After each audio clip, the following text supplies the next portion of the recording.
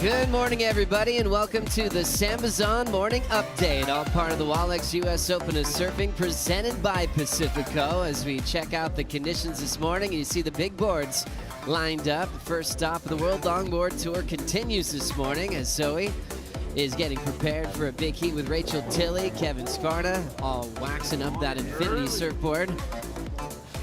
Looked sharp yesterday, but I know he can show us a bit more today. Johnny the Ripper's getting excited, preparing for another big day on the south side of Huntington Pier. And also a longtime vet to competition representing Brazil, Chloe Calmon, preparing for another big day. All sights set on the waves and hoping for a big title here to kick off a brand new season on the World Longboard Tour. This is stop number 1. Thanks for being with us on the Sambazon Update. Joe Turpel with Waxhead and Condor. I need a nickname so bad, don't I? Now, Waxhead, good morning. How are you? I've got a good nickname. We'll go through it later. Yeah. I'm great. Thank you. I'm so stoked to be here. And yeah, we're at Surf City and we're moving into the next round of longboarding. That's right. Yesterday it was really fun to watch. Pete, any highlights for you for performances? Performances. I'll get back to that. Conditions were the highlight for me. I think we were very blessed with beautiful, glassy, perfect LB waves for this crew, and the performances across the board actually were pretty solid. Yeah, I really liked that all 805 battle. Cole Robbins, Troy Mother said that was fun. The all Australian battle as well was maybe my favorite heat of the day. Yeah, and the Instagram land went viral last night with some of those clips, and it's amazing to see longboarding not only on the world stage, but the level of surfing coming through those regional qualifiers is here on show, and it's just blown the top of where longboarding can go, and I'm looking forward to today. Let's get a clear idea of what to expect today. We'll say good morning to AJ and Will. Good morning, Joe. Good morning, guys. Okay, so Will, we had a fantastic day of longboarding yesterday. Walk us through how the layout's going to go today.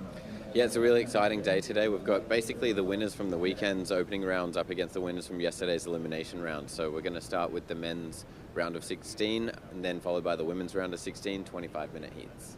And yesterday, we just could not stop talking about how great the conditions were for longboarding. Looking at the forecast, what do you expect for today? Yeah, yesterday was dreamy. We had a lot of good feedback from the surfers and fans, so it was great. Today, we've kind of come down and there's been a little bit of north wind overnight and it's left the lineup a little bit bumpy and morning sick, but it's cleaning up by the second. It's getting better and better, so we're expecting another really good day. Cannot wait. Let's send it back to you guys to get the action started. Thank you so much, AJ and Will Hayden-Smith, making a great call here for the round of 16. Yeah, we noticed that little wind on the ocean surface this morning, hoping that it lays down. Sometimes that direction will hang out all day long. What are you expecting, Pete?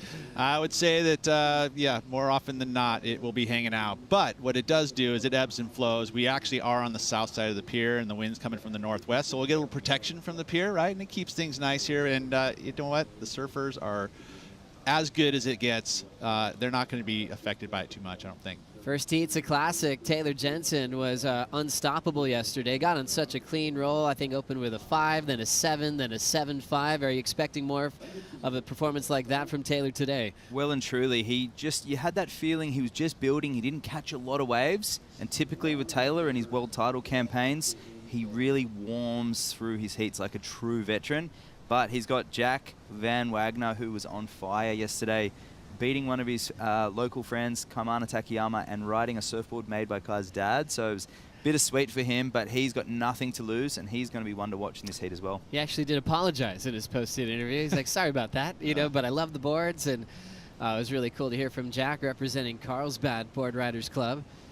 And Taylor from Oceanside, so a little North County San Diego battle here at the Huntington Pier to kick off the round of 16.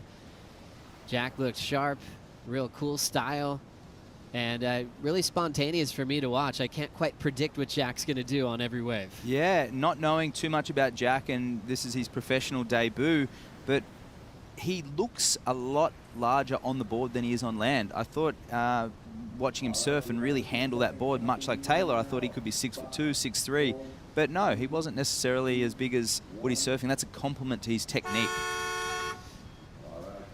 It's a great sound. It means we've kicked off the Huntington Beach Longboard Classic. Right on the horn, Jack looking to get a quick start against a 3-time world champ. Backhand 5, holds it. Back to the tip again, goes for the perch and goes down. And Taylor might make him pay for that fall. This guy was unstoppable, made no mistakes, and actually will have a slow start to the morning, feeling out the new conditions. Taylor said yesterday he didn't really even have to have a warm-up surf. He could kind of get right into gear right away, but I guess the playing field has changed a bit from what we had yesterday, Pete. It sure has. You know, and that was like straight out of the gates. I mean, it blew overnight. That was what the weather changed. We talked about it yesterday, that there was going to be a bit more of an onshore flow, which is what we're seeing straight overnight.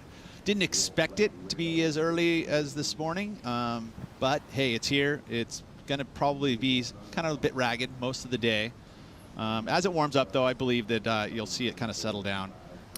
And obviously, we've got 9 foot plus of surfboards here. Taylor is on a large board, a 9.8, and the rules in play are 15 pounds minimum and 3 feet above your head at a minimum of over 9 feet. So if you're 6'3", your minimum surfboard size is 9'3". So Taylor on a 9.8, and here he is paddling. You can see how short he makes that board look as well with his large frame, and stands up in the middle of the board, and we'll get through that in a moment, up to the tip, trimming through the midsection, and catches a little bobble and steps it back in the whitewash. And that's typical for Huntington when we've got a mixture of that wind swell overnight and that little residue south swell. And with the tide getting lower, these surfers will have a slightly different approach to yesterday, or they'll be nosediving. And Pete, one of the world's best big wave surfers of all time, you know all about side chops, and you know what happens when wind swell gets involved with a ground swell. What's it like on a giant wave, let's say 20 feet plus, and you've got wind side chop coming down the face? Yeah, it's not good. We generally will sit in the channel and wait until it cleans up. No, yeah. but, or second wave of the set or something like that. But you know what? With a big board, it ultimately is going to affect it, right? It's going to feel those bumps. It's going to slow it down. It's going to make it tough. So you're going to have to figure out maybe if it's wave number 2. You know, you're going to have to search the lineup a little bit more. I mean, yesterday you caught any wave. It was going to be probably a high-quality wave. It didn't really matter as far as, you know, which number of the set it was. You know, you looked at the biggest one and went. Today, a little bit more wave selection is going to be a key element. I feel like wave number 2 can be helpful. We have had a little decline in swell, being from the southern angle, which is what most of the waves are going to be ridden. Jack with priority, head towards the pier. Nice swoop, high line there, and touches 5. Nice clean line, mid-face bottom turn, and redirects towards the beach. A cool looking finishing move. Well, it could be a finish unless this reform gives something for Jack to work with, and he will glide out there. So 2.5 when he wanted the quick start. Better performance on his second effort. Yeah, much better start, and I think the nerves may actually be in Taylor's side today with a real change in conditions. Jack's got nothing to lose, and being a younger surfer, and I can relate to when, I'm sure we all can, to when we're younger, and all the viewers out there, you're so enthusiastic at anything that's even breaking. So he won't be looking at the chops as obstacles. He takes a high line here, a bit of a face nose ride and a safety stance on the nose, and he banks that one off the top. So it won't be anything crazy. It'll be a mid-range or slightly below score, as the judges will be most likely keeping a lid on it, and there it is, Joe. 5.33. Taylor looking for an answer. Here he goes on his 4th look in this matchup, as he's got a little backside perch. Solid control. Back to a little touch 5, and now fading. Picks up that rail quickly in a small space, and stand light on his feet as this one will shut down.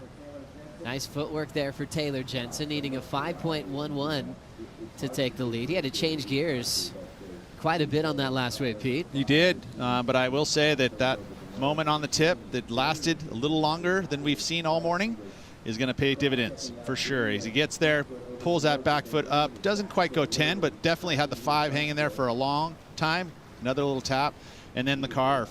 So I would say that this is most likely going to be the best wave of the heat.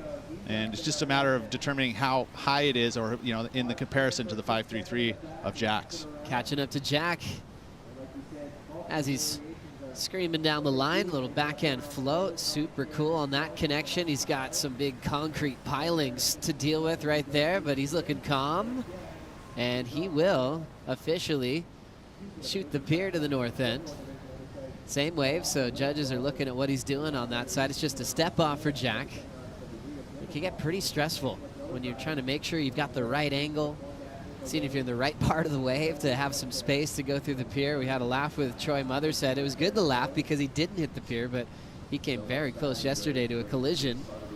As this is day 5, Wednesday, here at the Huntington Beach Longboard Classic. Let's break down the Surfline forecast to see what we have in front of us today, Pete. Yeah, well, this is the official forecaster. We've had that playful run of the south-south swell that we've had. It is now tapering off, and we're going to start looking at that next purple blob that's coming in on the other side. The one thing that we've had a major change here, which is going to affect it now in real time, is this wind. We had the wind change overnight. It is trending stronger through the afternoon, which is generally what happens with these northwest winds. Again, I talked about the pier being a nice little protective for it. We do have that playful run of south swell for the weekend, right? So we're expecting it to get better and also get warmer, which means that the winds will probably lighten up as well. You look at today's forecast, 3 to 4 feet throughout the day.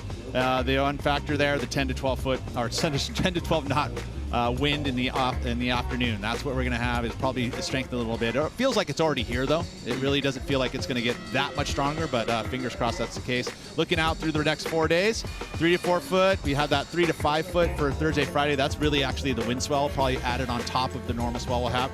And then the Saturday, Sunday actually is going to be a lot like cleaner, real, true energy of that southern hemisphere swell, which is what we really want. Thanks, Pete. Thank you, Surfline. Mitchell Salazar was laughing at me yesterday in the water because I had too much suit on. It was about 72 degrees Fahrenheit, and I was steaming, and Mitchell didn't give me the memo. But Mitch, tell me what you're looking at on the beach. Hey, well, first of all, good morning, Joe. You were ripping out there yesterday, too, by the way, just so everybody knows. But, yeah, conditions update this morning. A lot more wind swell in the water. That northwest wind has stuck around all night long and into the morning right now. But as you can see behind me, a lot of these waves still very fun, especially the lefts are a lot cleaner right now. But I really want to point out that I'm towards the pier bowl right now. This is the cleanest area that we're going to have out in the lineup right now, just because it's covering due to more of the pier. Towards the other side, Middle Peak and Machado's Peak on the furthest part south of the actual contest site, it's going to be a bit more difficult to really manage to get those cleaner rights. I think the lefts are going to be the exceptional scores today. And talking about the heat in the water right now, Taylor Jensen actually checked in a couple minutes before his heat started, way, way late to his heat. But in terms of Jack Van Wagener, he was out there for the first 20 minutes before the heat started. Man, thanks for the insight. Mitchell Salazar surfs out here quite often, so identifying a little bit of cleaner water close to the pier bowl with this wind direction. And yeah, I saw Jack grab that blue jersey well before Taylor arrived here on site. As we see last wave for Jack. Wax said, what'd you see here? Really nice judgment of maneuvers here. So he steps into that rail carve, and we'll go into the judging criteria shortly as he steps back up through the middle, trims through here, and gets a dynamic finish. And you can see that early shortboard influence of Jack with that typical California style coming into play when he's knocking that one off the top. And Taylor, nice 10 with a bit of body language involved and smacking that one off the top as well. So a really evenly matched heat. The skill sets at this stage, I would say Taylor's got the advantage with his, I think just pure experience. But Jack's really not far behind. They're going blow for blow. Yeah, the scores are very similar. They all have 6s, and now it's down to Jack needing a 6.54 just to edge out a longtime competitor, longtime champion of the sport. 6.87 was last to Taylor Jensen. 6.33 before that. So maybe if he had a late start showing up, grabbing his jersey, he's kind of working his way into rhythm, Pete. Yeah, and that's what happens. Generally, we always talk about it. Oh, you got to get your feet in the wax, right? Like, it's one of the things that we talk about all the time. And yeah, it's actually true. You put a jersey on, it's a little bit different stress that comes into the into play. You're trying to think about the strategy and how you're going to beat your opponent, because we are man on man now. So that means you're only surfing against one other surfer. It's a little different strategy-wise. You end up surfing against the competitor and not necessarily the conditions as much. So I think Jensen just feeling it. When he would have felt the pressure that Jack, and you watch your competitors too, so you kind of see what's happening and kind of try to match it, right? That's it's part of competitive surfing, and especially in man-on-man competition. You want to know what's happening and what you can do to get better.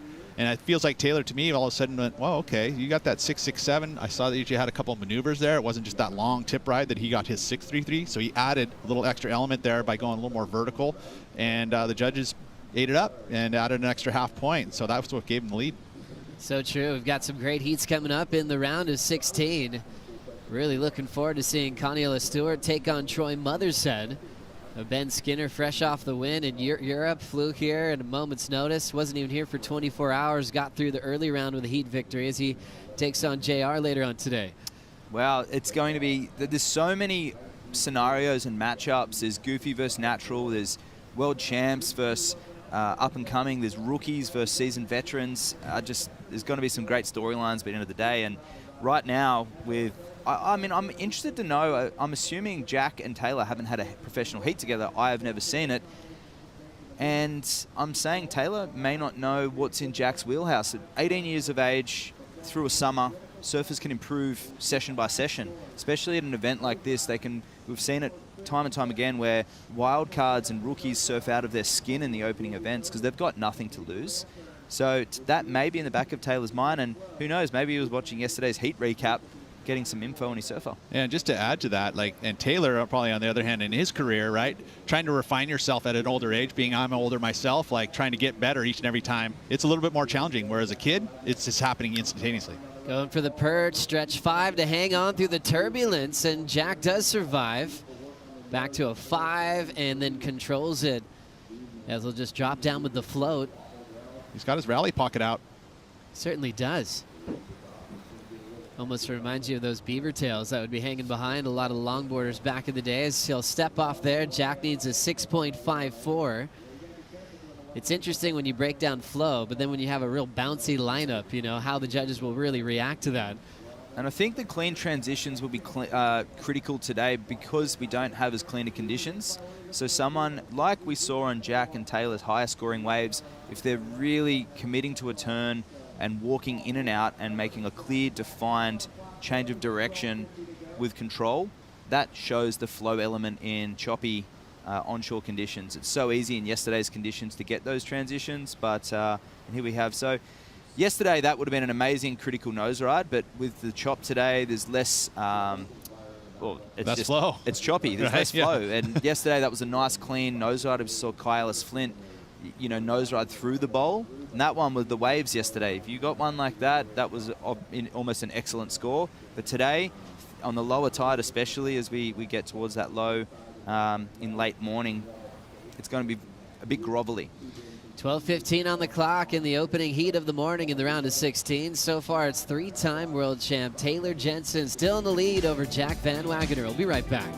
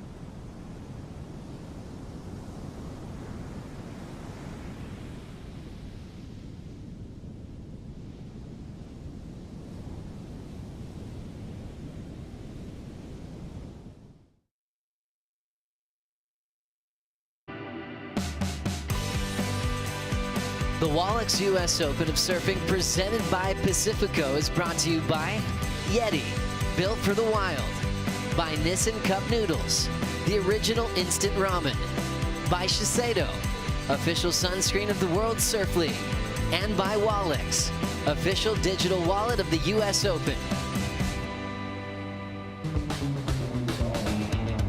Down to to 10 minutes on the clock with Taylor Jensen and Jack Van Wagener. Jack, a rookie on tour, and Taylor, we've known him for a very long time, who's been putting on amazing performances like here last year when he took the victory, but so many big wins. And along with 3 world titles, like Pete was saying before, sometimes you got to redefine yourself as you get older, and he's been kind of saying that, yeah, I am getting up in age, and you wonder where their dedication would be. He actually went to Bali, and it was really to train, to surf a lot, to really be fit. Thought about the new criteria a lot, and then what goes into board design. So he's still really focused on what it takes to win a world title. And one of the things I think that comes from competing as well is that inspiration. First of all, it's going to get you charged up to compete, but the youngsters, right? And being able to keep up with that and still, you know, it lights that fire, and it's fun to do. So I like that he's still pushing it, and, you know, he still having great success. I'll never forget seeing his father-in-law at Santa. As we go back to this, just holding back is Jack. Yeah, Taylor's father-in-law, the great Nat Young. He was surfing Santa one day, and it was a great day at Santa. And you don't get barreled there, really, but Nat did somehow. And I remember I screamed. I was just a grom. Hands up. He came out, and he just started laughing. I could hear him laughing all the way into the beach. I think I got really stoked, and he just thought it was hilarious because he's gotten way better waves in his life. But it just had a moment for me. It really stood out, seeing Nat Young in person years ago. How amazing and he get was. barreled at Santa, which yeah, it just, never he just happened. was so connected. He was just so connected to the wave, and I'd never seen anything like it. Well, connected is that word that it's hard to teach that connection, and it's something that a surfer develops over many years. I think it's nearly impossible to do it, right? Like, okay, we're going to get you connected today, right? Like, how do you do that? You can provide the resources, but it doesn't happen overnight. No. It's a long process. It's experience and time. Educating, let's just say, any coaches out there on the shortboard world tour, it's holistic. It's not just equipment, it's fins. It's not only how you ride the equipment, but why we have that equipment in the first place and what works for you. Every body shape's different, and the reason we do things is different. And tapping into purpose and not specific goals, because at the end of the day, Taylor's waking up and there's a purpose behind what he's doing. Yeah. It's not like, I want to win this next heat. It's hard every single morning when you get older to get up and do that same thing. So tell me about it, he's bro. He's digging deep. Well, I think you see that when it all combines with experience, knowing your equipment, trusting your instincts. I mean, that got you one of the best waves ever ridden in history. At 50, right? Like, and so that was determination, persistence, you know, putting yourself out there, and inspiration from the youth, which is another part of it. Like, I wouldn't have been out there necessarily. I mean, because there was a period where John was young. I wasn't necessarily focusing on riding big waves, but as soon as he started kind of getting that interest, all of a sudden I'm like, oh, I'm out there, and then look what happens. Gets the wave of your life. That's amazing. As we see a backhand 5, holding it for a bit there was Jack, representing Carlsbad, and quick to the tip again. Goes down for some speed with the arms there, and he's been using that similar move on that end section. It's been reliable for him, no matter what the size. A little different type of wave on that one. That's going to be really interesting to see. Yeah, it's one of those waves you're like, you know, because there was a period where he wasn't even riding anything. It was flat, right? But hit the trim across. He did everything right to get there, had the finish. So, you know, it's one of those scores you're just like, it's just not something you can compare it to. We'll see with the replay, and it'll be really good to see as a base for competitors coming up who are tuning in and watching this at home. So we'll see a fade, drop knee, not really drop knee, just a fade. 5, 10 in the pocket, pretty critical, and now he goes past the turn section and links into that next section. Goes a bit sleepy here, and the judges won't appreciate the extra doggy paddle, but he does finish cleanly. Well, you don't need speed. You're on a 9'6" longboard. Yeah. If you have to do that, it's showing that you've lost all your speed. So perhaps, I mean, that was a good option, and then it goes sleepy here. So had he have just hooked it after that first nose ride and surf the inside wave maybe to keep that flow moving, but we'll see where it comes in at. It's looking healthy, but 2 judges are under at this stage and a 6.17, so they're agreeing that the tricks and the maneuvers were there, but the flow was not. So even if you get that extra pump with your foot, the judges don't like that either? The foot adds a little, but yeah, if you have to do that, it's sort of your wave selection and your positioning is not ideal. And I'm still not buying that the foot actually does it. Sorry. It's cool looking. I've got a clip of my Instagram, and I'm flying. Oh, to but you think your little web toes are getting you going faster because of it? so. It's actually the momentum Oh, of I your got body you. on That's one what it foot, is. like skating. Yeah, and gotcha. you're pushing. All right. I'll buy that part of it, but the actual tried to sell you that the other day, I know. Pete, I'm yeah. not buying it, dude. All right, I gotta go now out and surf- try it, baby. Look at that. You can actually see the swell. Look at the south and the north combining there. Those little wedges. Oh, that's what they love here at HB, right? That's what everyone thinks. You want me that big, south swell. This is actually northwest wind swell. That's what that is right there. You can see because it's moving the opposite direction. You can see that, and when it combines, when you get a little south line into it, that's the magic at HB. Gosh, there are some days here when it's just comboed up and peaks up and down the beach. Like yesterday. Like yesterday, yeah, all the way down to Newport, all the way up through Bolsa Chica. Those are the great days to be here in Surf City, USA. Water's so warm. Derek Peters, a local shredder who's actually part of the lifeguard department, was saying they actually got a read on 72-degree water, which is just wild how warm it was last night. He said it did drop a couple of degrees this morning. Yeah, well, I was going to say, it most likely with this northwest wind, that would be the case. And it could drop pretty darn quickly and a lot, right? It could go 3-4 degrees, and it's a pretty substantial change. I don't know. I mean, did you get down there and touch the water there, Mitchell, or anyone? Yeah. No, it is. You're definitely wearing a long arm spring. Yeah, so today. it's colder today for sure, a couple degrees. Yeah, for sure. You got to be ready with everything in Southern California. Even with upwelling days, Yep. you could be in trunks one day and show up the next day and actually be looking for your 3.2 or 4.3. Today was definitely orange wax day. Oh, okay. So we had to go temperature change in wax. Definitely. Yeah. All right, Yesterday and you are an could've expert in wax. Well, funnily enough, I also was sponsored by Pomade brand once upon a time. Really? No way. Absolutely. Uppercut That's a hair wax. product, right? Yeah. You don't have any hair wax. Yeah, well, once upon a time I did. So, only a few years ago, but it was actually a funny story. It was at Kiro, and I was going to surf for 10 hours, and I kept getting sunburn on my head and in my part. So I thought, I'm really sick of this. So I shaved it off to put zinc all over my head so I could surf all day, and never went back. No Yeah. way. Yeah. Never came back. No, well, it did start to grow back, but I actually enjoyed it, and So now it's that. Now he's I actually had a really good session, so it was a bit now, superstitious. I like now it's you're clean shaven. That's it. Important ride here Tell for Taylor Jack. agrees, obviously. So. Needs a 6.54. Ooh. Goes for the 5, holds it on the nose. Real patient. Similar approach on a lot of these lefts, but adds in a little bonus, little foam punch there. And then we'll step off. There's another one of those waves. Just Just right there. Love the logo on the Takayama there.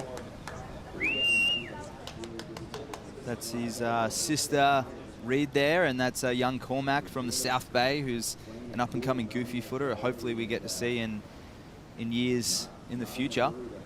That's how you do it, though, is getting here on site, right, and getting inspired by watching competition. We've seen it happen on the shortboard tour. I'm sure it's going to happen as well on the longboard tour. Inspiring the youth. That's it.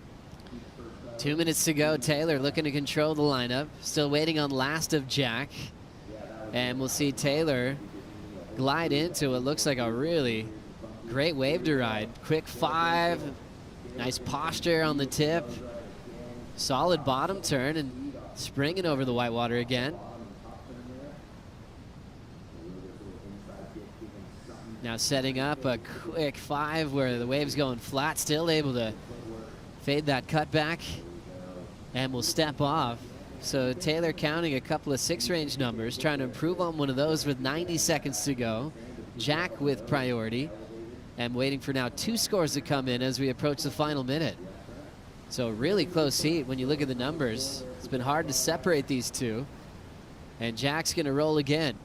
Fades the takeoff. Setting up a quick 5, hangs on to it. Nice cutback all the way back to the foam with some speed. Will redirect again in the pocket and floats it. Nice transitions towards the inside here for Jack. Quick tap on the 5 and will fade out. So 2 important scores coming in for Jack Van Wagener. Man, I mean, I want to dissect the different waves, and I'm conflicted. It really is. There's that wave was open face a lot longer than, say, maybe Taylor's, and they're going to be in that mid-6 range again. Yeah, that was a very important exchange and some crucial turning to dissect there. The way that Jack was sitting into his turns where Taylor was more driving. When you have a wide tail, you have to jam the back foot and almost max out your turning arc with a big old fin. But the Stu Kenson of Taylor's 9.8 is looking smooth underfoot, and he had a little bit more flow, I think, but we'll see where the judges come in with it. So this is the last wave. It will count as Jack's trying to put everything into this one, riding switch for a moment there. His wave before came in at a 6.3. Yeah, I felt like that was the better of the two for me, but we'll see, because there is another score that needs to come in, and we also need another number for Taylor as well, right? That's right. So they've run out of time, and let's go through the replay, starting with Jack, Waxhead.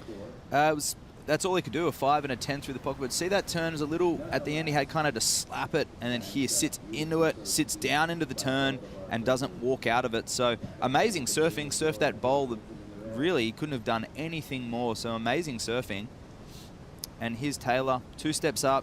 That was a little more critical of a hang 10, and that sort of flowy off the top, and he's surfing, breaking it down on a longboard into 3, 2, and 1 on the wave. So he's using all elements of the wave face and the board. So 6.43 for Taylor. So it does go 0.10 higher, and we're still waiting for a score to be locked in for Jack, and they'll be comparing it to Taylor's 6.33 previous bit. Now it's netting a 6.64, and 3 judges are down, and we have 2 more scores to lock in. It's a lot of 6s on the scoreboard. Yeah, that's what I mean. Taylor's throwing away one, and Jack is throwing away a 6.17 as well.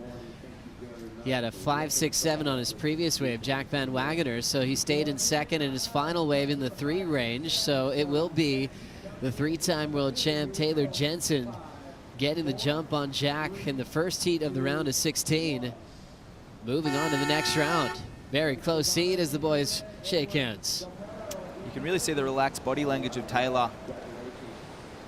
I mean, he left it pretty close in that heat. There weren't a lot of waves towards the end, but he does look like he's priming.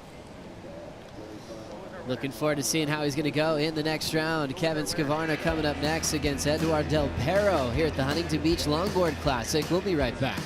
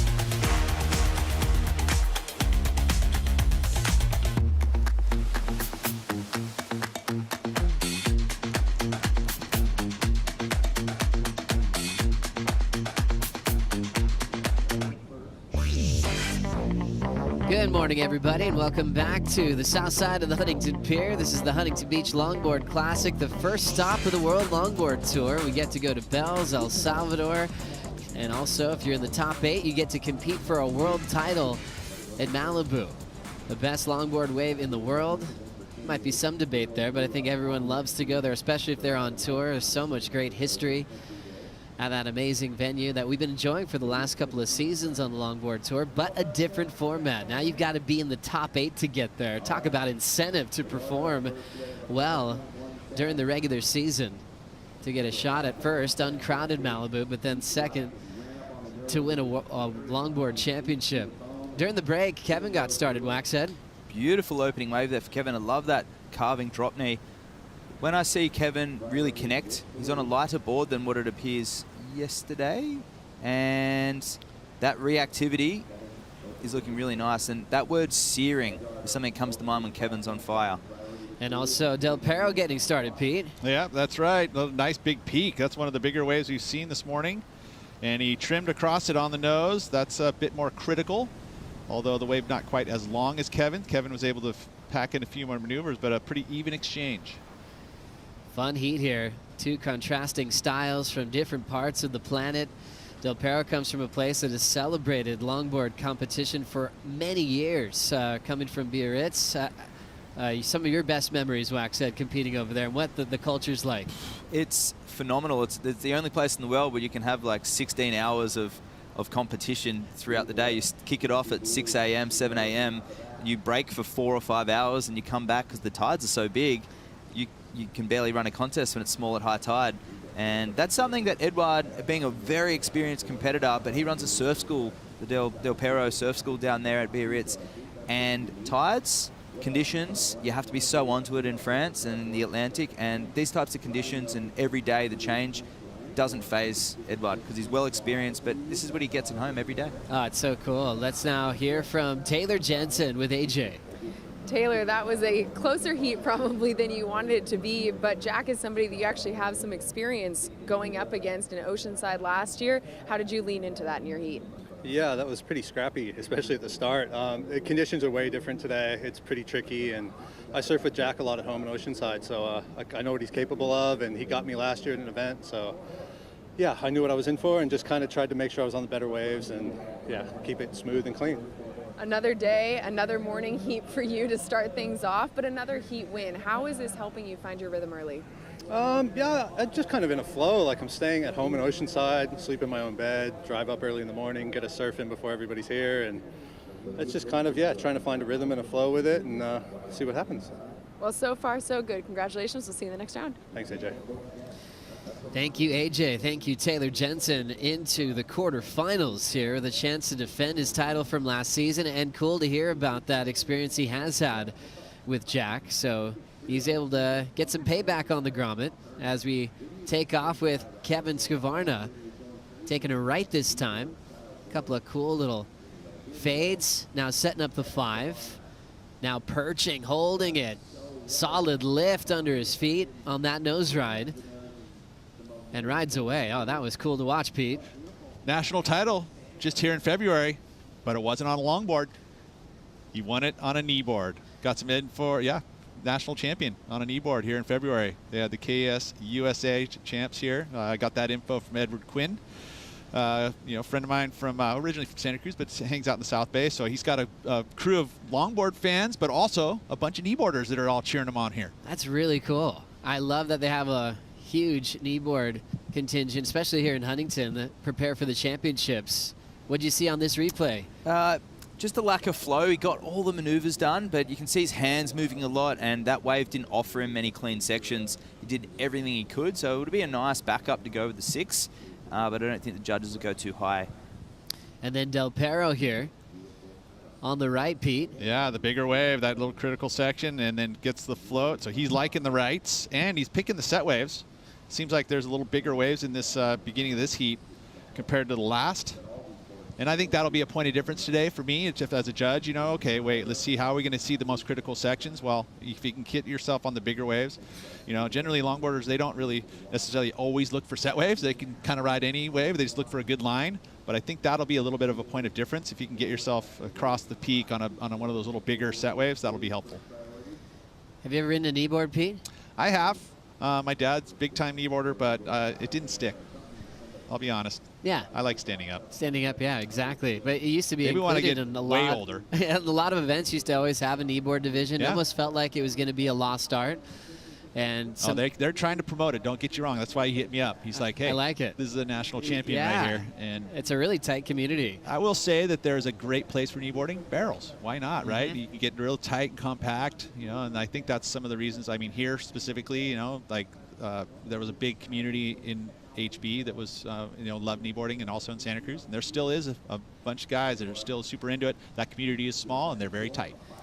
Steeper and deeper. Yep. That's usually what they say as we watch Kevin set up a left now. Cool swoop up to the 5. Holds it for a moment. Back to the tail of that infinity surfboard, and will end up falling in the transition on the foam. Tough fall there, because that was fun to watch. Held his speed well. Opened up with a 6, so left some points out there. He did. He went really hard on that turn, and we'll see shortly that that replay. But Kevin, he gets so into his heats. He's really activated. Both of these surfers are really passionate. You can see it come out in their approaches. They're all about the hands and body talk. So we see him fade this one, cuts it short. Really like this nosedive. This was going very high. He shuffles back to the tail. Judges take note, but he makes up for it with a turn and just can't stick it. So that's what happens off on the single fin. We talked about it yesterday with the chop. Beautiful, critical nose ride through the section, steps back, and he shuffles back, but that's okay because he ramps up for this, digs it, and it tracks, hits this foam, and that fin. What happens when a fin flexes, especially a big old fin like Kevin's, so you can see it, I know those fins very well. Funnily enough, that style of fin was developed by a kneeboarder back in the mid-1960s, so it's very fitting that he's riding a Greeno-inspired fin. That one's a Flying Diamonds fin, the brand, and he's got his own signature fin model, but inspired by what George Greeno did in the mid-1960s, he was a fisherman, and taking his love for hydrodynamics and following marine life, and how fish move through the water and the way that they use their fins to propel and speed up and slow down. All right, so what would that fin be designed off what fish? Well, originally a tuna fish. Tuna, right? Yeah. I knew it was going to be a tuna. Those are the fastest fish. That's what you would, obviously that and sharks, right? But I think tuna are even more mobile, right? So they're going to have those fins that a lot of folks have designed off of. And why wouldn't you, right? Nature. Totally, yeah. You walk across the street, you're going to walk over a plaque for George Greeno, you know, for all his great contributions to surfing. Cinematography, right? Like, I mean, the guy's an artist. He tunes in. Does he? Yes, he does. Oh, I just got nervous. Hey, George. Thanks for watching. He knows he's onto it. So the way that fin went, that has a big old base and a narrow tip. And we watch Edward up and running. Love that opening carve. Gets so low and compresses, and using his body to his advantage. That's a face nose ride linking into the next section. Very functional. Snapping that one back, and with a lot of... I had a really nice smooth tempo in this wave. Still going. To me, the conditions are calling for a little bit more active style of riding waves, right? I mean, so the guys that have kind of had that performance approach at one point in their careers, you know, are now kind of utilizing that because it feels like it's going to be a point of difference. And that is the pinnacle of longboard surfing. Before we got into the shortboard revolution, George Greeno was a big part of that because he brought flexible fins, which actually allowed these surfers to then put V and roll, coupled with the likes of Bob McTavish, and really play with the performance aspect of surfboard design. So we have Edward up. This is the replay. So no footwork, but slices, gets low, projects out of that one. And now this nose ride won't really score. It's a stretch nose ride out on the face, but it's a linking maneuver. And that turn was an amazing slice, and he taps on off the top. So likely a mid-range score, but surfed very, in more rail than nose on that wave. So almost thinking that the maneuver choice, not necessarily something that will score, but it actually adds the flow element because of the fact that he was able to link the maneuver or to the section. So it's like that magic of trying to be able to connect the two, right? A floater. Yeah. That was equivalent to a floater on a shortboard. It was a linking maneuver. Transition move. Transition move, thank you. As we look at Kevin playing with the start a bit, there's the 5 and a 10. And now that cool little fade to set up the wall one more time. Needed some speed there. And he's going to straighten out and just throw down the rebound. And still styling through the last part of the wave, and an aggressive whip to get back into business out the back. A 4.83 is what Kevin's keeping in the top 2. But a solid wave for Del Perro. Could change things around. Del Perro is looking for at least a 5.24. And I feel like he's going to get it with 11:50 to go. Long time competitor. Really aggressive with a couple of those turns on the open face. Just picking off a great wave to turn in a 6.77.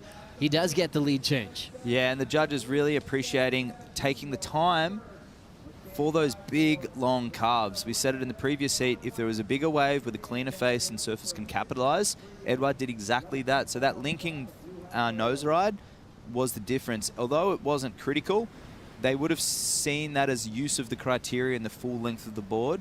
So not only was it functional, it actually scored, but not necessarily on its critical nature. It was just because it's ticking the boxes, so to speak.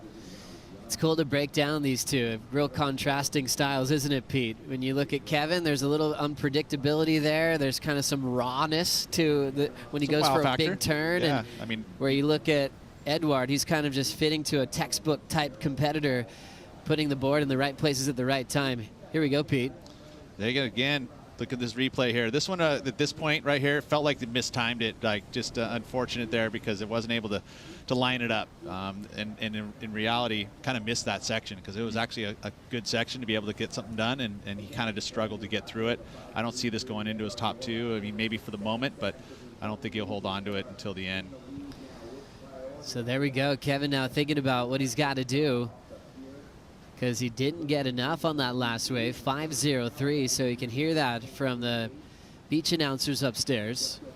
Jeff Baldwin, Todd Klein, letting him know he still needs more, a 6.38 to catch up to Del Perro, who's out in front here in the round of 16. Heat number 2, still 10 minutes on the clock to see who end up in the quarterfinals. We'll be right back.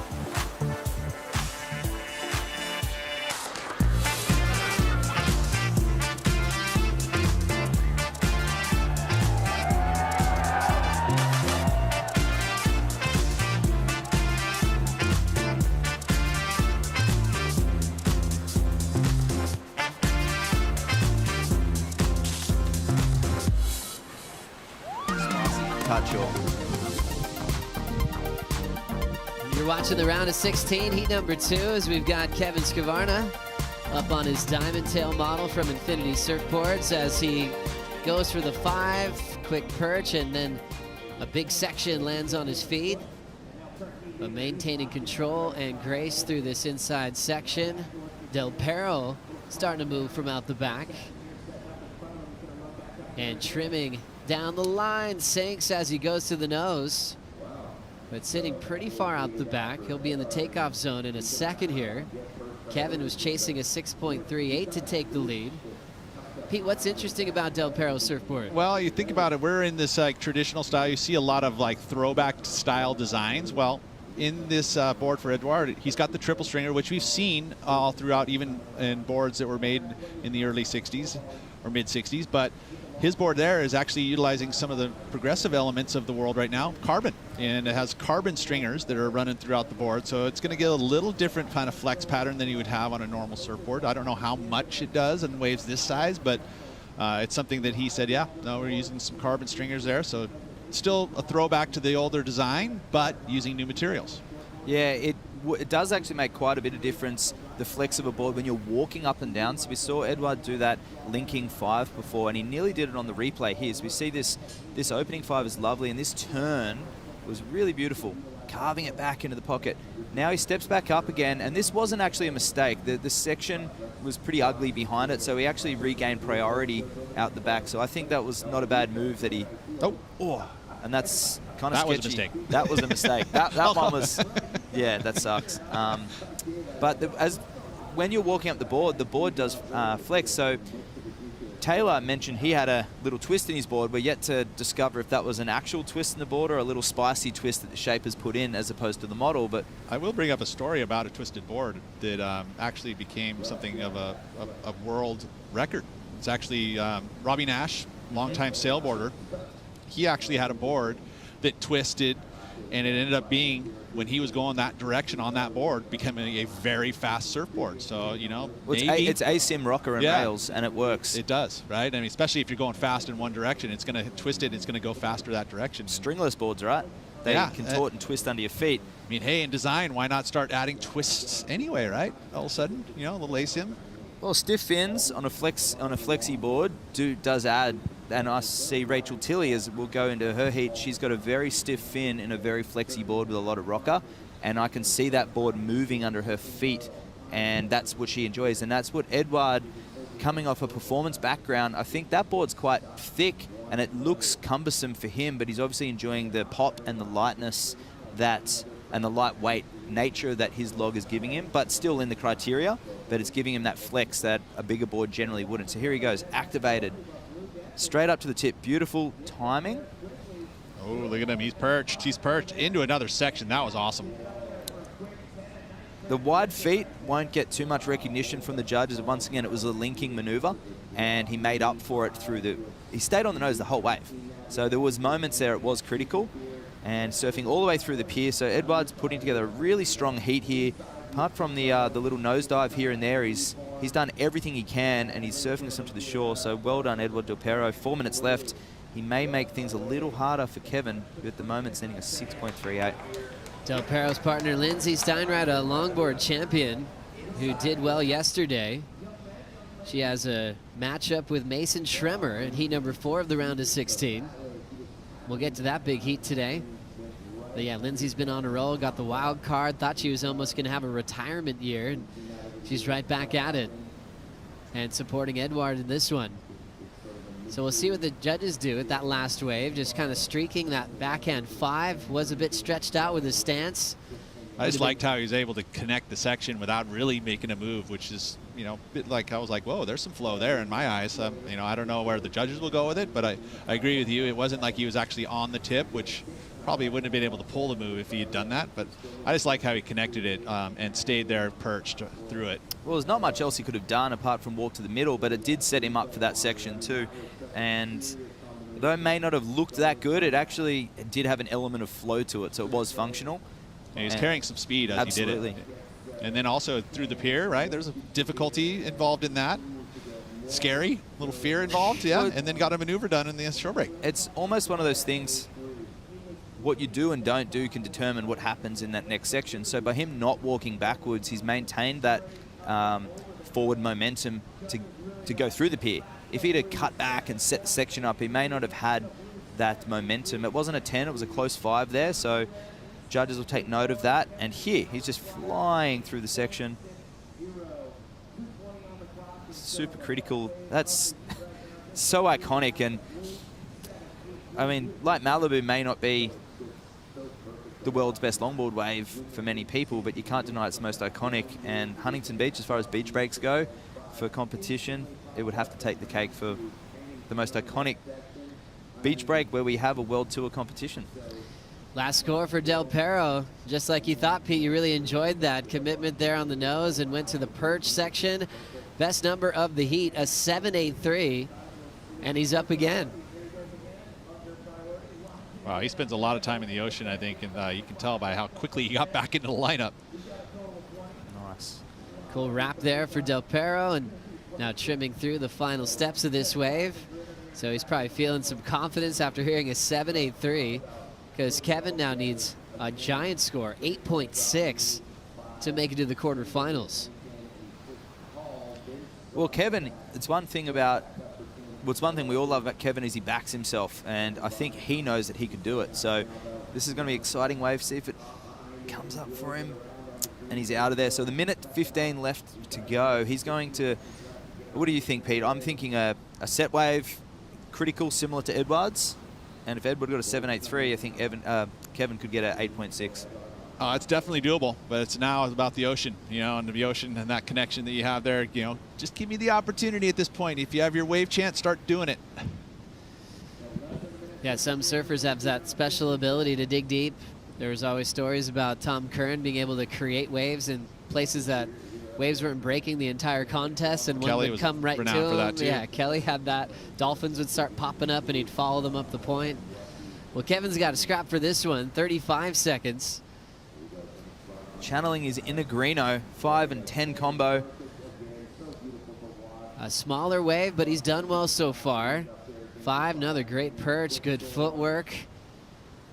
Throws down the bottom turn and ends up stepping off, chasing an 8.6. That would have to be the best wave of the heat as we count this one down. Yeah, it's a shame for Kevin. You can see the, he's so bummed. He put in a lot of effort, a lot of great waves surfed in that heat. Not as consistent as the heat beforehand, but with the goofy footer and a natural footer, this one was always going to be a really strong battle.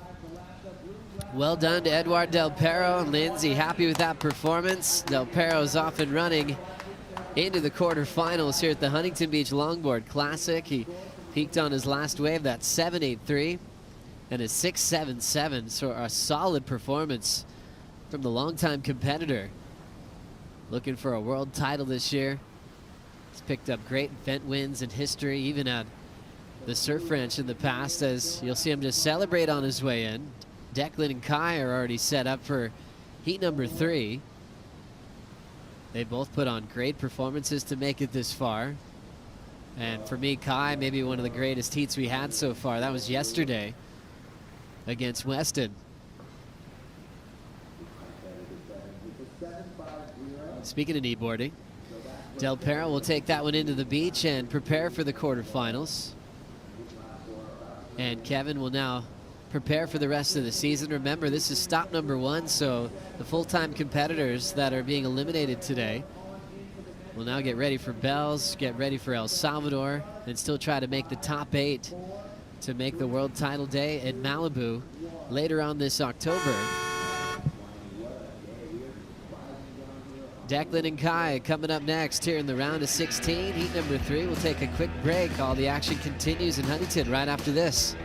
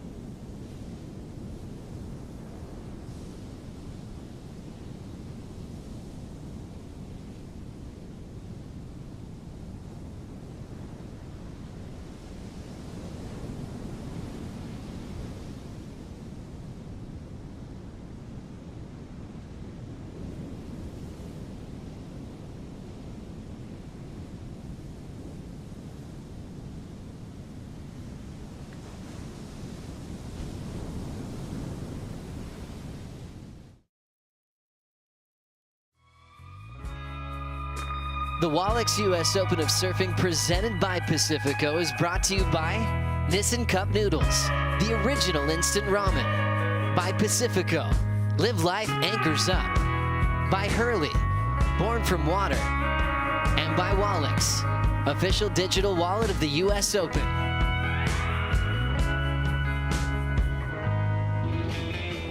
The Huntington Beach Longboard Classic continues, and Eduard Del Perro, we're going to see him in the quarterfinals, making his way to finals day. Good feeling walking up the beach. We got another matchup in the water, and it is going to be me, Kaipo, along with Mitchell Salazar. That surprised me, Mitchell.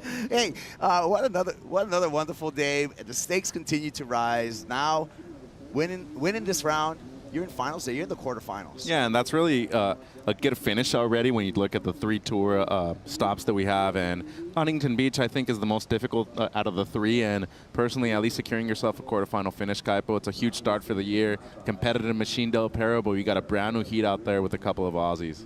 Yeah. Declan Whiten coming up against Kai Ellis Flint. Whiten out of Manly Beach, Australia. And Kai coming from Byron Bay. Surfer shaper Kai Ellis Flint had a great showing yesterday in the elimination round. And this is Kai's first wave. This happened during the break. Yeah, and a decent score to open things up. That fade is just beautiful. Touches the 5 right there, more of a tight 5, and then eventually wraps it back as this wave just kind of fizzles out. But finding one of the few rights that I felt have really broken closer towards the pier. Kaipo, good wave selection right there. And then Whiten also with a good answer back here. Gets the nose real quick, and he skipped the elimination round yesterday, so this is only the second heat that he surfed, but that's really what he brings to the table. Good use of the rails here, and really hard to do in short waves like we're seeing today. And this just happened here. We're waiting for this score for Ellis Flint. Man, and that floater finish, let's see if he can fully ride out of it. He can't, but a strong nose right at the beginning of that wave. Dropped a monster heat total yesterday in the elimination round, Kaipo, the best performance of the day. Yeah, you talked about it. Both of these surfers in this heat, a contrast of styles coming up out of Australia. Kai Ellis Flint, of course, from that wave-rich region of Byron Bay.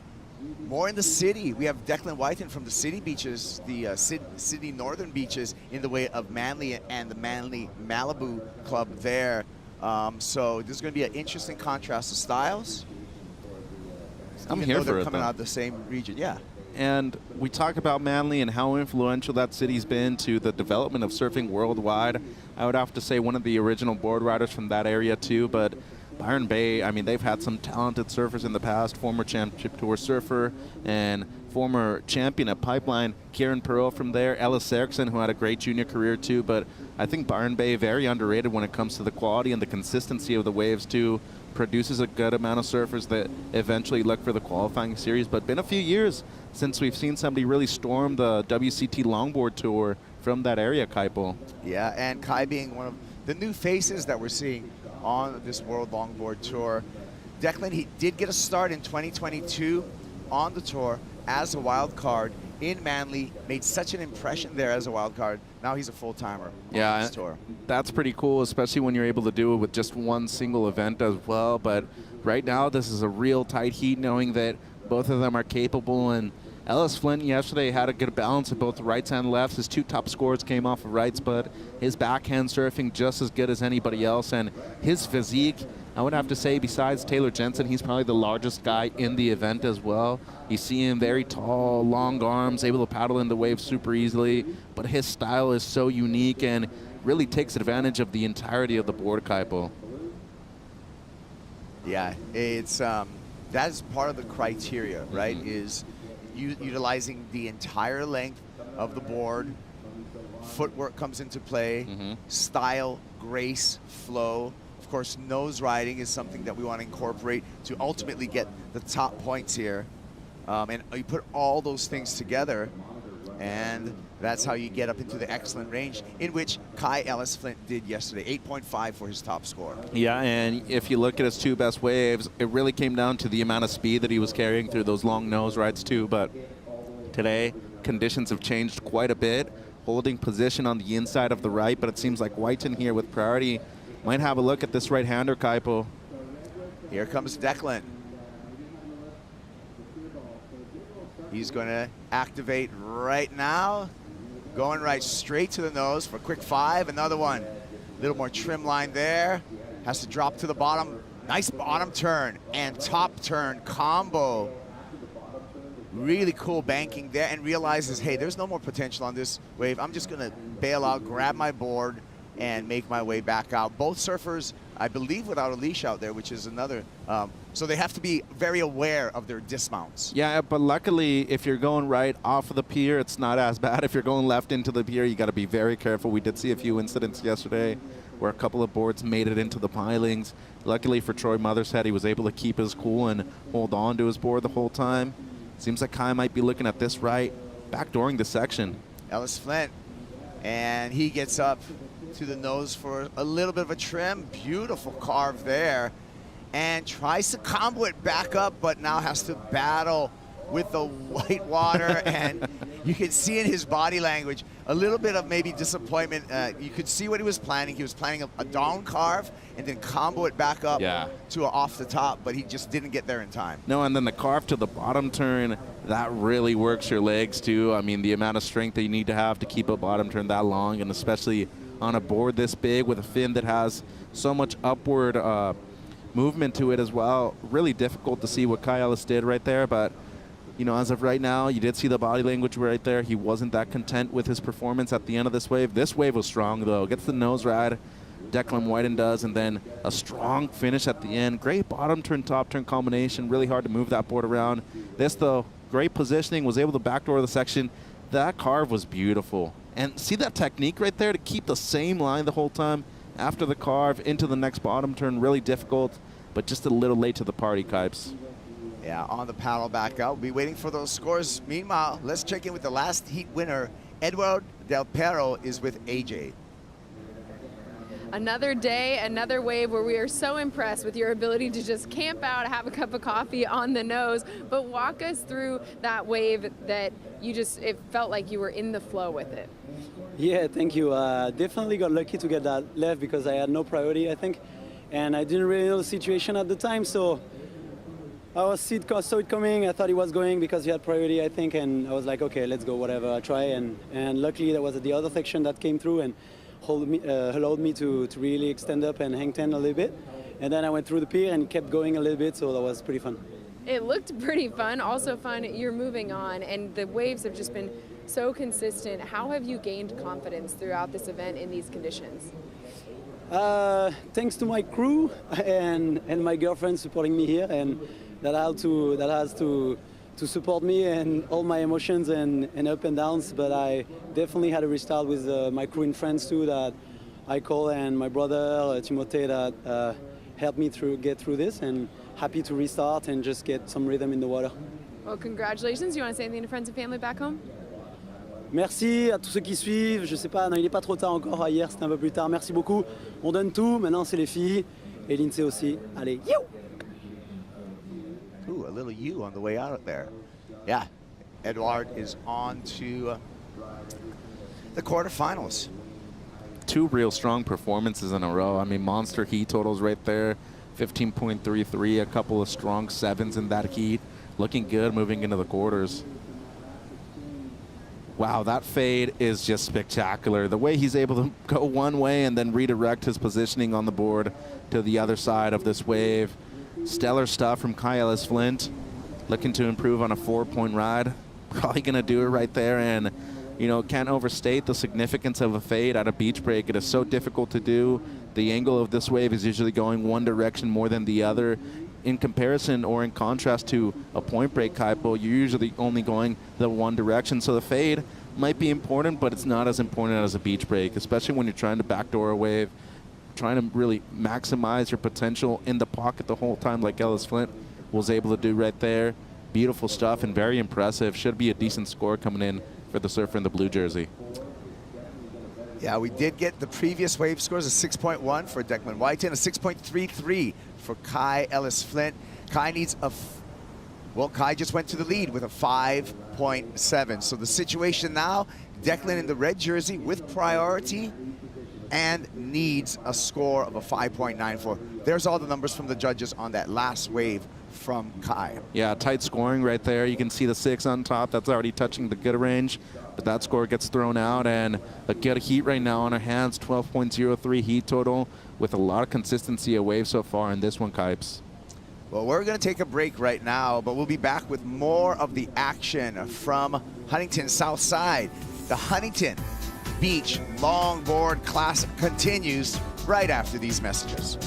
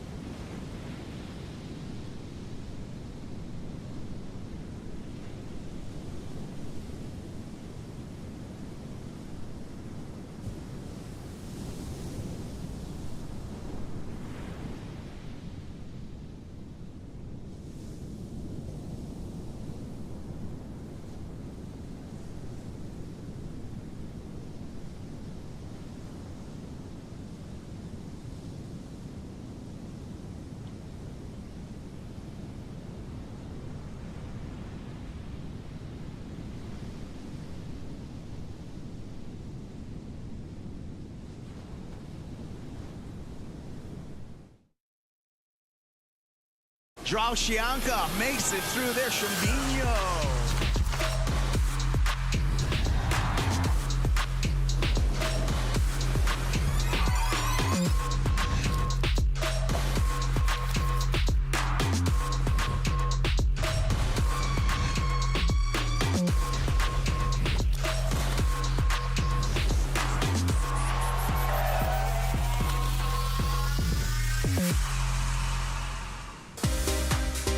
It is on the championship tour. We got one more stop. That's going to be in Taupo'o, Tahiti, and the Shiseido Tahiti Pro. That starts, the waiting period starts August 11th, and from there we go to where we're going to crown a world champion at lower trestles for the Rip Curl WSL Finals. That waiting period starts September 8th for that one-day event. Super Bowl of surfing is going to be glorious. I'm really looking forward to Tahiti, though. There's realistically one spot left. I feel like Draushianka in 4th hasn't secured a spot, but I just feel like there's a good amount of separation between number 4 and 5. But the fight for that last spot, there's really 4 people involved. I think it's going to be a real fun event over there in Tahiti. Yeah, both Gabe Medina and John Florence below the cut line, but we know what Gabe and John can do at the end of the road there. One of the miracles of the surf world. I'm crossing my fingers that we get a big south swell. I'm hoping so too. And don't forget about Jack Robbo. He's right there as well, looking for a win over there in Tahiti. Declan Whiten looking for just a mid-range score on this wave. Rebounding off the top there. Mixing it with a nose ride. He's going to stick with this one, it appears, and show us a little footwork. I think realizing that he needs a score, he wanted to give a little bit extra to that wave. And I think that's a smart call, too, knowing that he did a good amount of work on the outside, but just to add a little bit more on the inside if the wave's really allowing for it, too. But good wave selection right there. Excellent use of priority, I felt, too. As you mentioned, needing something close to a 6-point ride. Very similar to his previous wave, which was the 6.1, so I feel like he's going to be very close to getting the score where you could see a situation change right here. As takes off, great nose ride, touches the 10 real quick, but more of a long drawn-out 5. And the use of speed right there for that turn was just incredible. brought it all the way into, so adding a little bit more to the score line. 8 minutes to go. We could be seeing this heat just go back and forth, Kipes. Yeah, it has been a seesaw battle between the two Australians. We're just under the 8-minute mark, anticipating the score for Declan Whiten. Yeah, and Ellis Flint, the shaper from Byron Bay, he is mostly a glasser and a sander over there in those parts of the world, but shapes most of his own boards that he rides, coming off of a big win at the Manly Longboard Classic, and very similar conditions, I would have to say, to that event earlier this season. I think that's really helped him out with his positioning in the lineup. As you see, he's controlling the Pier Bowl right at the moment. Scores in for the last of Whiten, though, not enough, Kipes. Needed a 5.94. Declan got a 5.4, so he remains trailing Kai Ellis Flint. Kai now with heat control. He's got the lead as well as priority. Yeah, and I think how flat the nose ride was, just in comparison to a lot of the sixes that we've seen in this heat so far, they weren't convinced about the steepness of that opening nose ride for Declan Whiten. The turn was great, but I just think the combination of both things wasn't enough to get him that score near the good range Skypo. Now he's trying to sneak away under priority, finds the insider. He's going to need something spectacular on this little wave. Gets to the nose, trims that first section, tries to trim it through the white water, and now he's going to go for a swim. Yeah, loses the board right there, and not wearing a leash. He's going to have to come in a little bit, but I thought that was smart. You're breaking away from your competitor, one of those bowly rights that stands up quite a bit too. Watch the body surf, a skill that you need. All surfers should possess, because that's the easiest way to get to shore is working with the ocean, and he's going to plane all the way to the shore. Yeah, and that was quick, too. I mean, he saved himself, what, 30, 40 seconds by doing that, but he came in a bit too far. The board was still out there. He beat the board. Now he's going to have to play catch on the inside here. This is always tricky, too, when you got a big board coming at you in the whitewater. Oh, yeah. Being able to grab it. Oh, he did that seamlessly. He's a pro. I mean, he has years of experience doing this, so maybe not as difficult for him as it would be for just somebody who's casually cruising out there in the lineup, but some good stuff right there. Isn't that just a rule of surfing, just period? Yeah, especially when you're talking at more challenging conditions. Don't paddle out unless you know you can swim in on your own. Never, ever depend 100% on a leash. Yeah, no, and don't depend on anybody else either. If in doubt, don't paddle out, and that's a huge thing. I mean, big props to all the lifeguards out there, but I think especially on the North Shore, you'll see them come up to you and talk to you and be like, hey, like, are you sure about you paddling out there? And I mean, I appreciate that a lot, because not everybody's capable of just going up to you and being like, hey, like, you know, it's pretty tough. Like, you feel safe enough? My good friend Kamu had that viral clip where he rode up and a couple guys with whatever wave storms are going to paddle out a pipeline. He's all, where are you guys going? No, you're not. No. Come on. Because then turn around. I have to go and save you. Fun stuff.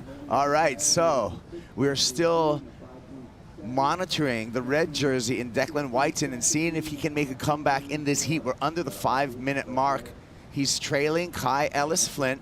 Kai with the lead and priority, so Declan is in a tricky situation. Yeah, but still plenty of time, just under 5 minutes to go.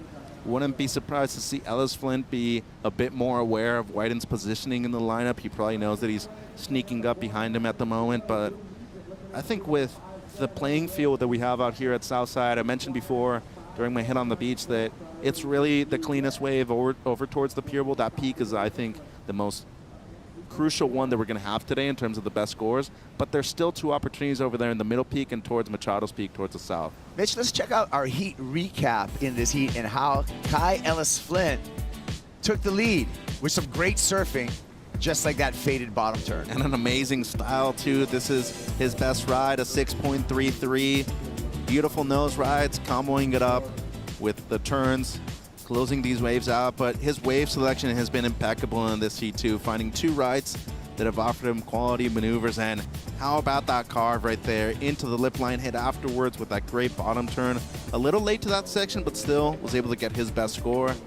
And then Declan, on the other hand, he's been on good waves too, but maybe just not the same kind of distance that he would have liked to have in comparison to Kai. Yeah, Declan right here just coming up short. Needed a 5.94, got a 5.4. And that's a 6.1 right there. Kaipo had the 5.4 on the previous one, and some beautiful style too. I just feel like the waves have let him down a little bit. Here goes Declan again, under priority, finds a wave, finds the trip to the nose, gets a nice trim line there. You can see the urgency in his surfing, weaving down the line. Declan Whiten would love to have another section. Skips through that flat section, really needs to plane the hull of that board. A little shimmy gets him across there. Nice drop knee cutback. Beautiful direction changes there. Put everything into that. Yeah, and it was cool. It was creative at the end as well. And really, there wasn't a wave at the end anymore. And somehow he was just able to glide through that flat section and get something going right at the end, especially with that direction change, as you were mentioning. Quick, tight 5 right there. And, I mean, he was able to draw that out as long as he could. Unfortunately, right here, it gets caught a little bit too far behind. That's never really a good idea. And you see right here, this tight 5 that he's able to get right there. That's really difficult and critical, especially when you're in the pocket the whole time. Just to know about him having to play catch up this whole time right there and somehow able to make it through that flat section at the end. Needs a 5.94, basically needs a 6-point ride, gets a 5.47. So again, heartbreak score, not enough for Declan Whiten under the 2-minute mark. Yeah, not for lack of trying. I mean, his last 2 waves have been great, both in the mid-5s, and unfortunately for him, I just feel like the quality of the waves haven't been there at the end of this heat.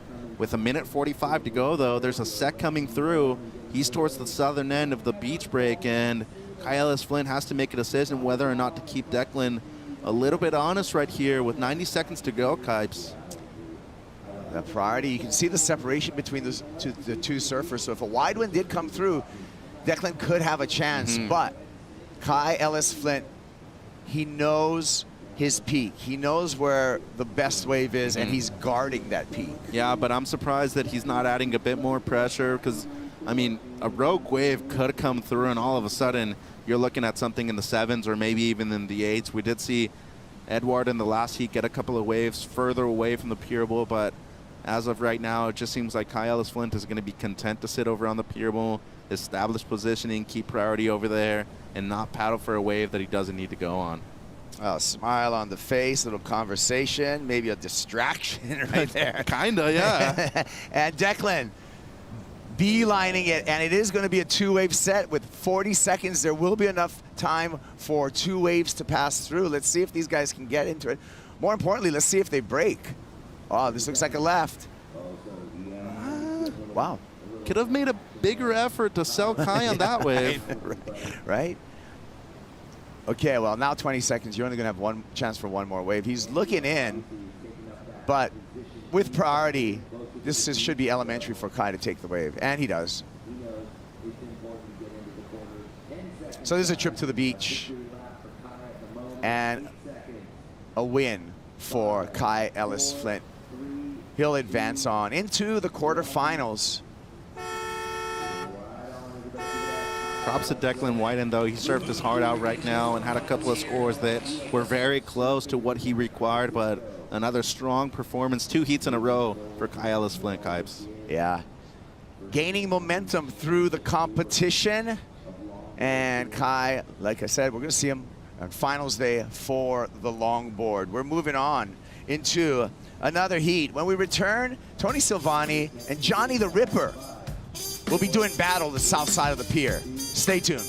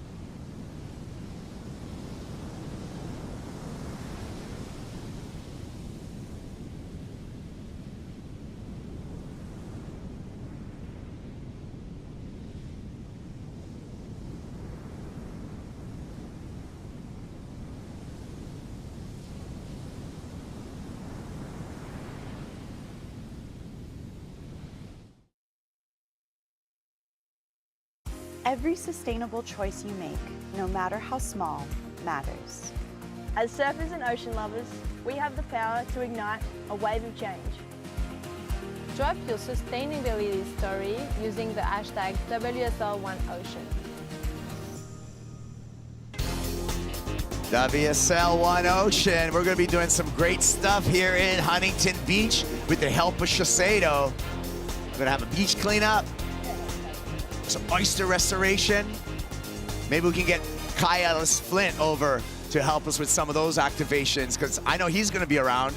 He made it to the quarterfinals out of that heat. Yeah, and a great performance once again. Maybe has the best fade in the business and on tour, but another great heat in the water right now. Tony Silvani, the veteran from Carolina Beach on the East Coast, up against a newcomer, the youngster from Queens on the South Shore, John Michael Van Hohenstein. We'll just call him Johnny the Ripper. How's that? Johnny the Ripper, and he was one Ripper yesterday, I can tell you that. But a real tough heat out there against an experienced competitor in Tony Silvani. This kid knows how to get it done, though. He was talking about his confidence yesterday afternoon with AJ, and I feel like he's kind of grown into one of those people that can just flare up at any given moment in any kind of conditions. Yeah, I think he's riding I want to say a Michael Takayama Yes, sir. design. He's got the retro Birdwell beach britches on as well, so he's got the full kit going right now. And a local brand from Santa Ana, so cool to see those brands represented here, which has been in the sport of surfing for 60 years as well. One of the original board shorts, those Birdwell beach britches, along with Caton. We got to acknowledge the Caton board shorts as well. Tony Silvani on his Stewart surfboard, trying to scratch into this one. Tony, an East Coaster. Something happened on the East Coast a while ago, just today. In 1776, the Declaration of Independence was signed today. August 2nd, really? True story. You know what else happened today in history? Today was the day that Iraq invaded Kuwait, and that led to the start of the Gulf War. Couple of things right here. Mitchell's looking at me like we don't need today's news. We're talking about surfing. Hey, look, it's a lull. We're having a good time. We talk about all kinds of subjects. No, I mean, the Declaration of Independence was great. The second one, I was like, oh, man, that's a little sad news. It's for still this history. early in the morning. It is history, though. We got to learn from our history, too. Hey, thank you. Yeah. No, I like where you're going with it. Speaking of history, and Johnny the Ripper right there, he's on that Takayama design. When we look at the history of surfing, Michael Takayama is a shaper. We also think about Donald Takayama, a wonderful surfer, shaper, pioneer, and one surfer that probably competed here on the West Coast Championships back in 1959. Many times, and you know, I think Mike has done an incredible job with a lot of his riders too. He's paid, you know, a lot of personal attention to them, and especially having to manage his son Kaimana Takayama, who's been in many events and will be competing on the championship tour this year as well. Great to see that he's put a lot of personal emphasis to a lot of these young kids, including Johnny the Ripper, who looking for his standout performance here, at least trying to make the quarterfinals against Tony. Silvani with the open priority, finds position here, scratches for that one, does not get it. So let's hear from Kai Ellis Flint with AJ. Kai, an important heat for you this morning. On to the next round. You and Waxhead breaking down that heat a little bit right afterwards. What were you talking about? Yeah, I guess on that bigger set, it's really hard to know if you can fit in two turns after a nose ride at the start of the wave. So I guess I was just like sort of a bit annoyed with myself that I didn't follow through on that wrap, and I just ended up going for a carve down and tried to finish it off with a little off the top of the end, but it didn't fit into the wave. That's all right.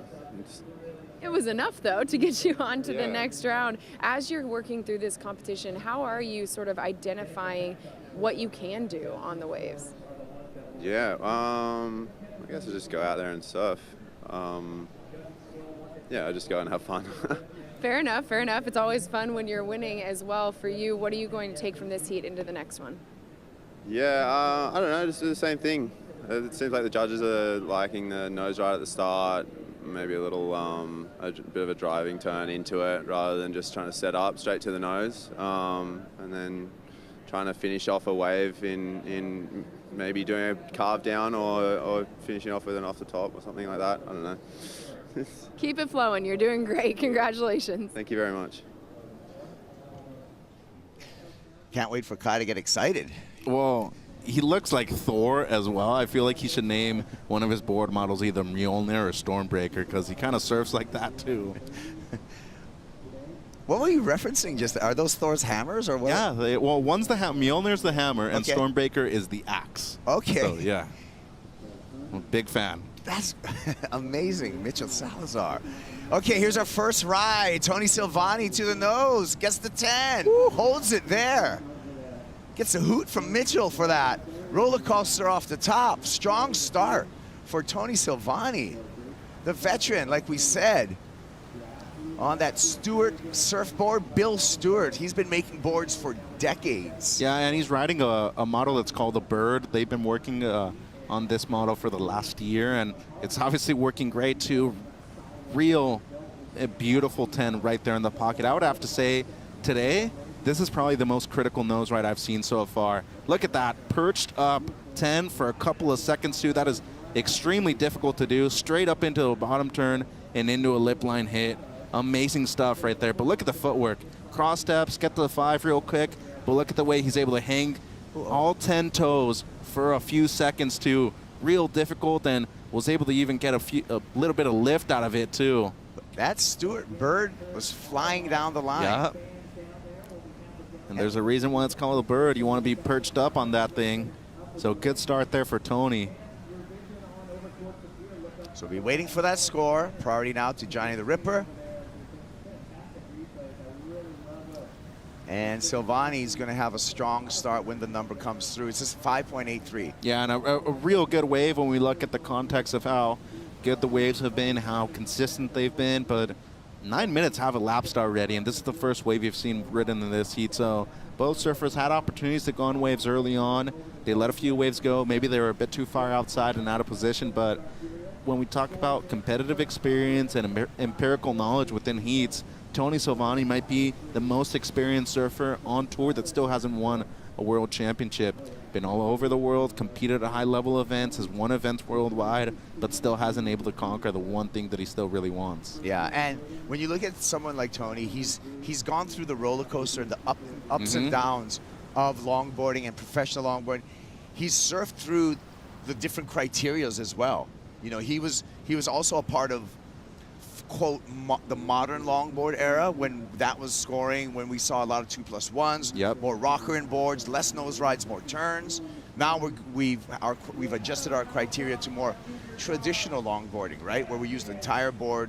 Nose rides are highly scored, and footwork is paid attention to. 100%, and he's been able to adjust and adapt to a certain criteria that wasn't something that he was able to focus on early in his career, because I mean, back then you were able to surf however you wanted. I mean, it came down to, okay, who was ever on the best waves, who was ever doing a certain combination of things, and we're going to value everything. Now having the value go back to the traditional style of surfing, which wasn't something that he necessarily started doing up until a few years ago, it's been a great adjustment on his behalf. And for him to already be in the round of 16, looking forward to the quarterfinals, and already be in the top 10 discussion, this is something that we don't normally see from people that are already, you know, maybe past their prime, but the adjustments, just being able to recognize these kind of things, great stuff from Tony. I agree. Good analysis there, Mitchell. Johnny the Ripper wants to get started. Needs to get this board planing. And just scratching up in the front, gets the board to plane. He's up. Drop knee bottom turn, faded right. Goes left, touches the nose, great footwork, gets back on the tail. Big slash there, staying away from the pilings, avoiding the tee, and a kick out. Did all he could do on that, but the wave just definitely will limit the score. Yeah, and you could see the tide right there being influential to him catching that wave. It is coming up, and it's a decent mid-tide that we're going to see later this morning, but that was a clear example of one of those waves that never broke fully on the outside. He really had to scratch for that one, and it would have been a mistake with priority if he wouldn't been able to catch it, but was able to get a decent score out of it. Nearly lost control with the slide of the fins at the end. But look at that. I mean, he had to paddle, what, 100 yards, Kaipo, maybe even 150 to be able to get into this wave, but that fade was able to put him in the right spot, in the pocket right there for that nose ride, touch the 5 real quick, and then nearly lost control with the slide of the fin. So that's not something that you usually see from a longboarder, but still, there is a certain degree of difficulty to it. Yeah, most of these fins are rather large, anywhere from 10 to 11 inches in depth. A variety of shapes, however, there's the more upright fins that are more like a Greeno type of influence. Yep. And then there's the more raked fins that you see a number of the nose riders employing on their boards. So, but that's all the fin template and size. That's all personal preference. You know what's crazy to me is how long it took for people to realize that glass on fins weren't really the way to go anymore. The fact that you can change fins now, switch them out, given certain conditions, given certain boards, and be creative and playful with it. It makes surfing fun again. And, you know, I was starting to surf when glass on fins were kind of going out, and I was very fortunate and lucky to be able to use a lot more fin systems that have allowed to adapt your surfing to the conditions that are out there in the water. I think it's been crucial to the development of both shortboarding and longboarding. Yeah, great point. Of course, I come from an era where before removable fin systems, and I can't tell you how many boards may have been magic boards. They just had the wrong fins glassed onto them. No, and traveling must have been a horrible issue too. Yeah, traveling was tough. Here we go. Wave 2 for Johnny. Start with a 3.83, so he's trailing right now. But now,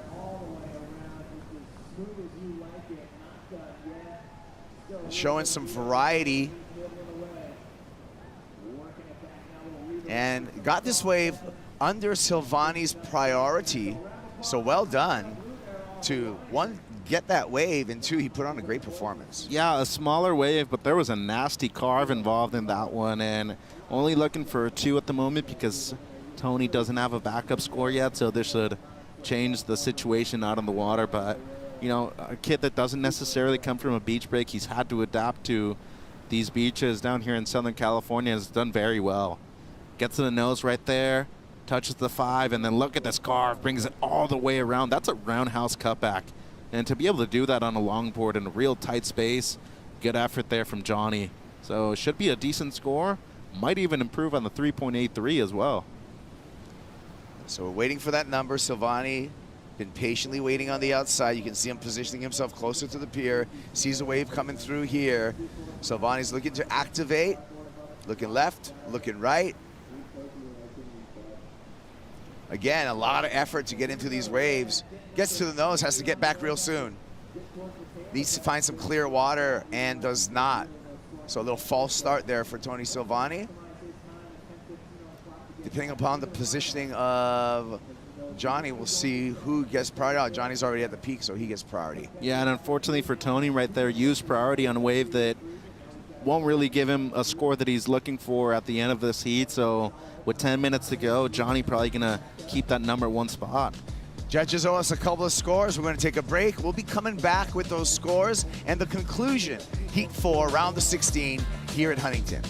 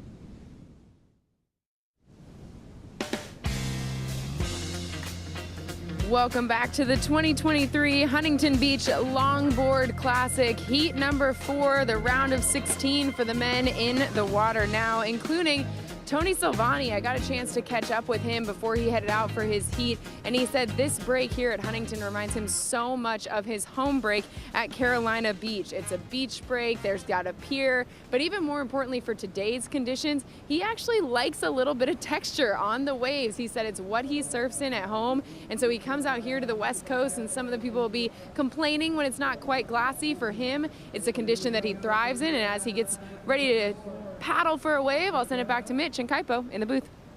Thank you, AJ. Yal Silvani, Carolina Beach, where he runs a beach service. He does surf instruction there. You can get an umbrella from him. You can rent all kinds of beach gear from him. He's there all the time. Surf lessons from Tony Silvani. And he does like having that little texture on the face, as AJ was talking about. That's because it's usually a lot windier over there on the East Coast, especially in the summertime. So no stranger to these kind of conditions. You saw Tony right there put up his hands and, you know, probably looking at the priority judge, the switch priority right there. But priority won't switch because Tony was the last person to paddle for that wave. So since Johnny did paddle, but Tony paddled at the same time, priority will remain the same. Look at this. So Johnny with priority paddles for that one, but so does Tony. And he didn't stop paddling until after Johnny. So priority will remain with the surfer in blue, Kipes. Yeah, that's right. Here we go with priority. Now a paddle. Again, a false start for Johnny. Tony's going to get this one further inside. He's going to get to the nose for a 5. Screaming towards the pier. Little check turn there. Set himself up for another nose ride on the inside section. A redirection and a bank off the whitewater to show some control. Tony Silvani, he needs a 4.28 to take the lead off of Johnny. Yeah, doesn't need much and might have gotten it right here on this left, and a real tough wave to surf. A lot of flat sections right there. Was able to fit in the roundhouse cut back at the end too. And the score for Johnny, pretty good one, the 6.27. I think the meat of that score came off of that roundhouse cut back on the inside. Real tough to do that in a real short section. Here he goes again. Johnny looking to answer back. Cross steps to the nose just for a touch. Has to get through a flat section, connects the dots there, hanging on to the rail to clear the whitewater, still in the whitewater, looking for some open space. Gonna go through the pilings. Now on the north side, continuing his ride, but that's gonna come to an end. Yeah, and only looking to replace the 3.83 real choppy wave that he had to deal with there. I think the fade put him in a good spot at the beginning of the wave, though. But coming down to crunch time, Kaipo, only 5 minutes remaining in this heat. It's going to be a close finish. So waiting for last score for Johnny, and last wave for Tony Silvani, though. 4.23, he needed 4.28. Yeah. Did not get it. Here's a replay of that wave, so tough one for Silvani. Real close. A couple of people said that this was enough for the lead, but I think the flat sections right here kept the score a little bit down. Look at that redirect and gets the roundhouse carve in with the rebound as well on the right.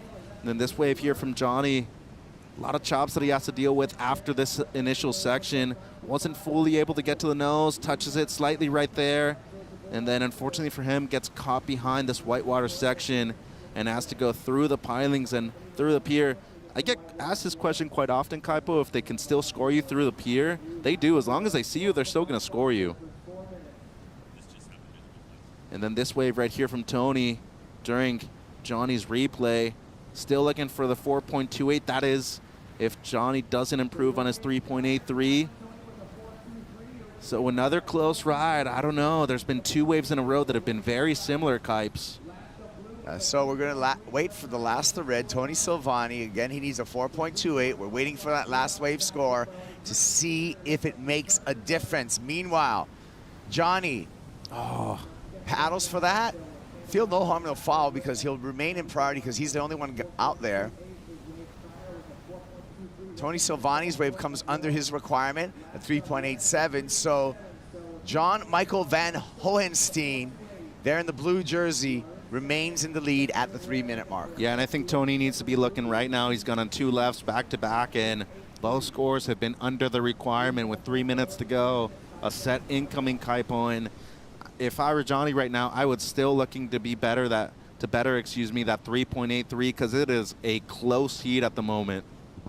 Yeah, 10.1 versus 10.06 two-wave totals. Here comes Johnny, just needs to get into it, does so. Left into the pier, gets a 5, gets a nice trim line there. Speeds his way, gonna go straight through the pilings, no hesitation, and gets tripped up on some of the troubled water right there.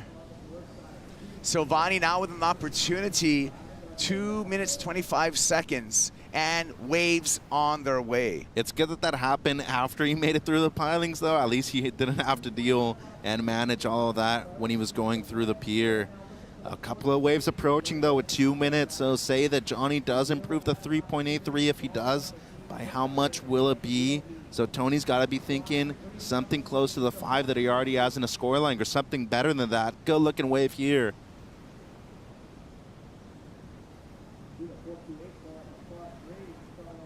Silvani activates, goes straight to the nose. Straight to the nose again for a pair of 5s. Couple of beautiful top turns, gets the carve down there. A little bit of wonk on the inside, doesn't bother Silvani from the East Coast. Some cross-stepping footwork there for Tony Silvani. Touches the nose once again in the inside, pumps the fist, thinks he got the number. His support squad thinks he's got the number. I think he's got the number. What do you think, Mitch? Well, I think so too. If he needs the 4.28, I think he easily gets it on this one, but I think that Johnny's probably going to improve on his low score of the 3.83 as well, so I think the requirement's going to be higher. But what a clutch wave and performance in a difficult time to manage your emotions, all of your expectations of yourself in the round of 16, because huge difference in points losing in this round in comparison to at least in the quarters. So we're waiting for the score for this wave too, Mitchell. John just barely got into that wave, but a beautiful nose right there at the beginning. Unfortunately for him, he caught that left real close to the pilings, wasn't really able to get a long ride. Well, John got a 4.2, so now the requirement on this ride that we're watching on the replay, Tony needs a 4.65 for this performance. Yeah, and a couple of short nose rides, but real steep sections, and then combos it up with the beautiful carves, really drawing out that bottom turn with that longboard. And you see right here just adding the finishing touches, some great cross-stepping going on. Live action here. Johnny, quick nose ride there, and a big bank off the top to finish. It's going to be a close end to the heat, guys. Wow. Yeah, we're going to be standing by after the buzzer to figure out who's going to advance out of this one. And you got to give props to both guys. I mean, Tony back up against the wall, was needing a score, had that clutch wave, and then Johnny not leaving anything up to chance right here. Got a wave before the buzzer sounded. Tony's looking confident right now. Hey, well, he's been around for a long time, too. He knows what a score feels like. He probably felt like he was able to get a good one out of that last right that he had. Yeah, so really the situation is Johnny, if he improves upon it, he'll up the ante. 6.5, though. Silvani goes to the lead. We're waiting for a score for John Michael Van Hohenstein. He needs a 6.07. So that's the story right now. It's going to come down to the final score. And it comes through. It's under. So it will be Tony Silvani fighting back within the last minute, makes his way into the quarterfinals. What a comeback, and big props to this kid. He brought out the best of Tony Silvani in that heat, Kaipo. There's the numbers. Silvani moves on. We're going to move on to a break, but when we return, one of the most anticipated heats of this round, Kaniala Stewart will be coming up against Troy Mothershead when we return.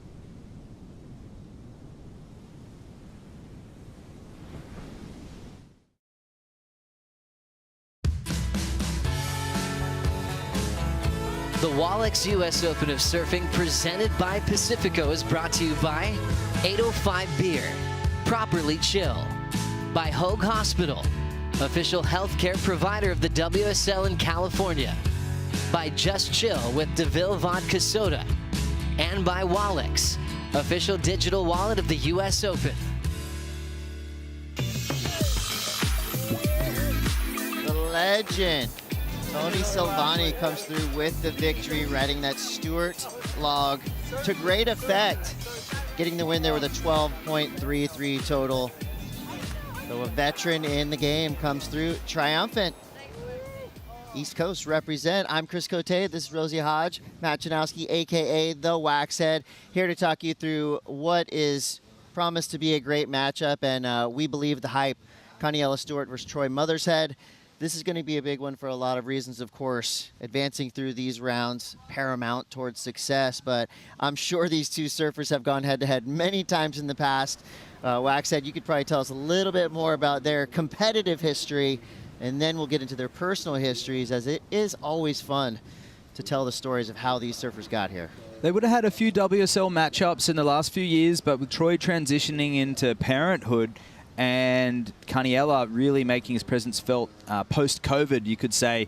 He was a rookie in 2019, but did make a lot of people think, all right, what's this future of Hawaii? What have we got coming up? And I think after Troy's hiatus, he's come out of, I guess, hibernation. This is his first event in quite some time. Yeah. So to be up against Carney, the young bull versus the old bull, so to speak, this is going to be a very exciting matchup. Yeah, Connie Tsunami, home break Queens, the island of Oahu, most likely riding his 9.4 Tsunami model. And Troy Mothershead, father to Rue and Poppy, back in action. I would say he had one of the heats of the day yesterday, Rosie. Everything went his way. I think he was throwing away multiple sevens. We'll see if he can continue that momentum through today, but he's got his hands full with Connie, who is definitely a shining star in the world of longboarding, that's for sure. It is. I mean, Connie the other day was just unbelievable. Troy's heat against Cole Robbins yesterday, as well as he surfed it, was still a tight one. Wow, this is beautiful, Waxhead. Yeah, so off to a quick start. This is the second wave for Carney, building quick momentum. And knowing Troy hasn't surfed in a contest in quite some time, I think, and also that Carney's likes to get on a bit of a roll early and feel his feet, because it is very different conditions to what we had yesterday. But some interesting facts to note. A lot of these surfers that didn't have to surf in the second round were out there free surfing last night, so they were practicing in the afternoon wind, expecting perhaps conditions like today. Well, aloha also means goodbye, so this is going to be Caniella's way of welcoming Troy back to the competitive fold. Troy Mothershead, out of San Clemente, California, currently lives in Ventura. So I would say for him, you know, this is kind of a working vacation. He's got a full-time job that actually sounds very interesting that we'll get into, but also father of two. So he's probably feeling like this is kind of a throwback to his days of old, where he could just come and surf, and that was the only problem he had. And now he's got a lot more going on. That's an incentive to keep making heats. I mean, just to get time in the water. I know becoming a mom 2 years ago, it really does become limited, your time in the water. So him mentioning yesterday in his post-heat interview, you know, he's like the desk jockey guy now, the 2 kids. His gills don't get as wet as they used to. So Troy's still ripping, though. I mean, he said he was nervous because he hadn't been surfing, so shaking off the rust, getting into the competitive singlet. But yeah, this is a big task. So out in the water right now, he's taking a break from being a digital commerce forecast analyst. Oh. Right now, he's just trying to analyze which waves to ride and how much time he can spend on the nose. And there we go, a little start there. Troy Mothershead. Ooh, nice turn. Yeah, that board's got a fairly narrow tail compared to the other surfers on tour. It's a Wayne Rich, and he has put a little bit of belly towards tail. And unfortunately, Troy getting close to that pier and falling off. But thankfully, the board not bouncing with those aliens like it was yesterday. I'm sure some of you out there saw those replays. It went pretty viral. The weirdest, coolest highlight came from the most awkward, strange board into pier scenario I think I've ever seen. And the board was fine, but it was just hung up on that pier and just wiggling around for what felt like 5 minutes. It was a couple seconds, but it's pretty wild. It was Avalon Goal, and I looked at the board afterwards, fully expecting like puncture marks, because that's the only reason it would have been suspended like that. Not a single scratch on the board. Maybe Luckily. it's something to do with green. Yeah. Avalon and Troyes, I got the boards confused. Yeah. Both had wipeouts going into the pier. Well, you know what they say about green in, wearing green and surfing in green in Indonesia, right? Yes, absolutely. Yeah, so there's little superstitions here Good or and there. bad? I don't know this. Something about sea monsters, and yeah, it's definitely one of the folklore. It's a spiritual. Yeah. It's a spiritual. It's a nod to the spirits from the negative side. All right. So just be careful with your green quiver if you're going to Indo. We got 17 minutes on the clock here, and the first scorers coming through are leaning heavily towards Kaniela Stewart. 3.67 to start, but backed it up quickly with a big number, a 7.67. Mother's Head now involved as well with a 5.33 and a 4.13, so a nice tight, even matchup to start. Kaniela Stewart riding aboard shaped by Kai Salas. Tsunami model, and Kaniela, you look at him and it's pure Hawaiian royalty. His mother taught surf lessons in Honolulu. His dad was taking tourists on rides in the canoe, so heavily involved family, all surrounding and involved at the ocean.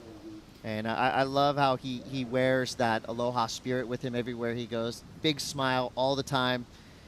Definitely has become one of the faces of this current crop of modern longboarders. And like I said, just wears it well, deserves every accolade that he's earned. He just looks cool. He looks cool on a surfboard. And that's a huge, huge part of the battle, and he's winning. And he looks even cooler, hanging 10, doing his trademark thing, and he's trimming through the midsection here. A subtle shuffle back to the tail. And he did it in a way that the judges won't even realize, and that's how you do it. Kaniela Stewart backing up that 7.67. We'll get a replay again of that 7.67 that took place earlier. It took a lot of us by surprise. It was just the second wave of the heat, and he did open up with a nice a whip turn and a hang 10 and a clean finish. So the judges really making their presence felt with strong carving maneuvers and clear, defined hang 10s. So this is that wave earlier. Gets the nose. This is just that replay of this previous wave. Trimming through the midsection here. He sees the end, shuffles back, bang. Banking that off the top and stepping into that next section. Love this shot. So he steps back to the middle here, sees a little shuffle. I was going to ask, how much emphasis or how much, penalty will that shuffle come into play? The S word? Yeah, the S word. That was a functional. It was minor. If he'd have cross-stepped back, the cross-step isn't a maneuver. That's the biggest thing to average and emerging surfers. It's not a maneuver. Much like a floater isn't really considered a maneuver. It's a linking process, and it's integral. And in that moment, Kaniela needed to bank that off the top, and that's what the wave was asking for. And he did it in a way that the board's momentum wasn't disrupted. That's why we cross-step, because we are pushing the board and sliding it under our feet, and we're trying to create as little turbulence as possible, just gliding across the surface, and it's all about the trim. When you shuffle in a way, we can shuffle on a dance floor, right? You don't cross your feet the whole time, but you can shuffle through the dance floor very delicately, but you can also do it in a very cumbersome nature and very heavy, and that's when it looks ugly and it disrupts that water flow, and that takes away from scoring. And in that case, it's a 5.33, so it was a nice hang 10, but I don't think the shuffle really played into the scoring in that. I love the subtleties of what we're watching here. 13:40 on the clock. Kaniela Stewart into the lead. Troy Mothershead would need a 7.67 in order to take over on that top spot. Remember, this is elimination round surfing. Only first place surfer will advance through second place surfer. Their run is done. With 13:20 on the clock, surfers waiting for the next set. That gives us the chance to catch up with Kaipo Guerrero. Thank you, Chris. And I'm out here with WSL One Ocean. We've partnered with Shiseido as well as Wild Coast. And what we're going to do today is we're going to do a beach cleanup today. One of our many WSL One Ocean activation. So we're getting ready for that beach cleanup that we're going to do today. And remember, you know, I just want to send a message to all of our viewers to get involved. Show us your acts of sustainability, and you can post it on social media. Use the hashtag WSL One Ocean, tag WSL and WSL One Ocean in your posts. Love to see what your folks are doing. Today we're going to do a beach cleanup. We got some oyster restoration later on in the week. We'll talk about that a little bit later. But thanks for all the efforts to Shiseido as well as WSL One Ocean. Thank you, Kaipo. And I know he is not just a paid spokesperson for all this. He truly believes it. He puts his feet in the sand. I've seen him pick up trash. So we're stoked to have Kaipo Guerrero spreading that message along with Shiseido. And it's easy to get involved. Pick up a couple pieces of trash next time you go to the beach. It's about as easy as the thing you could do. 12 minutes to go here in round of 16. Heat 5, Connie Stewart in the lead for now. You're going to have to stay tuned to find out what happens next. We're going to take a quick break, but we will be right back. You're watching the Huntington Beach Longboard Classic.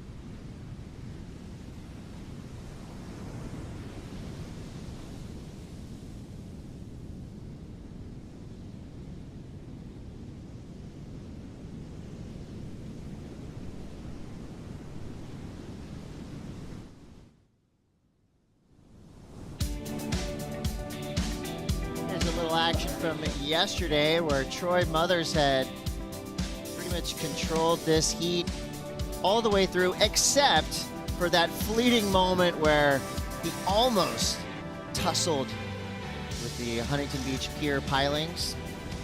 And it would be interesting to go back in the annals of time and figure out how many boards that pier has eaten. It's got to be in the hundreds, maybe even the thousands. We've been surfing competitions here since the 50s. So, Rosie, you do the math. Well, we've seen some pretty intense wipeouts and injuries. No one wants to get stretched off the beach in a neck brace. Yeah, it's definitely one of the perils, but also one of the fun things about Huntington. Yeah. If you come out from under the pier throwing a shaka, we will show that highlight again and again.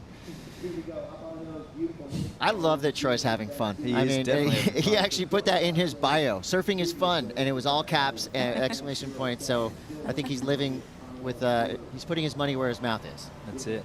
Hey, well, we talked about surfboards hitting the piers and people, but what about fishing line on the added bonus, added danger element.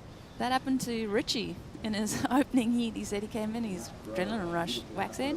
5 to 10 combo for Troy, carving that one back, and see what he's got in the end section here, and banks that off. So that was when we were in our ad break. So that was a really nice wave for Troy, 5.07, and here's Carniella, a nice upright soul arch 10, stepping back, and he's carving that one back through to the inside section. So that pier bowl right starting to make its presence felt. We have that change of the tide right about now. Carniella's been watching this all day long. He's been supporting his fellow Ohana who are competing here from Queens. An interesting fact, Mason Schremer was in the booth with us yesterday. She learned to surf from Carney's mum. Love it. And Connie Stewart proving if you get on the nose and make it iconic, which he just did, that soul arch, hang 10, classic surfing maneuver. Again, if you screenshotted that, put it as a silhouette, you know, it would be a beautiful piece of art. Hence the reason Connie Stewart has been rewarded an 8.5. Waxhead, do nose rides get any better than that? That's the ultimate style of nose ride. So 2 steps up to the tip, which is typical here at Huntington, and then wants to go down the face, and he's coming down, so he arches back with that hood ornament. That's what we call it, with that arm stretch back. Another shuffle back, and an end turn gouge. So Carniella really teeing off in this heat, an 8.5 to go with a 7.67, now putting Troy in a combination situation. Love that replay, and I feel like that's a replay you could show in any decade to any surfer, and that would make them happy. You know, in driving home yesterday from here, got a good hour and a half on the freeway, I realized something, that watching and, you know, commentating and being a part of a day full of watching the world's best longboarders, my takeaway was it made me happy. It made me feel good. There's something about watching this form of surfing, watching a surfer like this, just purely in his element and making it look so nice, that just makes you feel good to watch. And I'm happy that we get to see a full day of it again. And it wasn't always like that for me. I will say I was one of those surfers through the late 90s and into the early 2000s. I feel like that may have been a slightly awkward time in longboarding as well, but I ran a magazine called Transworld Surf, and we didn't disparage longboarding, but we didn't celebrate it. We were straight up shortboards, airs, and over time we evolved, you know, thanks to Thomas Campbell, thanks to, you know, guys like Scotty Stopnick, Alex Nost, who kind of, I would say, brought the underground punk rock longboarding scene kind of into the forefront, and definitely made us feel foolish for not paying more attention. So I'm just really happy to see longboarding, you know, getting its due. I think, you know, Joel Tudor, the Duct Tape Invitational, has a big part in that. Just kind of, I guess, bringing all the elements together to help present what we're seeing today. And it's been really fun to watch. Well put, Chris, and that's exactly what longboarding was going through. It was going through this transition between the old and the new, and here's Troy, who's part of that suppressed generation, thanks to Transworld Surf and other magazines, who rides all boards as a result, and using his shortboard experience there to bank that one off the top. He knows he's got to get out of combination land, so he's just trying to get a score, and you could see him try and get out the back to try and regain priority, and he doesn't have it. He's in second spot, so nothing going Troy's way. But it is Huntington Beach. We do have that really fast rip going out towards the pier, and in 5 minutes on a longboard, you can certainly get out of combination. I'm very interested in this next score that's going to drop in for Kaniala. I feel like it could improve that situation. A couple numbers populating now. Wow. And they're big, Rosie. I like that almost better than it's an 8.53, so the judges agree it's better than that 8.5 slightly. I really enjoyed the second nose ride section, and that was a proper perch. And we can hear the beach announcer, Todd Klein, in the background there. He's excited. You can hear the enthusiasm through our microphones. And when the beach is excited, you know everyone at home is clapping, and there'll be a lot of people in Hawaii right now that'll be cheering for Kaniela. Yeah, the crew's no doubt up early celebrating right now as Kaniala Stewart is having a moment. Special surfer experiencing a special 25 minutes here at the Huntington Beach Pier, while Kaniala soaks in the glory of having one of the highest heat totals of this entire event. Let's go down to the glass. We've got Tony Silvani standing by with AJ McCord. Tony, really waiting for the last minute there to lock up your spot in the next round, but you get that 6.5. What were you waiting for? What were you looking for in the wave you were waiting for? Well, I was telling myself never give up. Even whenever I played basketball, my dad was the coach. He would always be like, son, give it your best. Go hard, you know, go strong to the finish line. So that heat was interesting because we were further out and we missed a lot of the better waves, and then we kind of shifted in, and then I got my rhythm at the 17-minute mark, and I was like, you know, I have one wave under my belt, but I got to make sure that I, you know, keep with good rhythm. And it seems like you did find that rhythm. We talked before you went out there just about how these conditions really suit you. They're what you grew up on, very similar to. How did you rely on that experience to keep yourself calm? The biggest thing that I always trying to focus on is having fun. Because when you're out there, you're going to perform your best whenever you're enjoying the moment. And yeah, I was just feeling like I was at home surfing in front of my mom and all my friends and my staff. So it was a really great heat to finish out on top at the very end. John's an incredible surfer. The youth is coming up and everyone's, you know, pushing the level of surfing. So I'm really happy to make it through to the next round, and thanks for Stuart Surfboards and Eric and his daughter and my girlfriend and Bryce and everybody that supports me from all around the world. Well, they may not have been watching you in person in this home break, but certainly they're rooting you on in the rest of the round. So congratulations. Thank you. Appreciate you guys tuning in. You. Yeah, Tony. You know, I think part of our job as professional surfers, surf instructors, is to spread stoke. And I believe Tony has spread a lot of stoke in his career, not only you know, helping people learn how to surf, but just his attitude. And Troy's doing the same thing right there. You know, he's getting waxed in this heat. The scores Caniello is putting up are huge, but I loved just that little moment at the end of that wave, double thumbs up, big smile. You know, he knows that he's got a long hill to climb. He's in a pretty deep combo, needing a 17.03. But guess what? He's still enjoying himself. He's still putting on a show for us all. It's just, for him, he came up against a brick wall that is Caniello Stewart, who has the 2 highest single wave scores of this event, and he made it look very, very easy, which I believe the judges appreciate as well as the fans. And that's why he's got 2 near excellent scores. Defending champ of this event, didn't he finish runner-up to the world title a couple years back? I mean, the guy, like you said, he's a brick wall competitively. He said in a post-heat interview, I think with AJ, that he's been training. He's really been focusing on this world tour. So the guy's come, I mean, he's unbelievable. He's done such a good job in this heat, going into the quarterfinals now. Yeah, you can see Caniello. There's a bit of camaraderie out there. Troy knows he's in combination land. Carney's stoked, and the vibe out there. Both of these guys are very, very humble, and they actually carry a lot of humility throughout their life, and they're really enjoyable characters to surf with, and also hang out with on land. And that is, He almost said, like, sorry. Yeah, You know, sorry. and he's stoked too. He's looking good, Caniello, and warming up to the occasion. But if there was any thought that Carney was a bit nervous, like he may have been in the opening round, I think that's all gone away now with the 2 highest scores of the event so far. But showcasing longboarding from the nose, the tail, and in between, this is phenomenal surfing, and it's what we've come to expect from Caniello in the last 5 years. He's throwing away nearly an 8-point ride. Anytime you're doing that, you're doing something right. Time clicking away here, down to about 5 seconds to go. Caniello Stewart paddling in here for a little victory nose ride. And the more time we get to watch Caniello on the nose, the better. Keep it coming. Caniello Stewart works his way through that. He gives us a little quick couple of hang heels. Could it better his other score? That first. It might be close to the 8.5. I really like the opening 10. Me too. And stepping back into the drop knee carve. And we haven't seen a heels today. I think we may coming up. But Caniello Stewart, we'll see if that one eclipses the 8.5. But he's won that heat convincingly, so it doesn't really matter. Well, a 17.03 total for Caniello Stewart. I think his hair is still dry.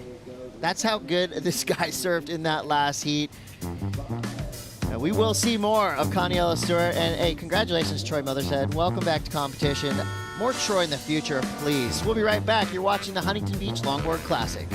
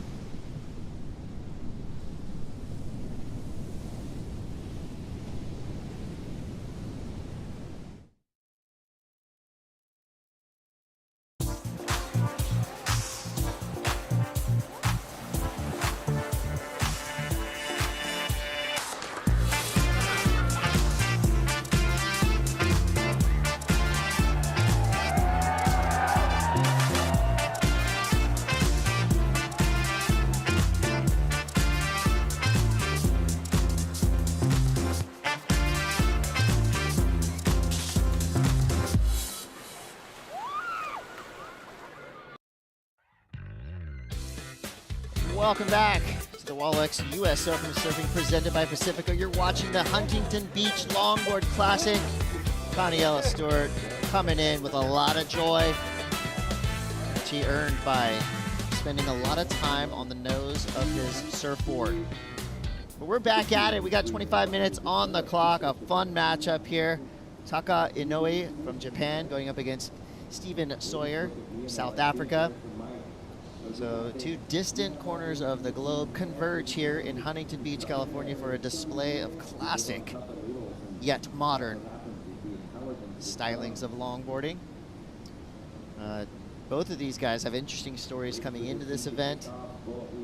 And I would say this is a even matchup, just skillfully speaking, but Stephen Sawyer being a past champion, having so much experience, you may think slightly has the edge just in terms of that veteran knowledge, but do not discount Taka's skills.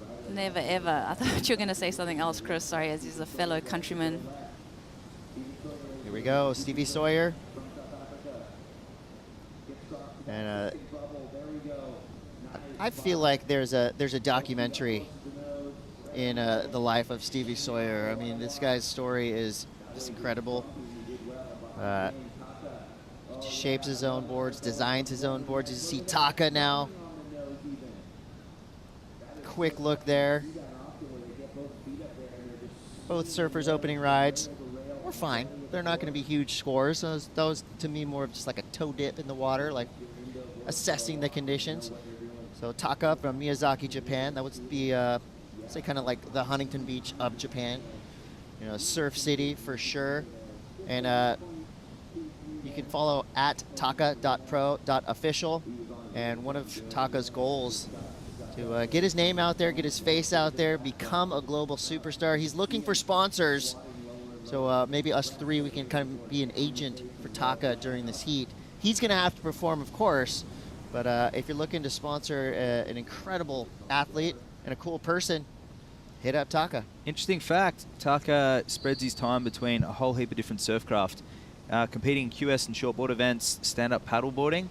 He does tandem with his two sisters who are also emerging professional talents in shortboard and longboard. Kaeda and Sakura? That's correct. And their mum, Taka Mama Movies on Instagram. Yes, she's awesome. She's got a notepad thicker than us commentators on the notes of other surfers and every single event. She's a very familiar face, very kind-hearted, and I'm glad that Taka's made his way back onto the World Tour, where he did actually say if he didn't win the qualifying event, he was going to retire.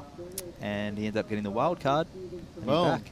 I feel like that is almost like that pressure release that some athletes need, though, like to kind of be like, you know what, this isn't working out. I think I'm going to let it go, as we see Stevie Sawyer up and riding. Straight to the nose. In a critical section of the wave, he goes down, leashless in HB. That board's going to go all the way to the beach. You watched it slip through his fingers, too. He's trying to long arm it. Sure, he's used to it. I doubt that his boards even have leash plugs. Although I would think that some of those breaks in South Africa, you might really want a leash. Yeah, if it's not the rocks, it's something else. Yeah. Huntington Beach, I don't think you're going to need a leash on most days, but I think where Stevie comes from, he's probably used to it. So 18 minutes on the clock. It's just going to take a few minutes of time away from Stevie Sawyer, but that does leave Taka out the back all by himself. Oh, that was pretty cool. Kind of like walking up on the inside rail to engage that rail into the wave. Gets on the nose, all 5 toes over, styling it out. That was cool. It's very, very cool for Taka. I've noticed a board change since yesterday. I was watching him surf in the afternoon session, and he was riding a larger nose rider style, a red tinted board, and this board seems a little more streamlined. One thing about Taka's surfing is it's very activated with his hands and his body movements. The judges do take note of that. When you have lots of limbs flying around, the second that it is not in function with the maneuver, the judges will deem that as a lack of flow. So we'll see how where that comes in, because the nose riding was there, the technique and the timing and positioning was there, but so were the hands. So here we go. Beautiful. Exactly right. He's on the inside edge of the stringer. Nice carve, sets this up the section. but the hands raise when he hits the nose as well. See, sort of, and then he gets all steezy. So that's where and then as he walks back, the hands go back up. So that's where the style and the steez comes into it. But if the hands are not used in coordination, it can be obtrusive to the vision, and there's the lack of flow.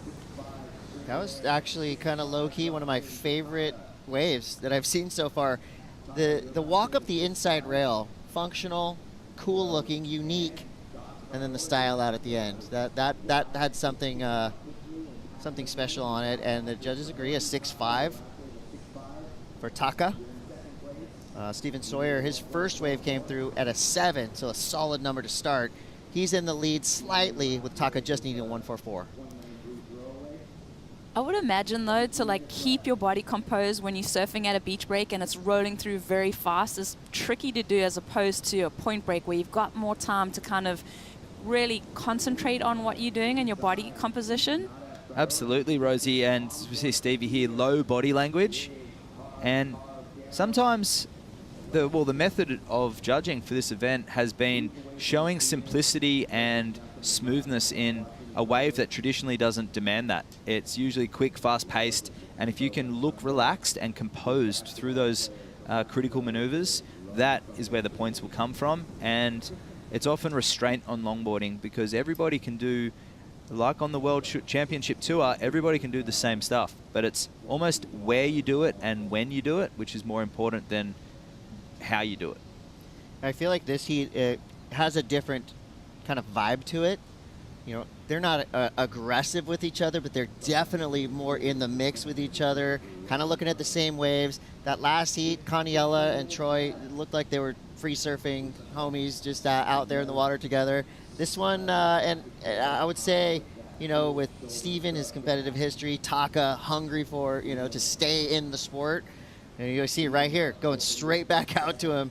We could see some battling here. I feel like the stakes are almost higher for both of these surfers. You spoke about Taka almost thinking about hanging it up and retiring. Stevie Sawyer traveling all the way from South Africa. Every heat that he makes, every dollar that he makes, it really does fuel his dream to stay on this tour. And I mean, just keep him. I mean, he's going to be able to go buy lunch if he makes this heat. You know what I'm saying? Well, knowing him, he's going to go, if he gets some money here, buy a couple guitars, record a few more songs, you know. Every heat you make, you know, that's something we don't talk about very often. The prize purse improves as well. 15 minutes on the clock, over halfway through here. Both surfers back in the zone, waiting for their next waves. That gives us a chance to go back to the glass. Caniella Stewart standing by with AJ McCord. Connie, you are somebody who every time you hit the water, it is just so much fun to watch. Style, grace, all of it. Today, though, it felt like you found your rhythm even faster than normal. How did you do that? Yeah, just prepared by watching over all the heats. I've been surfing after the contest every time. Every time it gets windy, it's always choppy after the contest. So we're out there, and if we get a better heat, you know, in the heat, if it's calm and it's flat, like the waves were today, is nice. So it helps a lot, you know. And you put together the highest heat total, 2 of the highest single wave scores of this entire contest. As you're watching the wave develop in front of you, what are you processing about what you can do with it? I usually just process where the right place to be on the wave is to nose ride, and that's pretty much the main thing, is nose riding in that critical section of the wave and coming out of it doing a nice clean turn or a nice clean finish. So that's mainly the goal. Well, the goal was accomplished today. What does it mean to you to move on to the quarterfinals? It means a lot. Keep my head up, keep going, keep pushing, and focus on the next heat. Fair enough. We'll see you then. All righty, guys. Aloha. That was an excellent question by a great journalist, AJ McCord, saying, you know, the word processing, right? It's not often something you think about with surfing, but to ask that and to have Caniella know exactly what she's talking about, you know, it speaks volumes to his brilliance on a surfboard. You know, you think of everything that he went out there and did, it was kind of all fluid, right? One motion. It didn't look like he was processing or thinking about things, but to have him come in there and say, look, the goal is to find that wave, to find that section that's going to get you up on the tip of that longboard.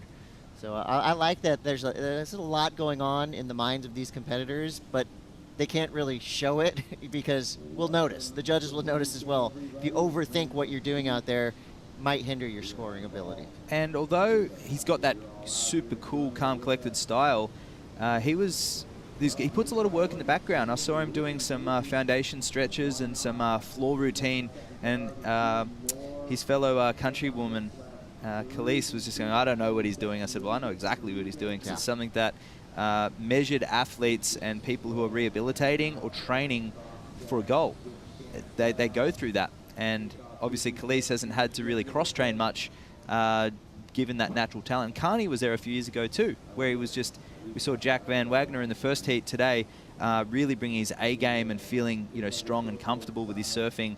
And Taylor Jensen said he has been beaten by him before as an 18-year-old, probably on sheer passion and intrigue, but not necessarily on that hard work that Taylor's had to put in over many, many years. So it's good to see in the background of things that Carney's really taking a really professional look at it, and it's something we don't see much on Instagram.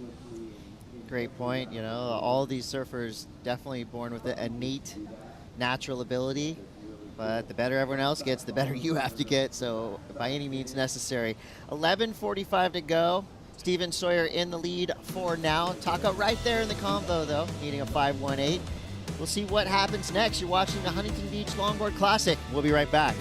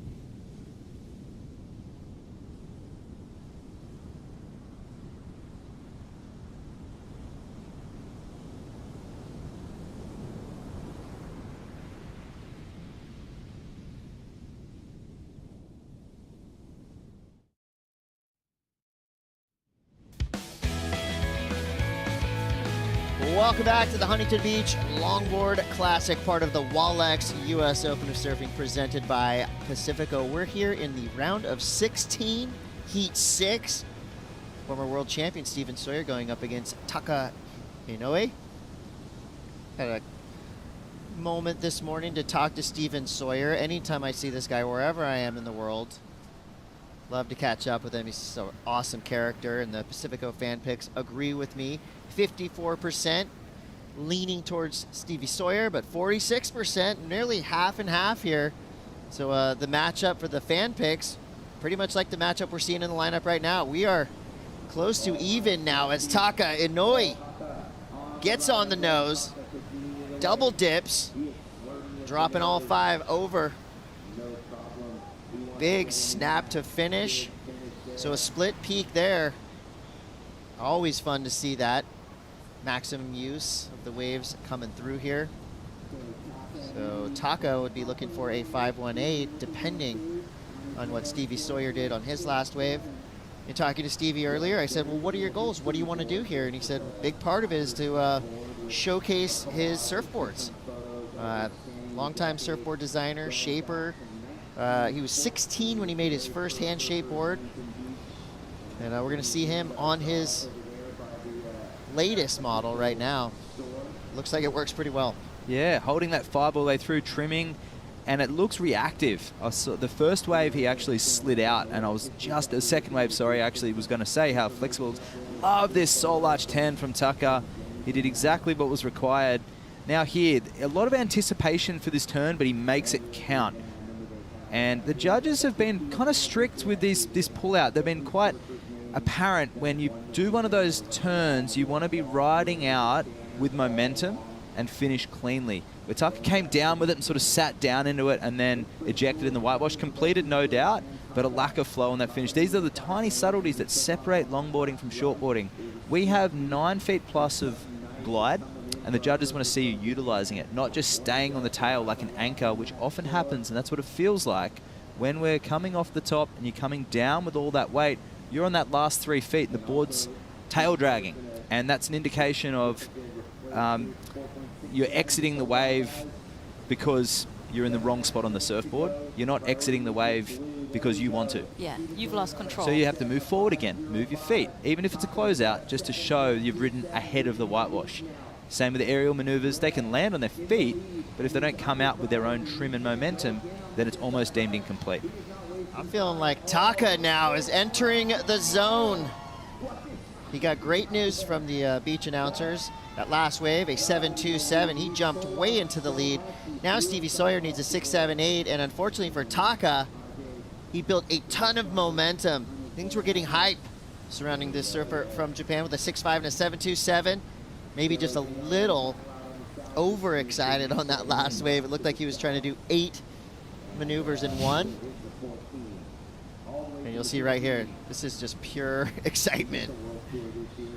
Wow, super technical, and he does that that body torque nose ride to, which is very functional. It can actually twist. That's his mum there. What do you think she just wrote down after that wave? It would be, I really don't know. I wish I could read the script that she writes down. I would love to know, but as a coach perspective, I would say just to regain priority and build pressure. But that was a perfect answer back for Stevie Sawyer. Nice, measured and controlled nose ride and banking that one off the top. So technical nose riding to start, much like Tucker, and finished it cleanly and rode out. And not as dynamic, perhaps, as Tucker's Soul Arch 10, but really smooth surfing. So we may see that come in at a similar score to Tucker's. What do you think, Rosie? Yeah, I mean, just looking at that wave, it had a bit more height. The section was a little bit more substantial as he grabs the rail there, watching Tucker weave through a couple maneuvers, also incomplete on that ride. But yeah, it's right there. I mean, the styles are so different to me. When I'm watching Tucker, he's like dynamite. And Stevie's got that slow flow through everything and makes it the difficult look easy. We'll see. He did that stretched out 5. We have Iago Dora and Felipe Toledo up. And this is the comparison that I'm thinking in my head. So that was super technical from Stevie. And I love that measured approach. And see how he rides out here and he keeps the momentum going. And also anticipating that last turn, he didn't necessarily pump out of it. He kept his body composure. That's right, exactly. Keeping the trim through the maneuver. And Tucker stoked on the 7.27, a 6.5, but 4 minutes 40, he's got the 2018 world champion close on his tail. Yeah, and time's going to start going real quick. 4 minutes 30 on the clock. Stevie Sawyer needs a 6.78, and it's in his blood. Steven Sawyer was born to be a board designer. His dad, Des, low-key historic figure in the sport of surfing. Longtime shaper. Des has been shaping for 56 years, and if you enjoyed movies like Litmus and watching Derek Hind on his finless craft at J-Bay, that's thanks to Des Sawyer.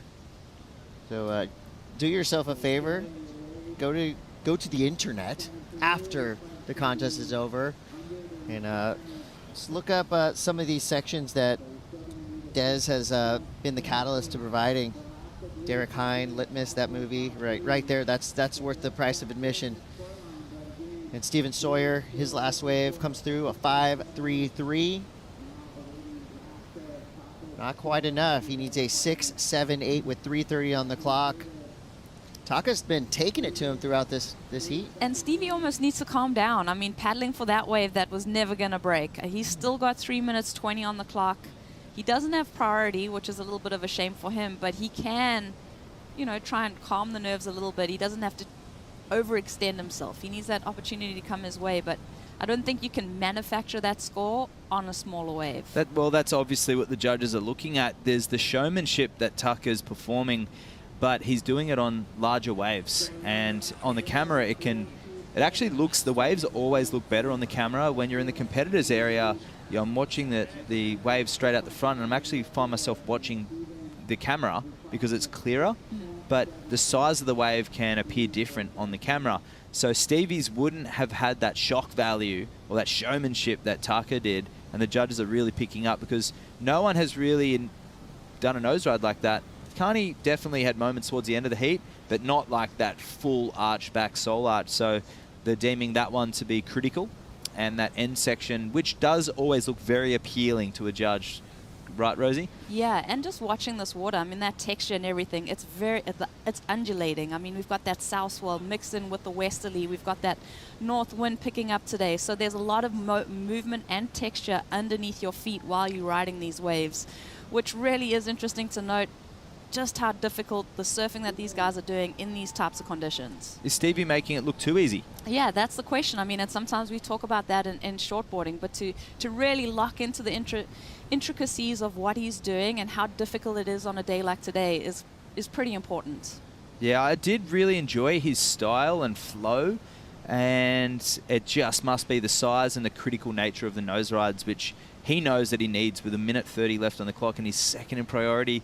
Tucker's closing this one out like a tour veteran. Yeah, 1:28 to go. And Rosie, your point earlier about almost hanging up the jersey, kind of making that decision like, you know what, I don't know if this is working out, and then you get that call. Oh, yes, yes. I'm not doubting myself one bit anymore. And I obviously, he's got a lot left to give.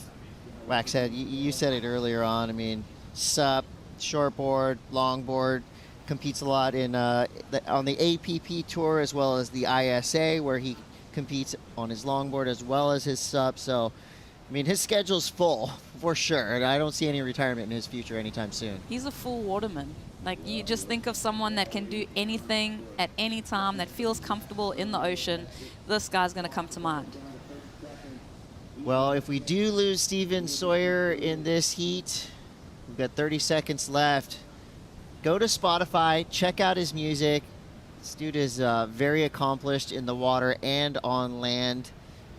And if you want an incredible surfboard, long, short, whatever, Steven Sawyer can and will make you one. And, you know, it's unfortunate because you get to this level of the contest and everybody's got a great story. Everybody in this draw can honestly say is extremely likable and fun to watch surf. You hate to lose anybody, but you know, as Rush once said, this is one of the uncomfortable truths. Competition. Somebody's going to win and somebody's going to lose. In that case, give it up to Taka Inouye, coming out of a near retirement straight towards the quarterfinals. And more to come. You're watching the Huntington Beach Longboard Classic. We got another epic matchup coming up next, so don't go anywhere. We'll be right back after these brief messages.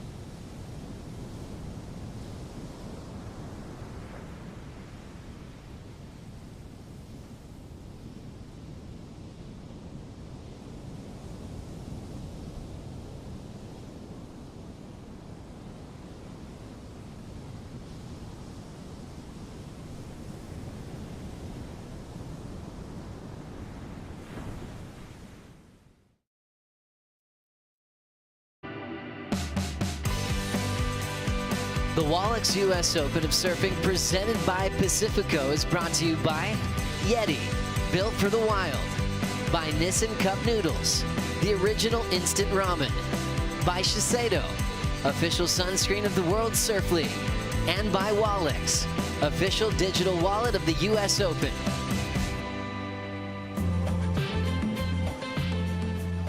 Taka celebrating a win over a world champion. Steven Sawyer getting knocked out in the round of 16. And Taka showing a lot of that emotion and expression in the water there as he moves on into the quarterfinals. As we set up a brand new heat in the round of 16, Ben Skinner taking on JR, a classic one, Rogelio Esquivel representing the Philippines. Little pop-up peak already getting things started quickly here in heat number 7. A lot of fan support for a man they call JR. And the goofy foot, just stylish and trim. Quick 5, holding it. Quick perch there as well, without a pocket. And we'll drive through the end section, little whitewater climb, and start things off in the lead over Ben Skinner just by getting the first wave. One of the coolest support crews that we've been feeling the last couple of days. A lot of great, exciting energy backing JR in this one. Thanks for being with us during the Huntington Beach Longboard Classic. Stop number 1 of the World Longboard Tour. Joe Turpel, Mitchell Salazar, Peter Mell here for the call. Mitch, it's really cool when you see a rising surfing nation. We've known that the Philippines have had great waves for a long time, but JR is at the top of all the press releases that you read from the Philippines. He's got a lot of support backing him here in Huntington Beach. Yeah, and it's really nice to see that support crew that you were mentioning a while ago, too. People from the Midwest of the United States, Chicago, Illinois, coming to support this guy here. And the biggest event of his life, and he did very well. He made the final at the ISA World Longboard Championships, but the formatting for that event, very different here. You have 3 different stops, 3 completely different waves, doing super well, though, against a guy who is easily one of the most talented surfers in the draw. Ben Skinner's a tough draw, Pete. He made a couple of big finals last year. He's been competing for over a decade, fresh off a win in Europe before he got here to Huntington Beach, and he looks solid in the opening round. He sure does, and he's inspired once again. You know, these older veterans, they're still very inspired, and it's because of the youth that's in here in their heat. So he doesn't want to be outdone by the youngster, so let's see what he has for us. He'll use that veteran status, getting probably trying to get the best waves. Probably not that case right there, unfortunately, but that was what I would think would be the smart thing to do. You know, let that little junior catch a lot of waves and get yourself on the 2 best, especially when you're competing man on man. You want to be on the 2 best waves. Ben's son, Lucas, broke his foot yesterday. Ouch. Little surf session Doing in airs? Fistro. I'm not sure what he was doing. I think it was a final turn on a wave. But he's just focused on recovery, wanted to watch his dad's heat.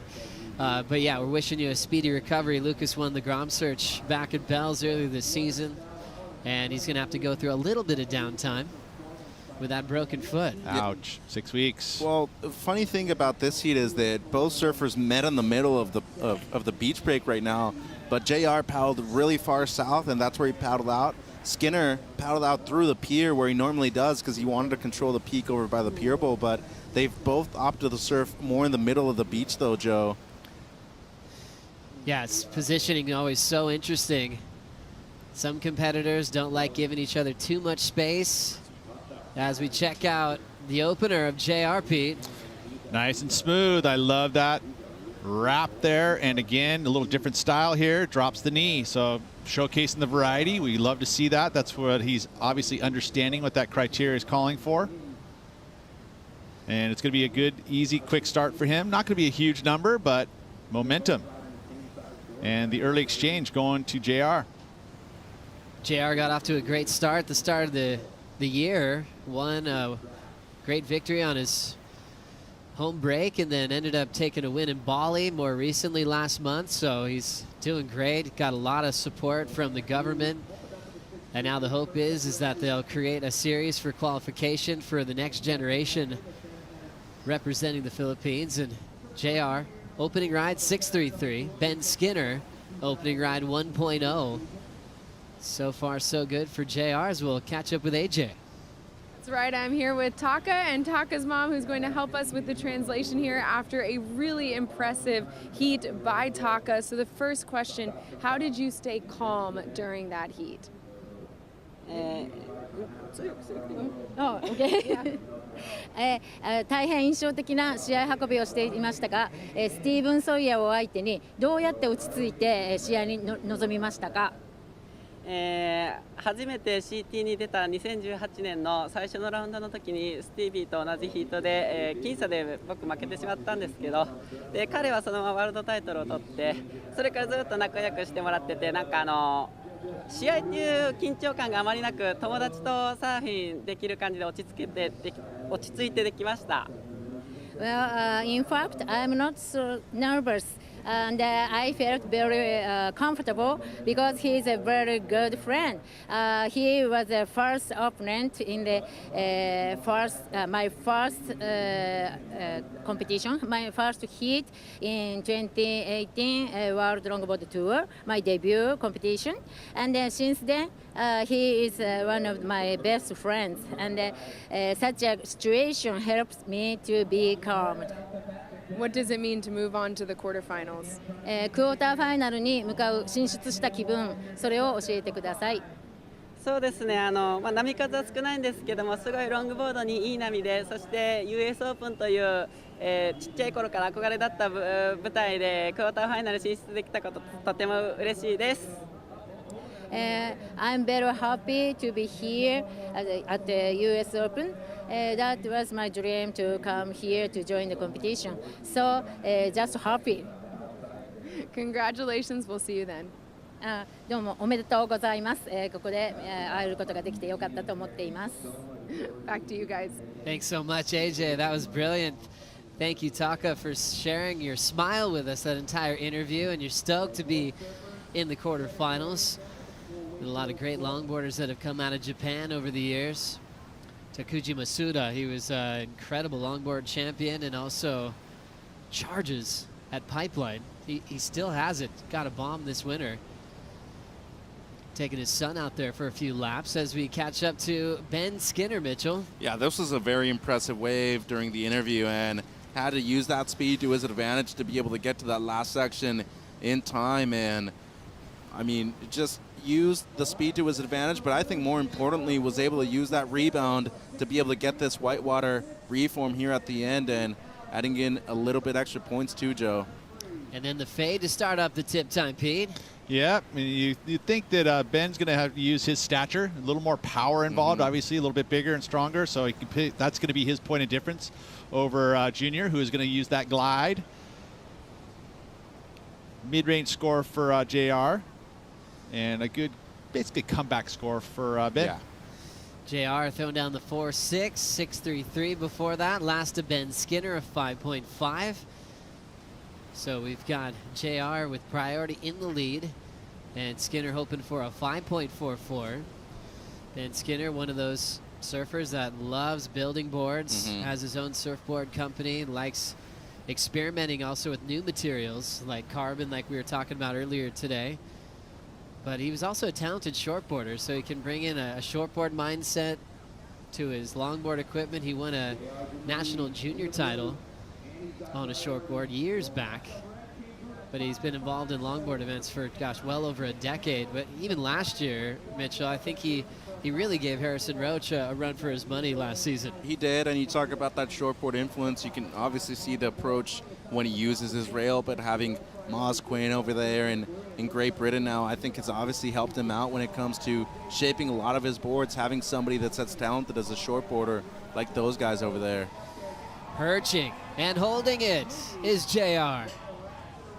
Nice water off the rail and that fading cutback. He's got a little low road to try to hunt down a potential perch. Nice 5 quickly. Steps on the float. And he's really loving these little wedging, cornering lefts right now in this heat, Pete. Yeah, the goofy footer, a little advantage. You know, if you can get yourself far enough away from the pier, you're going to be able to get maybe 2 sections on the outside, and then maybe the reform, which we saw on that wave. Feels to me like he's going to improve on the 4.6. So Junior's doing the job. He's, you know, improving with each wave. Got his back up real quick. Now he's going to improve on the 4. So strategically, this is exactly how you'd map out a heat. Ben, on the other hand, is going to have to be going backhand on those lefts towards the pier. He's looking for those pier bowl rights, most likely, as something that he'll take advantage of.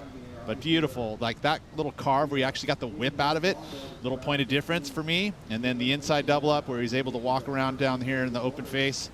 That's always helpful to solidify a score. What's so impressive about this, though, is that in the Philippines, maybe 1 or 2 beach breaks in the region that JR's from, but to be able to compete at a high level like this, though, to identify these waves when it's tricky out there, too. We're talking about a wind swell that, you know, has really crossed up these peaks in the last 12, maybe 24 hours at the most, and to be able to identify these waves against runner-up in the world last year, real tough to do. No, certainly. As we look at an excellent score for JR, 8.27.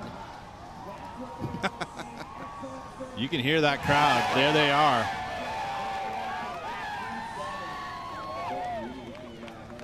He's been all over the press, even here in the States. You know, they're supporting this man. Oh, it's really cool to see. And with his wins in Bali and also in his hometown this year, the government helping him out financially in the Philippines to get on the road and showcase his talent to represent his home country. He's really doing a great job to put it on the map even further as a great surf destination. And off to an incredible start, feeding off that support on the beach under priority. JR is going to go again here and decides to hold back. Oh, he's just going to keep applying that pressure, huh? Because he just gets that crowd going no matter what. Any wave he takes off on there, knows that, and that's going to get in Ben's head. I mean, a veteran, right? But this is probably one of the few events on tour where you're really going to feel the crowd here. And definitely Junior's got his group down there that it's very loud. And I know that he'd be hearing that. And it makes you a little antsy, you know. I know that, you know, jersey on. I remember a year competing at the OP Pro, and I had Sonny Garcia in a heat. Obviously, the crowd was kind of going for him, not me, and it played a big part. You know, the other side of it was the crowd is on your side. Coldwater Classic, kind of same experience. Crowd's going for you. Different feeling, right? It gives you, lifts you with confidence rather than question marks in your head. Yeah. And sometimes it's just even hearing the other competitor support crew. It could just be one pack that you know is just getting really loud, and that energy can get in your head. But Ben's been around for a long time. We'll see if he can fight back. It's still just the JR show. Trims it back to the pocket. Really fast footwork, using a lot of this surfboard. And looks like he's taking a trip to the north end, where a lot of events have happened in the past here, the history of competitive surfing in Huntington Beach. Dude, his transitions are so quick. It's crazy to me how he's able to move that board around so fast. And sometimes that feels like it can be too quick, but with him, it's not, right? It kind of, it's going with the pace of the wave. It works for him. Yeah. It doesn't feel like it's disrupting flow, because that's generally what will happen, right? You start rushing stuff, and it feels like it disrupts the flow, but that's that youth quick twitch, right? Yeah, and he's really capitalizing on the momentum right now. Ben still sitting. He's dropped anchor. Well, Skinner needs to be on a set wave. I mean, that's the only way he's going to make it out of this heat right now. Needing the 9, and if JR actually does improve right here, he's actually probably going to be comboed right here with 9 minutes on the clock, Joe. So scores coming in for JR as he's controlling the start of the round of 16, heat number 7. Ben Skinner trying to break down at least a 9.10. Let's see if the man from the UK can come back right after this.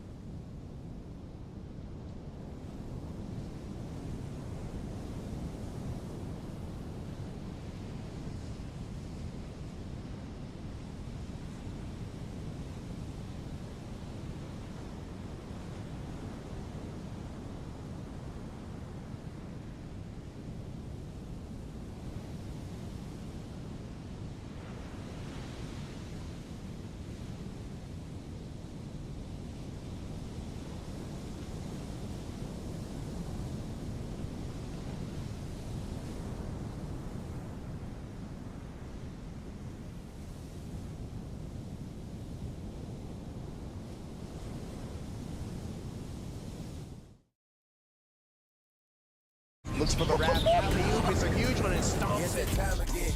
Leveling up, doing my thing, yes, that time again. Defending the title, king of the ring, it's that time again. Don't wanna win, I'm cutting you off, cause it's that time again. Yeah, it's that time again. Yeah, it's that time again. Leveling up, doing my thing, yes, that time again. Defending the title, king of the ring, it's that time again. And Gilmore getting busy.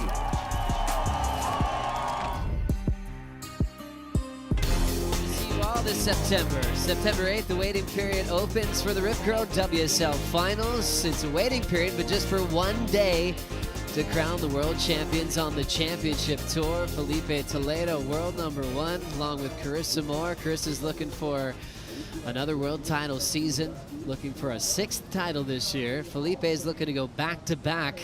We've got one event left in the regular season in Tahiti, going straight from the U.S. Open to the South Pacific to finish off the regular season for the championship tour. So a lot to enjoy in pro surfing, including this heat, round of 16, heat number 7 with 6:30 to go. Before we went to break, JR turned in a 7.17. Ben not quite comboed, but almost needs the perfect number, chasing down a 9.94. Heat strategy at this point. We know they're on bigger boards, but there's been a lack of consistency for the sets. I mean, does Ben have to sit and wait for that perfect number? As we look back at JR's wave, Pete, what'd you see? Well, we saw him doing it once again. The quickness in transitions, the nose riding, getting to the tip very quickly, moving up and down that board and making it look so easy. Was able to build on his low score, the 6.33. So again, he's just doing exactly what you want to do as you strategize a heat, you know, is to go out there, get a quick one, right? Put some pressure on your competitor, back it up, which he did with the 4, and then get yourself an excellent number. Wow, he went and did that, and then backs up the excellent number with a better number. I mean, literally, it is the perfect mapped out heat that JR's put together, and what that's done to Ben is made Ben throw anchor out there and wait for a wave that may or may not come. These laps have been really been helping out the Goofy Foot right now, and just like on the championship tour, Goofy Foot's band together. Kevin Scavarna was talking to Steven Sawyer, saying the lack of Goofy Foots on tour, and they're just counting them all in their head, and you can tell they band together, and they're looking at lefts out there, deciding if backside nose riding would have paid off in their heats today. But I think these little wedge lefts that JR's identified has helped him out a lot. He's already thrown away a 6.33, higher than what Ben's accomplished so far in this heat. Yeah, and I mean, Goofies, we stick together as we see the tides right here, 4.4. What's up with that? Why do you guys have to do that? It's not like, yeah, you guys have your right foot forward. You're not that much different. We don't have that many of us, okay? Oh, that's the minority yes. thing. Okay, got it. But the consensus greatest surfer on a longboard is a Goofy Footer, though, of all time. So we have that going for us. But in terms of the waves, too, I feel like there's always been obviously less stops on tour, whether it's on the shortboard or longboard tour, that have actually been lefts. Luckily for them, that event in Taiwan has provided a lot of lefts in the past. Nice control after that airdrop from Ben Skinner. And then finding flow through the inside. Such a cool style, powerful stance. Still has time, Joe. And really nimble, yeah, so he's got to chip away. 4 minutes to go. Screams on the beach for JR. And somehow doesn't get involved in that one. It could have been a late decision to get out of there to keep priority. Yep, exactly. Good call, especially at this point in the heat, right? You're down to 4 minutes. Let's send it to Waxhead on the beach. Yes, hello guys. I've got Marima down here, one of JR's countrymen competing on the Challenger Series. Some amazing support. We've got hundreds of Filipinos tuning in down here at Huntington Beach. Marima, what's it like to have a fellow countryman from Philippines out here on the professional circuit? For me, really, it feels amazing that like so many people like here supporting us, and then we like feel so grateful, like having like this community around, like especially here in Huntington Beach, and like they're here like 6 a.m. They're already here at the beach preparing all the flags and the tent and then the space to make sure we have the space. And yeah, so right now GR is on the water, and yeah, he's on the lead now, so I'm pretty stoked, really. Thank you. That's so good, and it's a success story for what the regional qualifiers are doing, both on the Challenger Series and on the Longboard World Tour. Good luck, JR, but Ben, he's coming in strong. We'll see you guys soon. Thank you so much. Love the support, love the stoke down on the beach, and happy that JR is in the lead. But they're Very aware of what Ben Skinner can do in a short period of time. Ben's last wave a 5, so that didn't really help him to chip away at the requirement. Still needs the near perfect 9.94. And the less time he has, he might have to do it on one wave. But yeah, he this was able guy to bring up his heat average right there with the 5 score, but the only way he's actually going to chip away at that need is to get above a 5.5. And that right, you know, you move away from the pier, you move into that more choppy water where it feels like the lefts as you move in kind of goes into smoother water, at least until you get close to the pier. So right now it feels like the lefts are the go. I feel like this heat's over, though. I was trying to throw out some off-twos, but yeah, you're right there, Mitch. I'm going to back you on that one. He needs basically a 10, and JR with priority right now. Skinner knows that this is going to be his lowest of results out of the season, and going into Bells, that's a good event for him, especially when you consider the colder conditions, cold water, and heavier wave, too. So I think the waves just unfortunately let him down, and momentum was on JR's side on this one, Joe. So JR should use priority, because this wedge looks pretty fun. He does commit to it, and he'll try to just up and out. So a purely defensive move, which gives Skinner a minute 20 to go, needing a 9.94. Yeah, needing a perfect 10. So this has got to be something really amazing. So it's going to take a special style of wave. And by taking a look over my shoulder and looking out there, I don't see any 10-pointers coming in the next 20 seconds. Not for lack of trying either. No. I mean, the guy was on his waves. He set anchor at the right over there, and unfortunately for him, it just seemed like JR was able to take advantage of that early left and opened up with the 6 and was able to improve on both of his low scores too, Joe. He certainly did, yeah, just ditching the 4.6, getting rid of the 6.33, found pace on the left, and then had priority to good time just to slow Ben down. 30 seconds. Skinner deciding if he's going to be able to get something going. There's a potential buzzer beater. And that one's going to roll right underneath him. So yeah, where Ben wanted to sit and perform, it didn't really come through to him in this matchup. It's all about adaptation. He might look back at that and maybe could have gotten involved on some of those little wedge lefts to show off what he can do on his backhand, and they're going to call it a heat. We're going to see JR move on to the quarterfinals. And the celebrations begin right on the sand. Stop number 1 of the season. JR moving on to finals day. An impressive heat total as well, right? So he can take a lot of confidence with that. It's not like he got lucky and had just a weird heat. It was like he performed at a high level in some pretty challenging conditions. So you like his chances heading into the quarters and maybe finals day. Certainly, Pete, especially in conditions like this. Great job to JR. All the Philippines are celebrating that victory. Coming up next in Heat 8, Kai Salas takes on Richie Cravey right after this.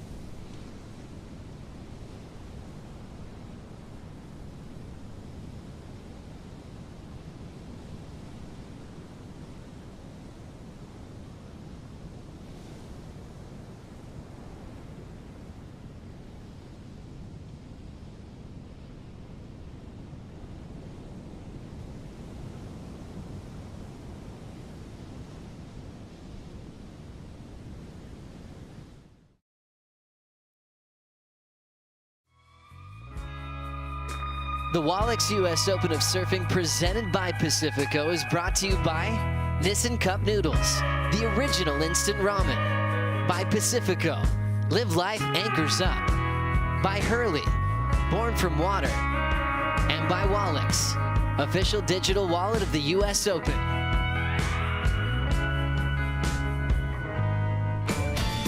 Time to get your photos down on the beach with JR. What a celebration. He's moving on to the quarterfinals. He'll take on the winner of the heat that just started, Richie Cravey or Kai Salas. But what a dominant win that was. 15.44 combined total. Showing his confidence, how comfortable he is wearing the jersey at this stage on the World Longboard Tour. And get the win over a guy like Ben Skinner. There's a lot to be proud of there for JR. So he moves on, and we move on to round of 16, heat number 8. Kai Salas representing Oahu and Waikiki. Richie Cravey representing Cardiff Reef, North County, San Diego. A guy that looked great on opening day. So a cool clash here. California versus Hawaii. Both have a lot of strengths. Kai definitely with a lot of experience, but Richie's been competing on a longboard since he was a little kid, Mitch. Hard to pick a favorite here. 100%, and we look at the former runner-up in the world, Kai Salas, equally as good on the backhand as he is on the forehand, Joe. And you know, we talk about somebody who's been at this for a very long time, also shapes his own boards, and we see right there, quick in transition, at the nose right at the beginning, the beautiful touch on the backhand, and then Richie on the other hand going on the forehand here with the nice down carve. Really love his style. I mean, North American champion on the WSL QS this year, won the event over at the Coastal Edge, Pier Classic in Virginia Beach. So coming off of a lot of momentum too. This was actually a final recently in the Surfing for Hope Longboard Classic in Pismo, where Kai got the win over Richie in the final. So seeing this matchup early in the round of 16. 5 there for Cravey. Dust off all that speed as points that board towards the beach. And now laying low in the flats. A couple of paddles there to make the use the connection. foot paddle, Joe. Yeah, I wish that happened, but you still don't believe in it. I get it. I get it. And we see Richie kick out. Of course, Wax said, you told me that the reason is you get momentum out of doing the foot paddle. I thought I told you that. No, Wax did. Yeah, you're right. No, that makes sense. No, you actually did first. You're right. I will give it that. Yeah. You want to shake hands? Yeah. Okay, cool. Yeah. Right on, Joe. Yeah. Love you, bro. Love you too. Wow, that felt good. Mitch? You got to win finally. You got to win. Wow, Cardiff, what a spot, North County, to represent. Some great longboarding, some great surfing overall happening down there. Which is there's great. a great, like all the zones, right? Oh. There's some amazing waves down there for longboarding and good scene, right? Good surf scene and just everyone accepting of whatever length board you ride. Yeah. No, definitely. I think that's the best part of it. As we look at the last wave for Cravey, Mitch. Yeah, some decent footwork there. Love that arch once he gets to the nose right, and a 2-tempo carve right there. So did have to bring it back just a little bit, and unfortunately for him, this wave just fizzles out, and he does have to use that paddle right there, more like a pet the kitty, as we call it in the shortboarding scene, but doesn't really generate any speed. It just looks cool. That was Pete making the cat sound, by the way. That was Joe. As we look at the perch, how's that style? Richie Cravey throws the float, looking comfortable and kicks out. And we'll continue on with this one. Kai Salas making his own equipment, has a great surfboard company. Solid fade, and the former runner-up in the world will sit on the roof for a moment and cleans it up well. He'd say his favorite wave in the whole world would be Queens. Right there in Waikiki. Growing up with that beach boy type style, just parking it on the sand and staying there till the sunset, surfing multiple times in a day. His daughter Coral's here. She's ripping. She's on the program, getting boards from dad and getting some early events done. She's a Roxy girl and loving backing her dad for support here on the south side of the pier, because he's been competing for so long. And you know what? Recently, he's found a lot of consistency So I'm sure he's trying to go all out to try to win a world title this season. I'm surprised he still hasn't won one, but as we mentioned before, you know, having that craft under your feet that you created yourself is something you take a lot of pride and privilege in, Joe, and having the opportunity to showcase your talents not only in the water but in the shaping bay and a heat on display here. Now we get to hang out with JR. JR with Rosie Hodge. Joey, I had goosebumps watching that, listening to the crowd. JR, you're putting the Philippines on the map. What did it mean to you to beat someone like Ken Skinner in that heat and also hear the crowd and that appreciation?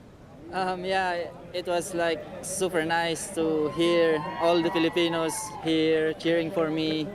And every time I ride, they were like shouting and like they're putting more like energy on me. So yeah, I'm stoked I made it. And then also, I mean, who's next? Who's next coming from the Philippines? Because you guys are showing us that you're hotbed of talent, and we're really interested to see who's the next generation coming out of your country. In the Philippines, there's a lot of like longboarders, especially on our place in La Union.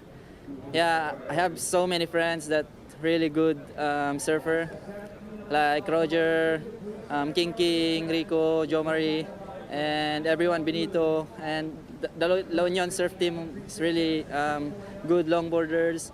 And yeah, we also have like kids, like the next generations, and they are ripping too. I'm sure you're inspiring all of them. Thank you for your time and good luck in the next round. Do you want to say hi to anyone? Yeah, thank you so much to all the Filipino, especially to those who are here.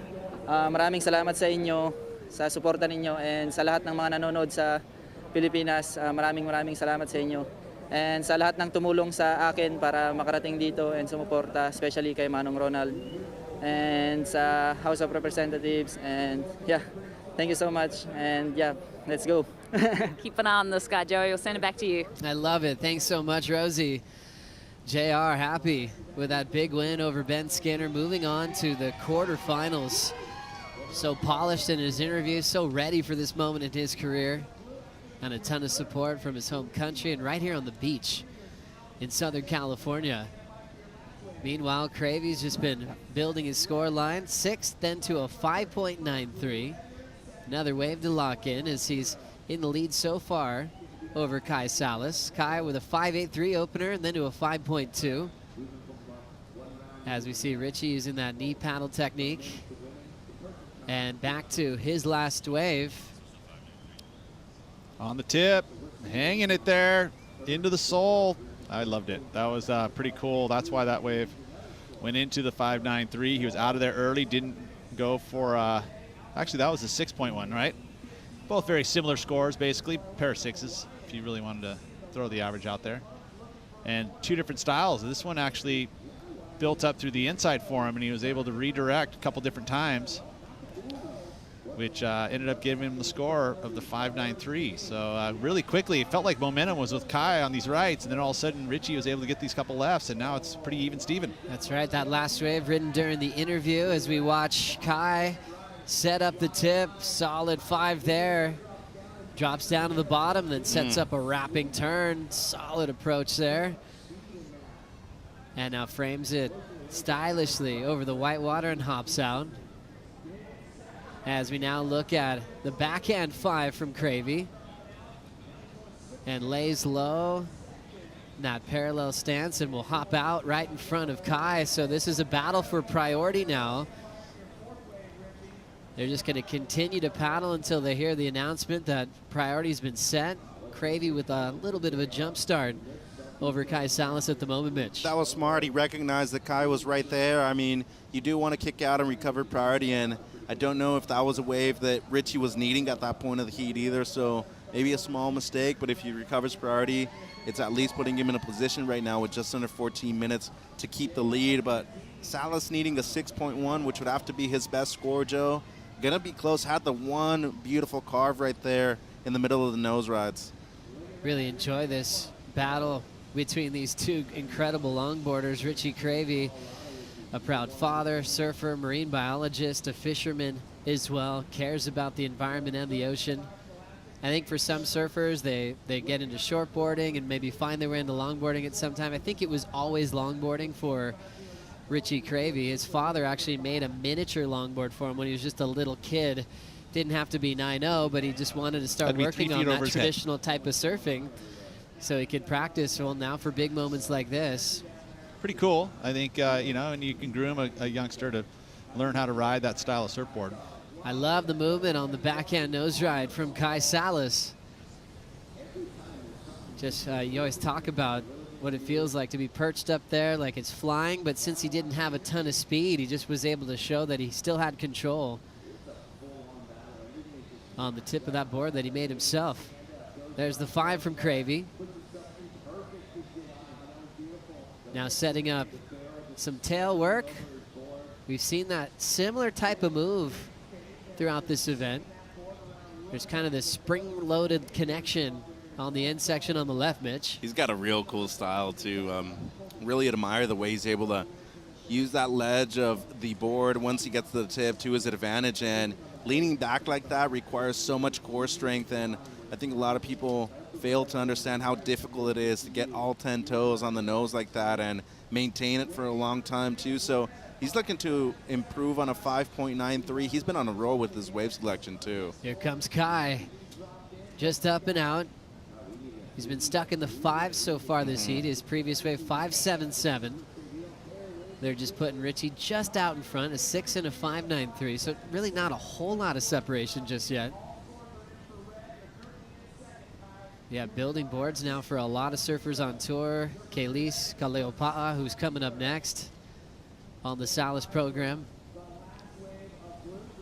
Also, Kaniela Stewart with his own Tsunami model.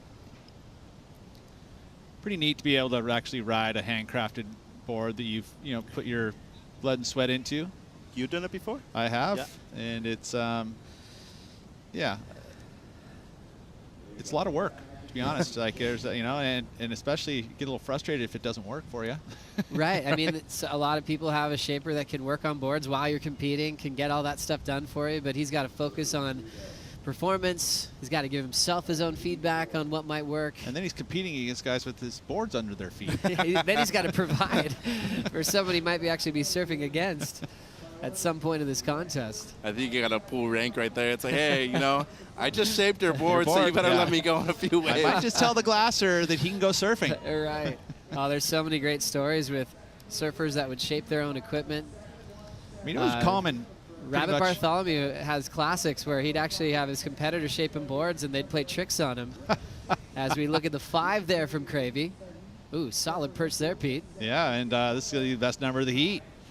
And so on the tip, the glide, and the lipper at the end with the sole arch bottom turn, just for good measure to throw out that style.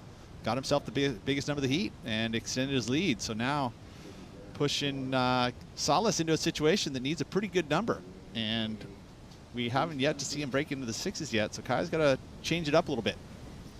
I think the plan for the Salas family is to have the family go on the road. You know, experience Bells, experience El Salvador, and they're all hoping that'll come down to a championship run in Malibu this season.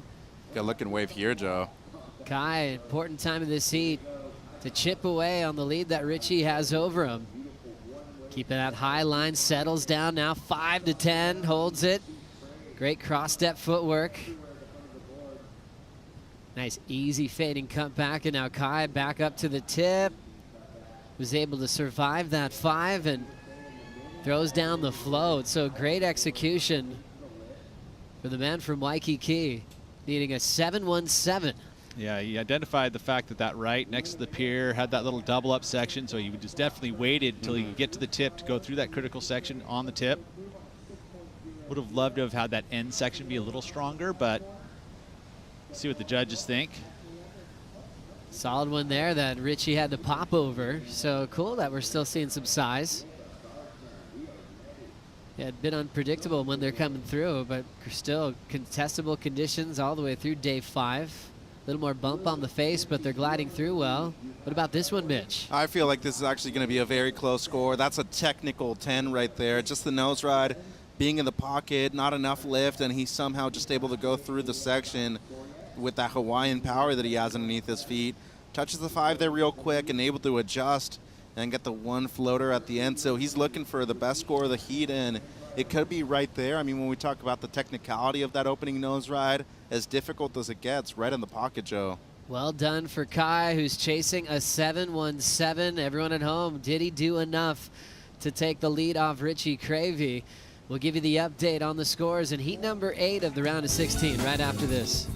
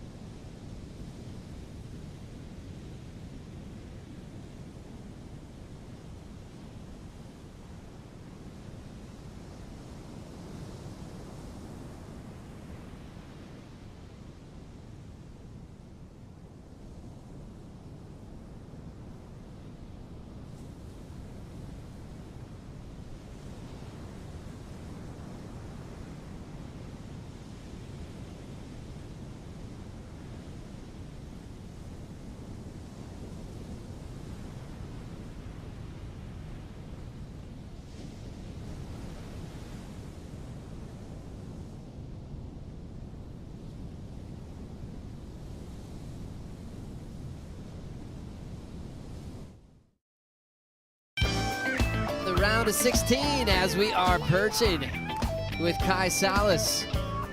Beautiful composure on the backside tip time, touches 5. And now it's just gracefully trimming all the way around. We'll redirect with the whitewater and roll back into an inside wedge. Throws one off the top and just glides out with a nice clean finish. The wave previous came in at a 5.23 before we went to break, so it didn't even factor into his top 2. Let's have a look at what he did on the back end, Pete. Well, that, again, perched on the tip, through a section with speed. Did have to hop into this next section. And trying to get all the way across, still feels like it's probably not enough. Just not enough flow through that inside section. This is my opinion on it.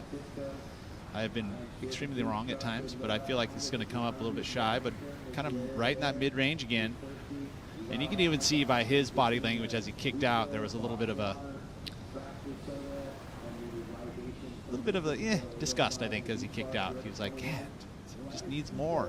Love the start. Yeah, and that's what he's had great starts. I mean, even that 5.23 that, as you mentioned, Mitch, the nose ride is very critical, but it just felt like the rest of it lacked a little bit of flow, and that's when the judges, they just, you got to have it throughout the entire wave if you want to get bigger numbers. Well, and you want to be perched on top of the water, too. It seems like a couple of his rails were engaged in the water the whole time, and unfortunately for him, it doesn't really show that he's in control of the board the majority of the time. These are difficult nose rides, and there you see he's a little frustrated, and you could have obviously seen a couple of scores maybe get lifted a little higher, but I think in the context of this heat, blue is still winning the heat over red, and that's what they've looked at. But the 10 on this last wave was really nice, technical, but those 2 hops that he had to do to get over that flat section, that's another disruption of flow right there. So unfortunately for Kai, he might still be needing the 7.17. Yeah, we'll see how high they go, because backside nose riding like that, he did it so gracefully, had the lift on the critical part of the wave,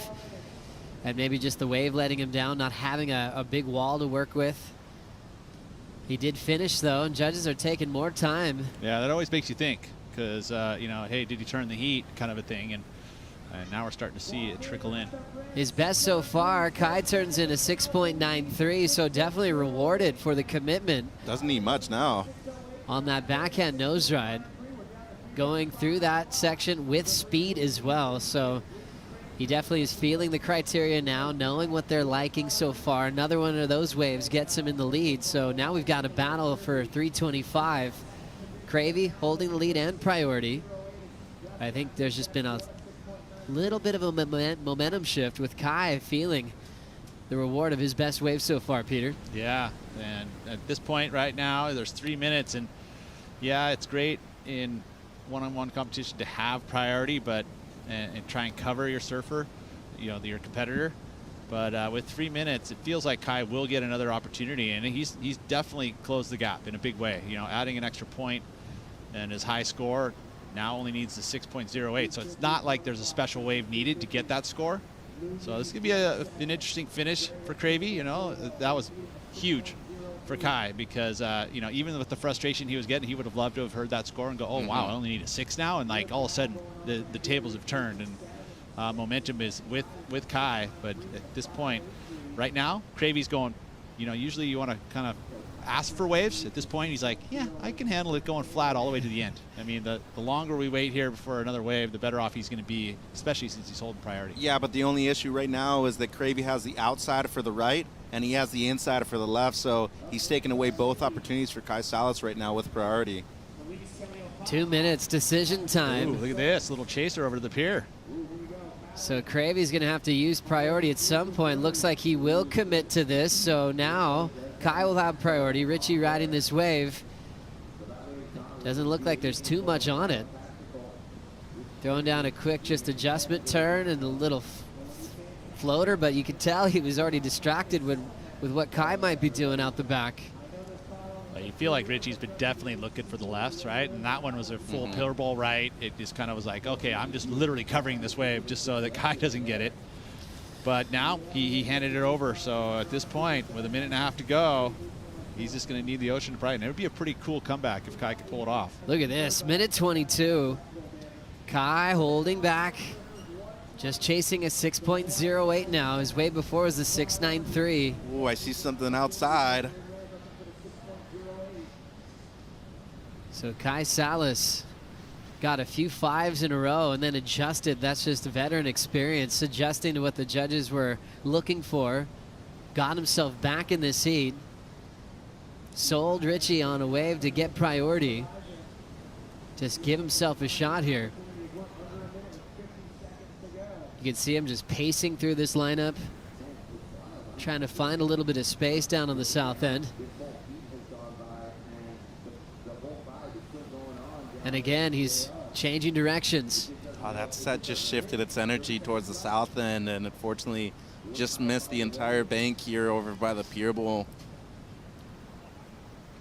Just that northwest wind swell playing tricks on Kai towards the tail end of this heat. Did well to get back in the heat, to get priority. We saw lines on the horizon. It looked like everything was going to plan.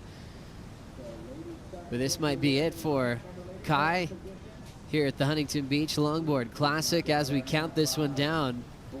Richie Cravey representing Cardiff, able to hang on. He had a great start, held on to the victory even though Kai made a comeback, and Cravey will be in the quarterfinals here at the Huntington Beach Longboard Classic. Great start to the World Longboard Tour for Richie. Loving these lefts here at the Huntington Pier. And he's been very consistent in these beach break conditions. We'll be transitioning now to the women coming up next in the round of 16 with Kaylise Kaleopa'a and Liv Stokes representing Canada. Winner of those heats move on to the quarterfinals. We will take a quick break. More action right after this.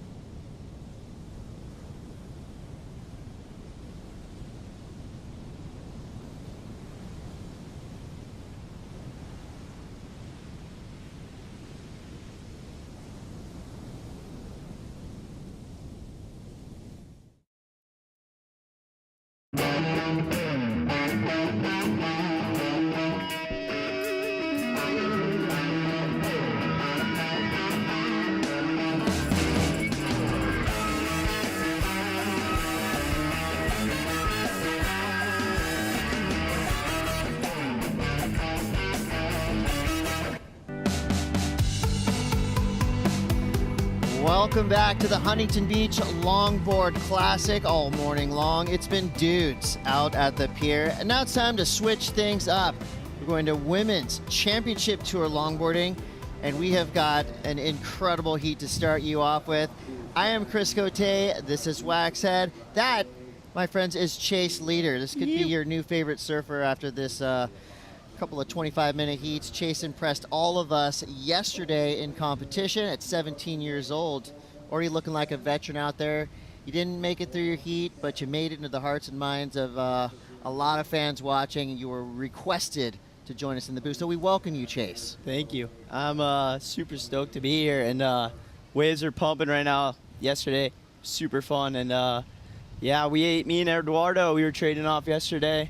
I couldn't have had a better heat with him, and I'm stoked to be here. I love it. That's the attitude we like. And Waxhead, as we switch things over to the women's side of the draw, we can be assured we're going to see grace, flow, beauty, style, but also, competitiveness. We saw it in the last few heats of that 16 round for the men. There was some urgency in the line. Of course, the style shone through mostly, but there were some chippy moments, and that's fine with us. We love to see it. Yeah, some absolute big surprises. Kai Salas, and then we also had, surfers. I think back and I go, Stevie Sawyer and Tucker. You look at that on paper and you think Huntington left, Stevie Sawyer would have Tucker's number, but he didn't have any of that. And even JR, just putting on an absolute clinic. Our Filipino surfer just progressing through the next round. And yeah, Chase, you put in a fantastic performance against a seasoned veteran of Edward Del Perro. Oh! As we talk about style and grace, Liv Stokes takes a tumble. Ouch. But Liv is a really, really good surfer. She is competing for the ISA for Canada, and I've known her a couple of years now, and she's super cool. Ripping. Straight from the jump, too, we actually had a bunch of scores coming through, so both these surfers got busy early. The buzzer blew. Things started happening in the lineup. Liv Stokes, she started off pretty solid, 4.67. Absolutely, and she's been bringing that power gouge that's got her through heats. But you know what happens? When you do a good turn, your nose ride is usually better, and that's what's been happening. She set that up with the fade and a nice carve, and here's Khalees opening up her count on a nice, clear, clean left. That's an odd left. We haven't seen too many of them in the last few heats. So making her intentions felt pretty early, and we've got some great goofy footer and natural foot battles. We've got Chloe Calmon up against Martha to round out the heats, but in between Avalon Gal and Honolulu Blomfield, who are going to be going blow for blow on their probably Michael Takayama equipment. Yeah, that's going to be a heat for the books. They are really good friends, so I can't wait to watch, see how they perform against each other. And on Michael's, you're riding surfboards by Michael Takayama. Yeah, Michael, he's the man. He's been hooking me up for a while now, and he puts me up at his place, pick me up from the airport. He'll do anything for me, and I really appreciate that. His boards are just, I don't even know. They're so good. He spends a lot of very natural on them. Yes, they just feel I don't know, the rails and the templates he has, it's just, I love it so much, and it matches my style, I feel. And he's just in there every day grinding nonstop. Just literally grinding foam. Grinding all by himself. And him and his nephew Noah.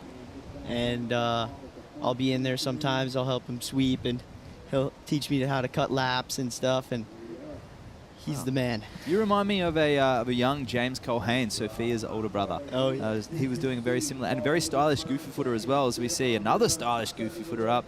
Fellow Hawaiian there, Khalees Kaleopa'a.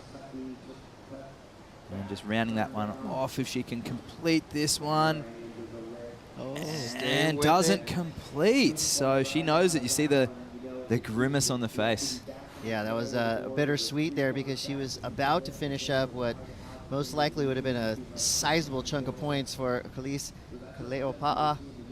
You know, she comes straight from the source. Waikiki. Mom surfs, dad surfs, grandma, cousins, everyone surfs. Go to her Instagram and it's just pure tropical joy on the beaches of Waikiki. She's riding a Kai Salas board, Roxy team rider. And this is actually a rematch from an event called the Surfing for Hope contest not too long ago where Kalise got the edge over Liv. So we'll see if there's any scar tissue in this matchup. 17:26 to go.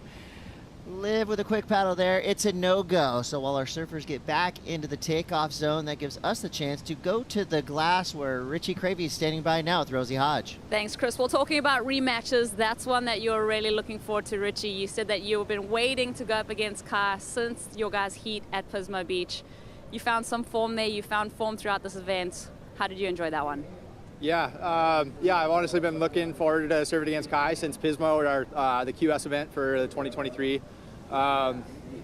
We just didn't have waves in that final, and I feel like I got every bit of what I was hoping for. It was like non-stop for the first 15 minutes, so it feels good. I feel like we're both great competitors, and Kai's not going down without a fight, so it feels good to come out on top. We love that matchup. Well, Richie, you're a family man, you're a fisherman, you're a marine biologist, a professional longboarder, you wear a lot of hats. How are you balancing all of this? I do wear a lot of hats, but I gotta say, like, my partner holds it down. Without her support and the support of family and friends, I wouldn't be where I'm at. In fact, like, signing up for the original Pismo contest was just kind of on a whim, and I went home and after I found out about it, and she gave me the full support. She's like, you better do this. It's something you've been looking forward to for a long time, and here we are. So definitely Mama Bear holds it together for me. Yeah, Richie, well, thanks for your time, and we'll see you in that next round. Great story. Richie Cravey from Encinitas, California, actually heard his name spread around town. The friends and family at Panicking Coffee and Tea telling me, hey, you're going up to the U.S. Open. Watch out for Richie Cravey. This dude is a DIY machine. No big sponsors or anything, but got some help from friends and family, and of course support from his partner, as he said right there. And he's back at it. So I'd love to see it, and he'll be moving through into the next round. This is your bracket as we go into the quarterfinals. Wow, some awesome matchups here. You got rookies, veterans, representatives from all over the world.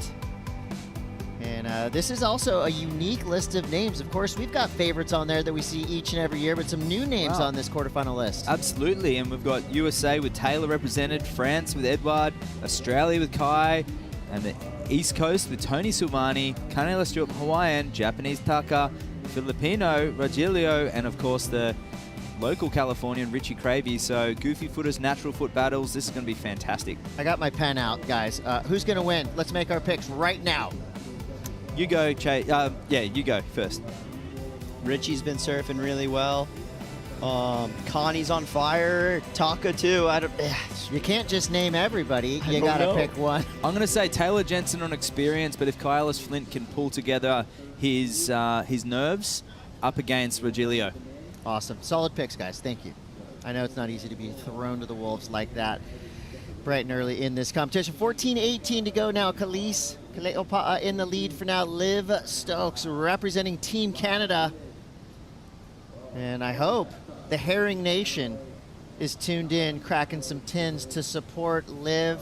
You gotta love the Canadian surf scene. It's unique. What an incredible group of surfers. Mostly the Vancouver Island area is where they would be surfing.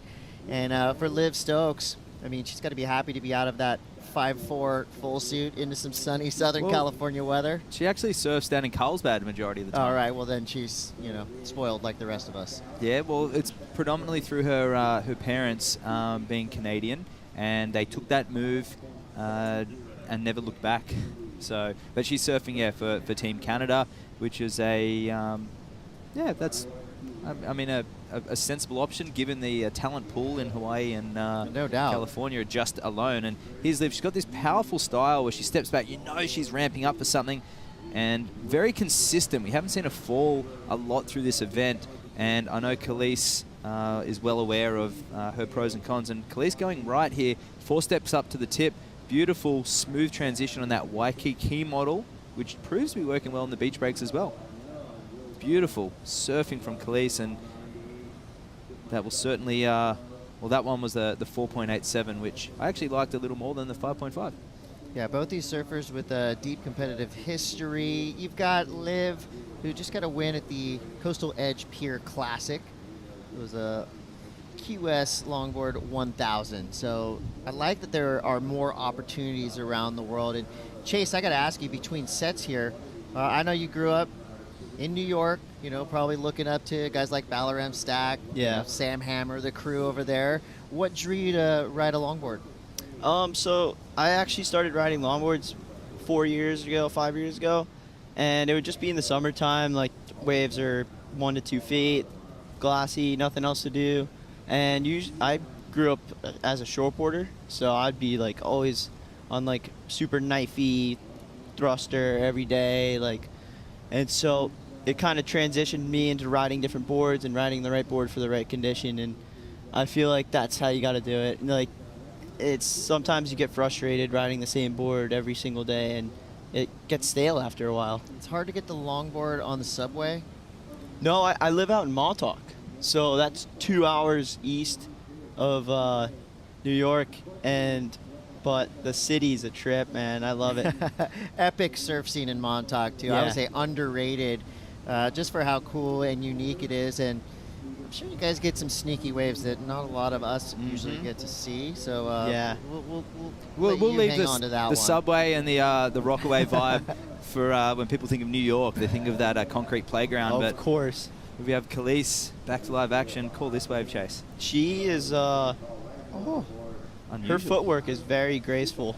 I look up to her backside, actually, because we're both goofy-footed. She definitely has some good turns and very graceful. Yeah.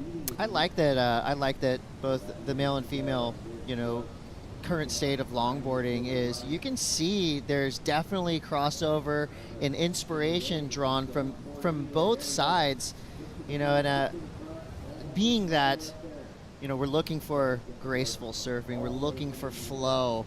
You know, I would always look over to the surfers that we're watching right now to, you know, to get tips, to be inspired to surf with a little bit more fluidity, which we've been seeing and enjoying from all the women in this event so far. And it's certainly a unique factor that the women bring this minimalist approach to surfing, and quite often at these World Tour stops, a lot of the men can tend to get really busy and overcomplicate things. Think back to Kyle S. Flint. I chatted to him post-heat. He had an amazing opening nose ride, a great hang 10 on a set, and a beautiful gouging carve, similar to what he did yesterday, but on a bigger scale.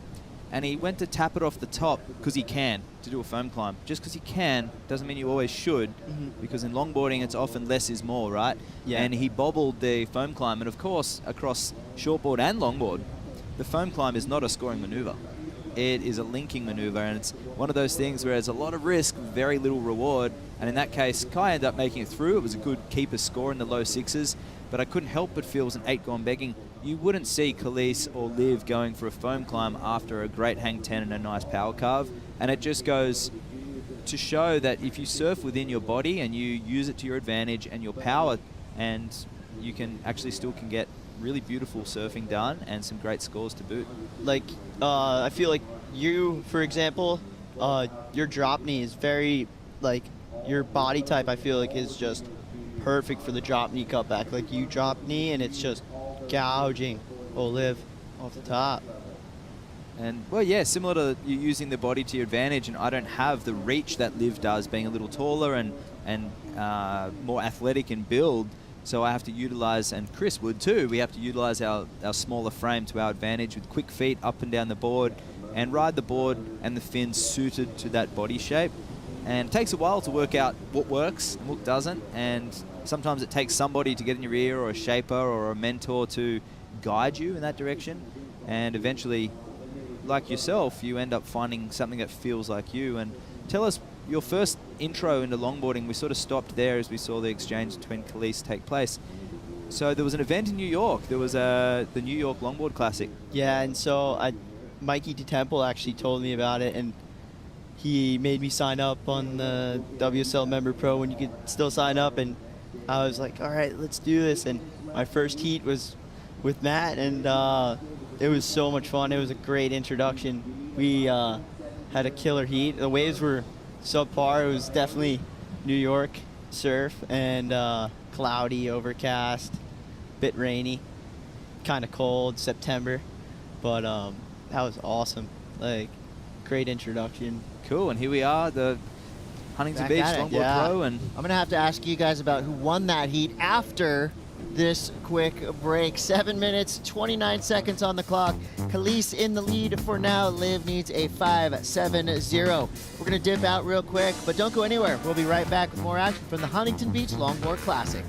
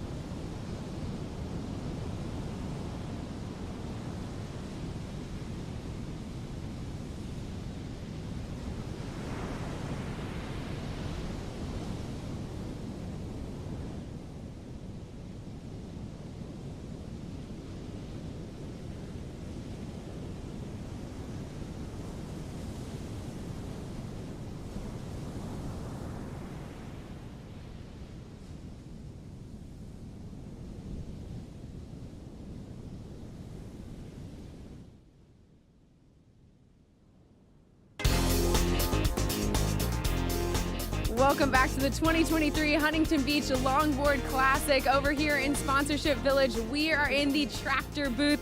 This is organically farmed beverages, and they have a ton of different flavors. As you can see, it's a certified organic company, cleaner alternative to your traditional sodas. You guys, I have gotten a chance to try them throughout the week, and they taste so good. Mango, this one of my favorites. They also have a cardamom one. So if you're coming down to Huntington Beach, make sure you come down and check it out. Not all of these are available in stores, or even they are in Chipotle though. So a couple of partners for them, pouring partners as it were. But if you're coming down to Huntington Beach, gotta come down, check this soda out. Very refreshing. There's a whole line of people waiting for them. So we're gonna let them get back to serving and back to the action of the surfing.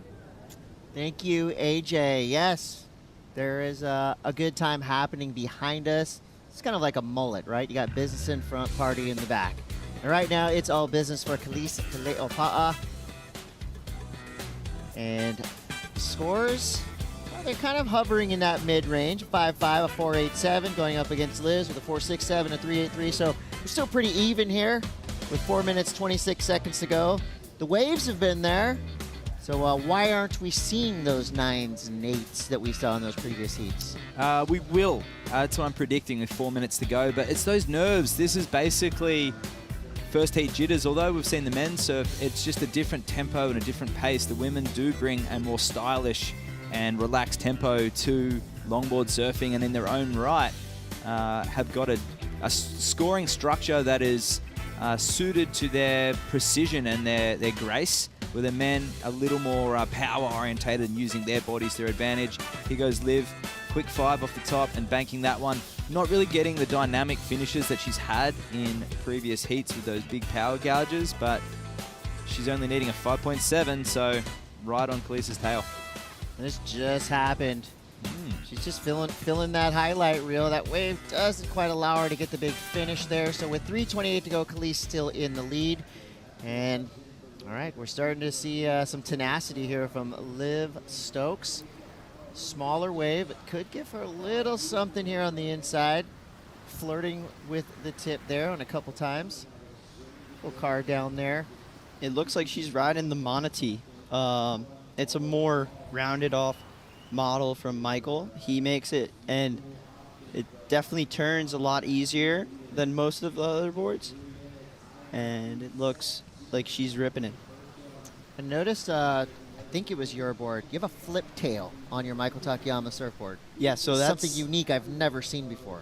That's the Perplexer HD model. And I asked Michael the first time I heard the name, and I was like, is it the Perplexer High Definition? And he's like, no, but that's a good way to put it. And so the whole board is really foiled out. It's almost like a teardrop. Like he'll go like from like thicker all the way thin to the tail. And so, that little kick in the tail helps for when you get on the nose, and when you're trying to get off, it gives you that extra 2 seconds instead of it dropping down. And also, I feel when you turn, it pops off and like does like a more poppy turn almost. A little secret It literally pops. You can see the surfers. I say it's sitting down through the turn because that big wide tail it pivots. Pivots, yeah. And Michael's rails are, there's something about them where you're on the section, and there's a couple waves in my heat where I'd get off the nose and just barely, like, the whitewater would hit me, and the board would almost slip out, but his rails are just so knifey where you dig in and hold through around the section, and I love it. We were talking just off camera about the heat that we had back in New York. Apparently I won. Yeah. And you saw me do something at the end of a wave? Yeah, you, that last wave you had, you were on fire. You were like just feeling the flow and did the scooter boy, which is like where you kick your foot, like you're pedaling on the scooter. Pedaling, yeah. And that, I just got some info from Kat Skalinski, and she was telling me that Khalees's grandma, who's actually one of her coaches, saw Christy Murphy, the 2005 world champion, do that at Mexi Logfest one year, and it was the first time she'd seen anyone do it sort of that way, I guess in the modern era. In Australia, we do it in the old Mal events. It's more of like a hot doggy routine, but it's just a cool little bit of note that Kat would be and Christy be tuning in. They're big fans of Khalees and her career, and the Hawaiians that go over to Mexi Logfest. Have you been to Saladita? Yeah, so I was just there, and I did the Mexi Logfest. I ended up placing second to Kai Salas, and that wave is just insane. It goes from the top of the point all the way through. Like Huntington. It's a bit different. A little bit different. Well, we got about 15 seconds here. This heat has been dead even from the jump, and it's going to end that way as well. At the moment, with 4 seconds to go, Khalees Kaleopa'a will get the win. Nicely done for this surfer. Native Hawaiian representing the beautiful area of Waikiki gets the win. But congratulations to Liv Stokes, representing Team Canada, surfing out of Carlsbad, California. The Herring Nation has to be stoked on what Liv did in that heat. And just to get into this event is a huge accomplishment in itself. So congrats to both these surfers, but it was Khalees at the end getting the win. Coming up next, we got Rachel Tilley and Zoe Grosper on another epic matchup for you to watch here from the Huntington Beach Longboard Classic.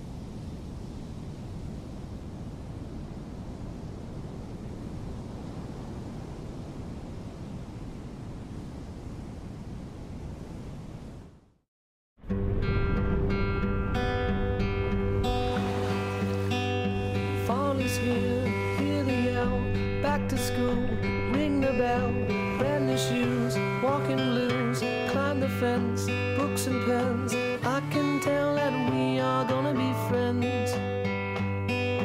I can tell that we are gonna be friends. Yes, I can tell that we are gonna be friends. We are back. This is the Huntington Beach Longboard Classic. That is Khalees Kaleopa'a getting the win and inspiring the future of our sport on her way from the water to the glass, where we will get a word with our winner of that last heat momentarily. But now we've got to set up another big heat in the water. This is round of 16, heat 2. Two-time longboard world champion Rachel Tilley going up against Zoe Grosperon. So we've got France versus USA. These two surfers no doubt have gone head-to-head in the past.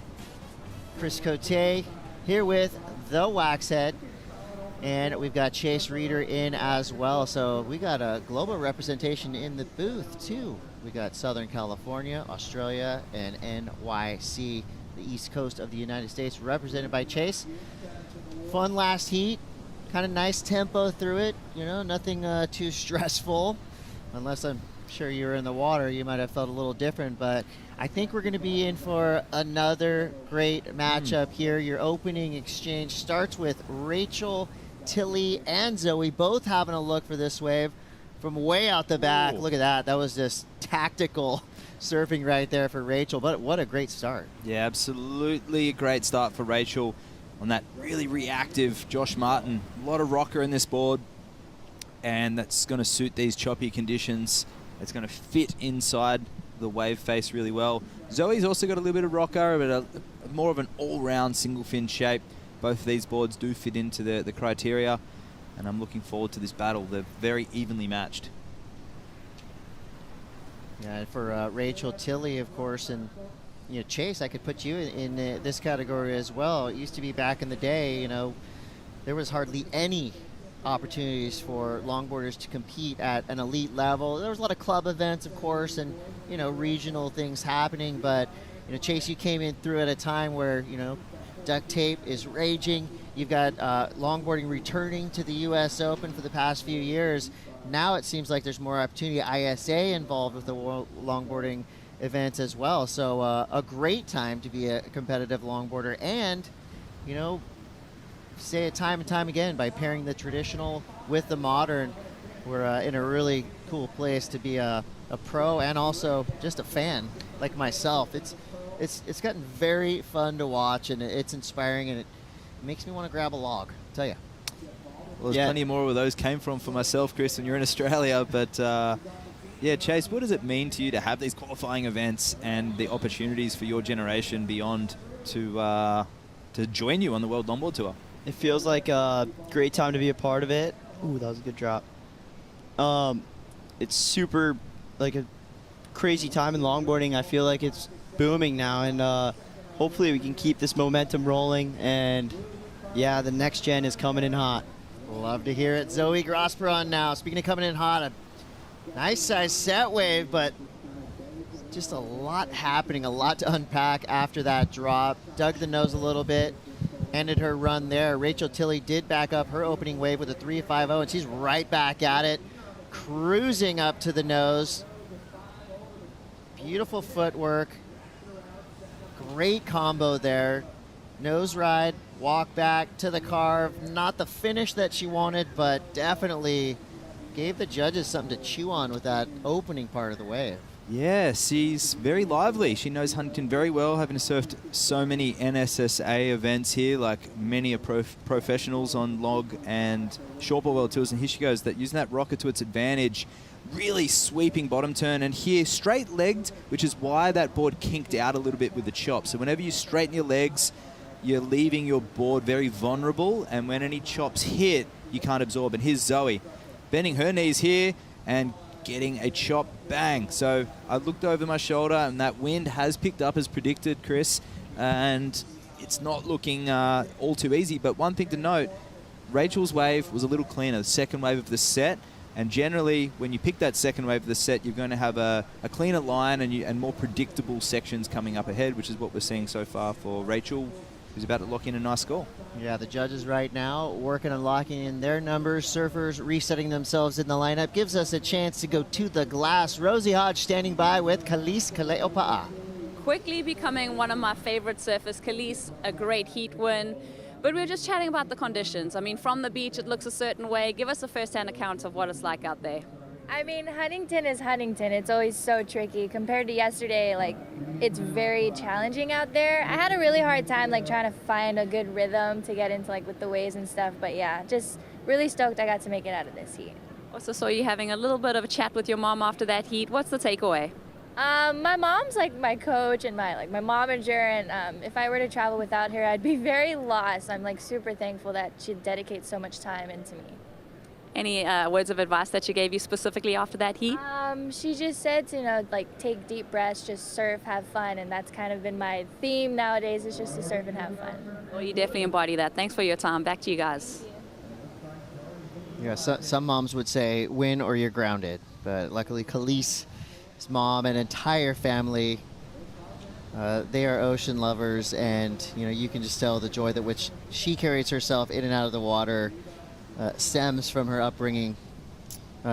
Again, from the source, Waikiki on Oahu. 16:33 on the clock. Back to the business at hand. Rachel Tilley in the lead with a 6.10 and a 5.67. Zoe now has some catching up to do. Currently in a combo, but with plenty of time left, she'll get right back out there. That last wave may have even helped her get out of that combo spot. So these are 25-minute heats.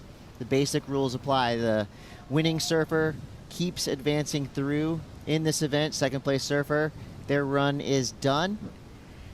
Can Zoe climb back into this? Well, this is what she needed, just a scoring wave. So stepping back to the middle, trimming through the section, and here it just gets a little bit wild. She was in two minds there, and on a single fin you can't be in two minds. You have to be 100% committed to your line, and that's why it was sort of start-stop the whole way. The judges won't deem that one too high, I don't think, but at least it's a score. She'll hear something coming in that's better than that one, and she's building some momentum with 15 minutes to go.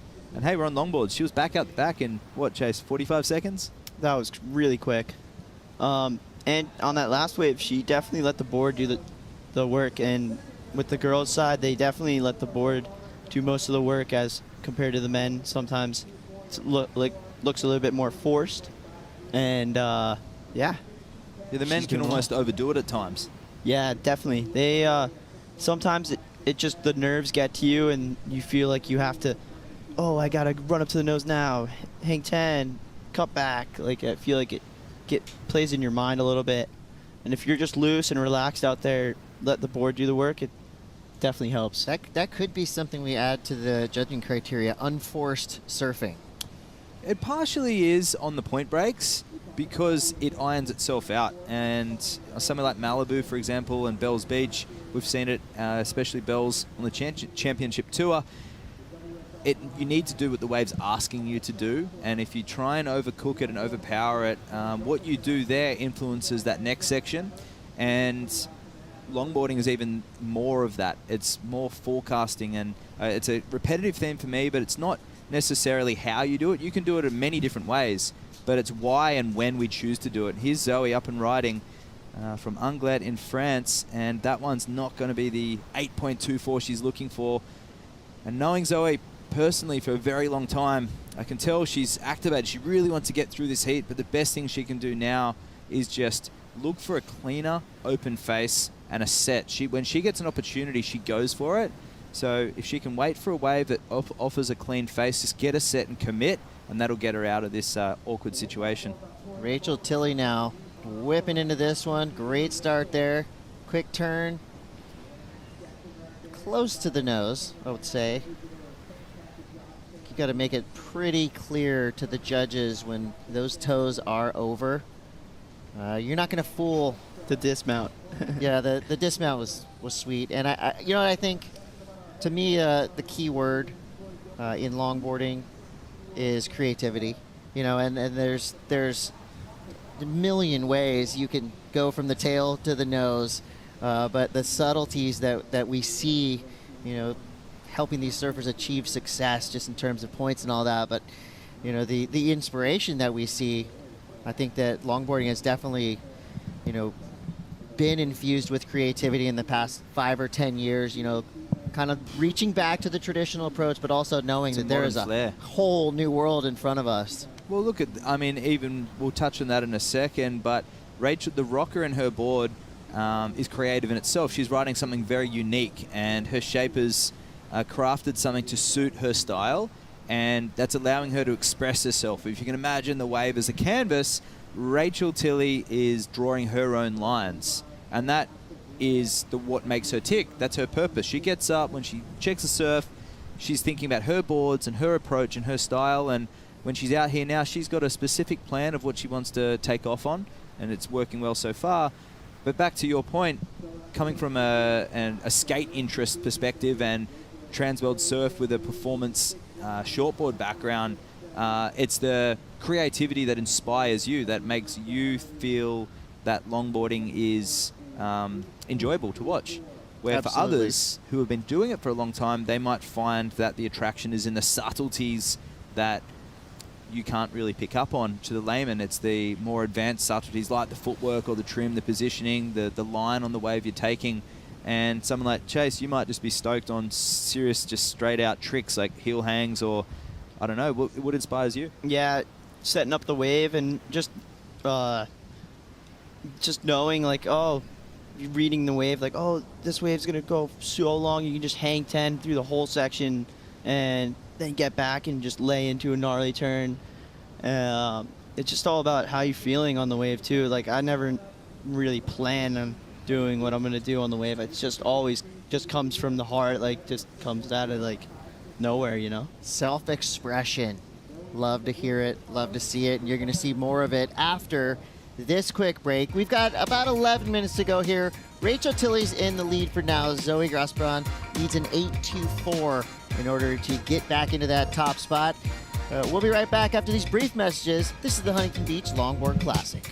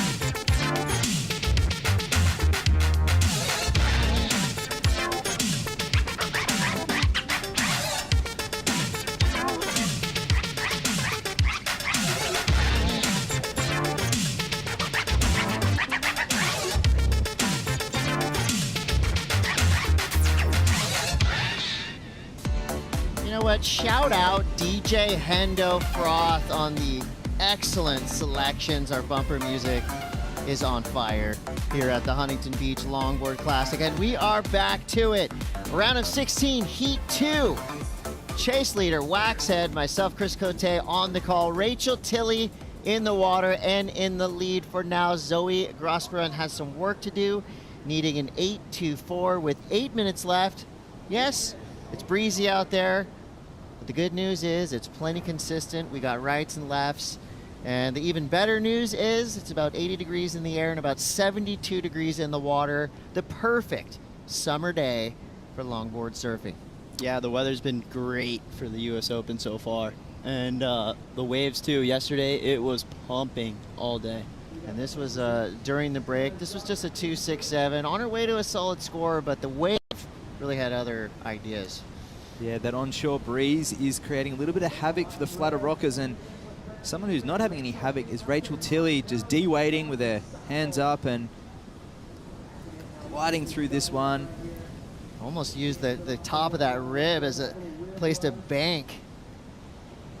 That right there. She's having fun. Just oozing with style from beginning to end of that wave. Self-expression, you can really tell that's her. So look at the rocker in that board as well. It's not Super usually something we rockered out. see in these longboard events anymore. It was something that was very common multiple years ago for decades.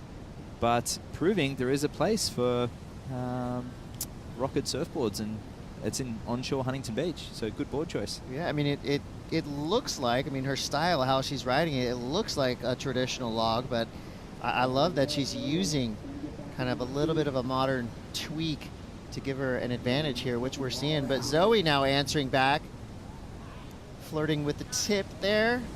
Nice bank turn there. She is out. Her last wave is a 2.67.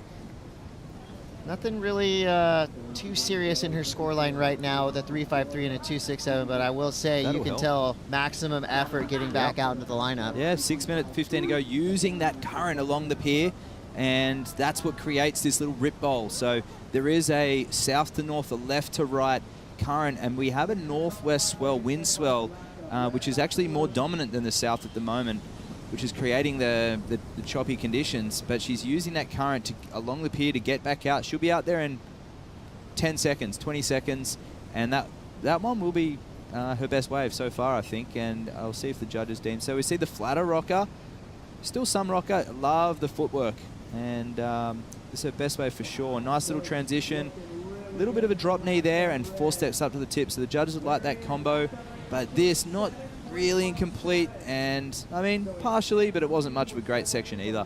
But we'll see what that one comes in on, and Zoe will get a lot of confidence, but she's going to need it. Yeah, definitely needing a 9.74 now with 5:20 to go. Chase, I can tell by the way that you surf that you're a student of this game. I know that you've done your homework, you've done your research.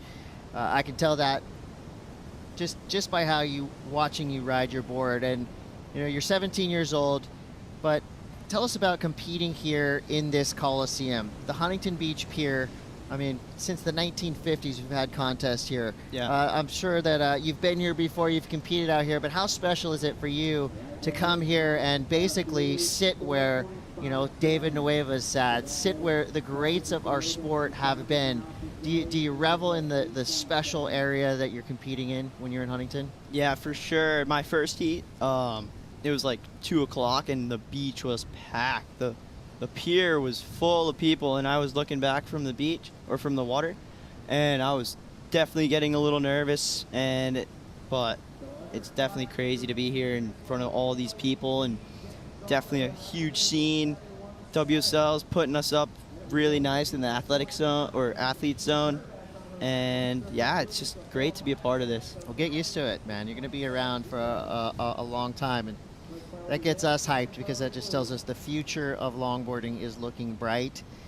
And the future of this heat, for now, seems like it's all going Rachel Tilley's way. We've seen this before, though. We've seen big finishes, buzzer beaters, so do not count Zoe out just yet. 3 minutes 46 to go. She helped herself out a little bit with that last wave, a 4.57. Now needing an 8.70. And it's going to take a special wave, a special performance, but it's possible. She could still do it in 2 with 3 minutes 30 left, but it's not looking like there's a whole heap of waves out there. She is starting to get a wriggle on with this heat at the beginning, just trying to place that longboard in the wave face, which is so tricky when the waves are onshore, isn't it, Chase, to find that clean line? Yeah, definitely. I like riding a heavier board. Like my orange, I have this orange Michael Takayama board, and it's like we weighed it. It's like 23 pounds and super heavy. I think that's also from waterlog because I got a bunch of dings in that one. Michael's not too happy about, but definitely the heavier board helps do the chop, and it's definitely key. Well, that's where the duct tape comes into play. You just got to keep that on you. 2:43 to go. Quick look from Zoe there, and she looks over to see Rachel Tilley weaving into yet another gem. This right off the pier has been Rachel's friend throughout the better part of the last 22 minutes. Continues to be in control, style, grace, and flow, and also just finding the best waves that we've seen of this 25-minute matchup. So her low score is a 6.10, her high is a 7.17. She could have just eclipsed both of those numbers with that last ride. Zoe now fighting to get into this wave. Is it gonna break? It does.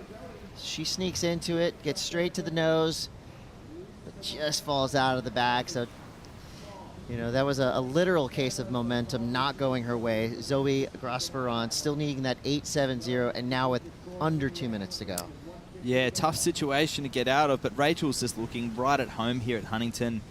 Back in California, spends a lot of time in Australia, but feeling the good vibes. She knows Huntington so well, and for priority. Yeah, tell us about paddle battles out here at Huntington. Have you had any yet so far with Edward? He's a great paddler. Yeah, in my first heat, I kicked out right in front of Stevie next to the pier, and I could just hear him behind me, so I was kind of just cruising. But it's definitely tricky. Like, you got to take it into like factor, because doing all these club events and the NSSA, it's like you definitely have to take that into factor. But when you're on the world stage, you gotta definitely be up to par. It's never over until it's over. We've seen major events decided in the last 10 seconds, and not always through riding waves either. Yeah, it's definitely, the waves are a big factor. Mother Nature is just tricky. Yeah, Mother Nature can be your best friend or your worst enemy, especially in these situations where you only have, you know, a minute or two to go. You need a huge score, and this is where luck can come into play in these heats. 30 seconds left. Zoe Grosperon looking for an 8.70. She does have priority. Will a wave come in time? Now we're at that 20-second mark. And before this thing wraps up, Chase, we want to thank you so much for coming in here. Thank you, guys. And, if you guys want to see more of Chase Leader, hit him up on the gram. If you want to see longboarding done in a beautiful, proper way, watch Chase's videos. And again, can't say enough. Chase, how happy we are to have you in this sport. That just tells us the future of longboarding is bright. You're a big part of that, as well as these two surfers showing a moment of sportsmanship right there. Rachel Tilley does get the win. Zoe Grosperon in second. Her run is out. But ours continues. Chris, Waxhead, Chase Leader, don't forget this name and face. This kid's a bright star in the sport of longboarding, and more to come from him in the near future. And your future has this: more great matchups, more beautiful surfing, and more from the Huntington Beach Longboard Classic. We'll be right back.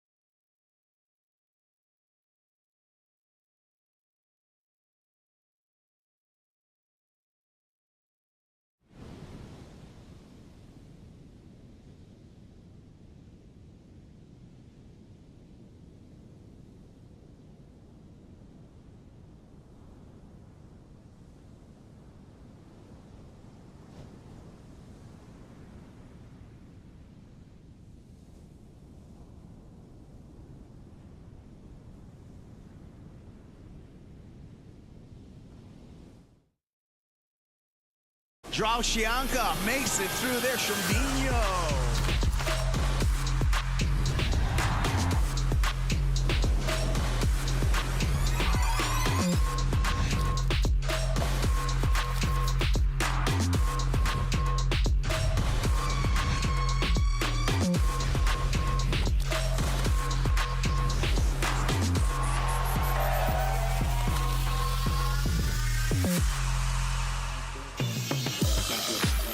It all starts September 8th at the Rip Curl WSL Finals. I hope I see you down there for the championship day on the championship tour. And how cool is this? The World Longboard Tour is going to have a similar type of format.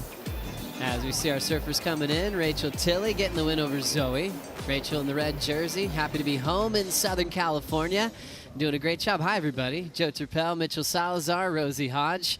Really cool that the longboarders this year get to experience that same type of championship tour format. Final event of the regular season. We're going to be really trying to work out that top 8 to see who will be competing in Malibu. Yeah, and 3 different venues, which I feel is really appropriate for the Longboard Championship Tour. But some amazing surfers, some great performances so far today, Joe. Yeah, certainly. Rachel Tilley looking really comfortable.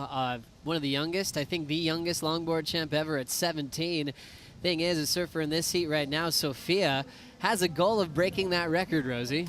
Yeah, it's incredible just to see this young crop of talent coming through on the longboard scene. I mean, Khalees in that last heat was unbelievable, but yeah, so many of these young women, they just embody that lifestyle of longboarding, and they really are such good ambassadors of what the sport is all about. Sophia representing Hawaii, born on the Big Island, moved to Oahu at about 2 years of age, part of that Waikiki crew, and looks like we've already got a start. Luana Suarez from Ubatuba here, Mitchell. Yeah, the surfer from Sao Paulo, so she is very used to a lot of beach breaks over there.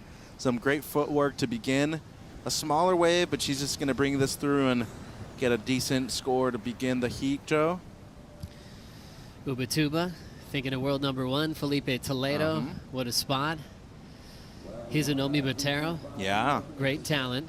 Who won out here at QS, by the way. That's right. What's up, Hizu? Hope you're doing great. Proud to be a dad, ripping still to this day. Tons of support here on the beach, too, from that same region of Sao Paulo. Sao Paulo is an amazing city, a huge city. Great restaurants. They're proud of a lot of their soccer teams, like the Corinthians. Santos también. Yeah. Or também, I should say, in Portuguese.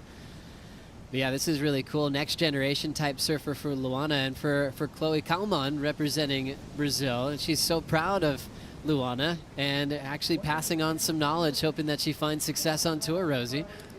Yeah, it's so amazing to just see the camaraderie between the nations, between the longboarders. Everyone just seems like a big traveling family. Could you take us through this one, Ro?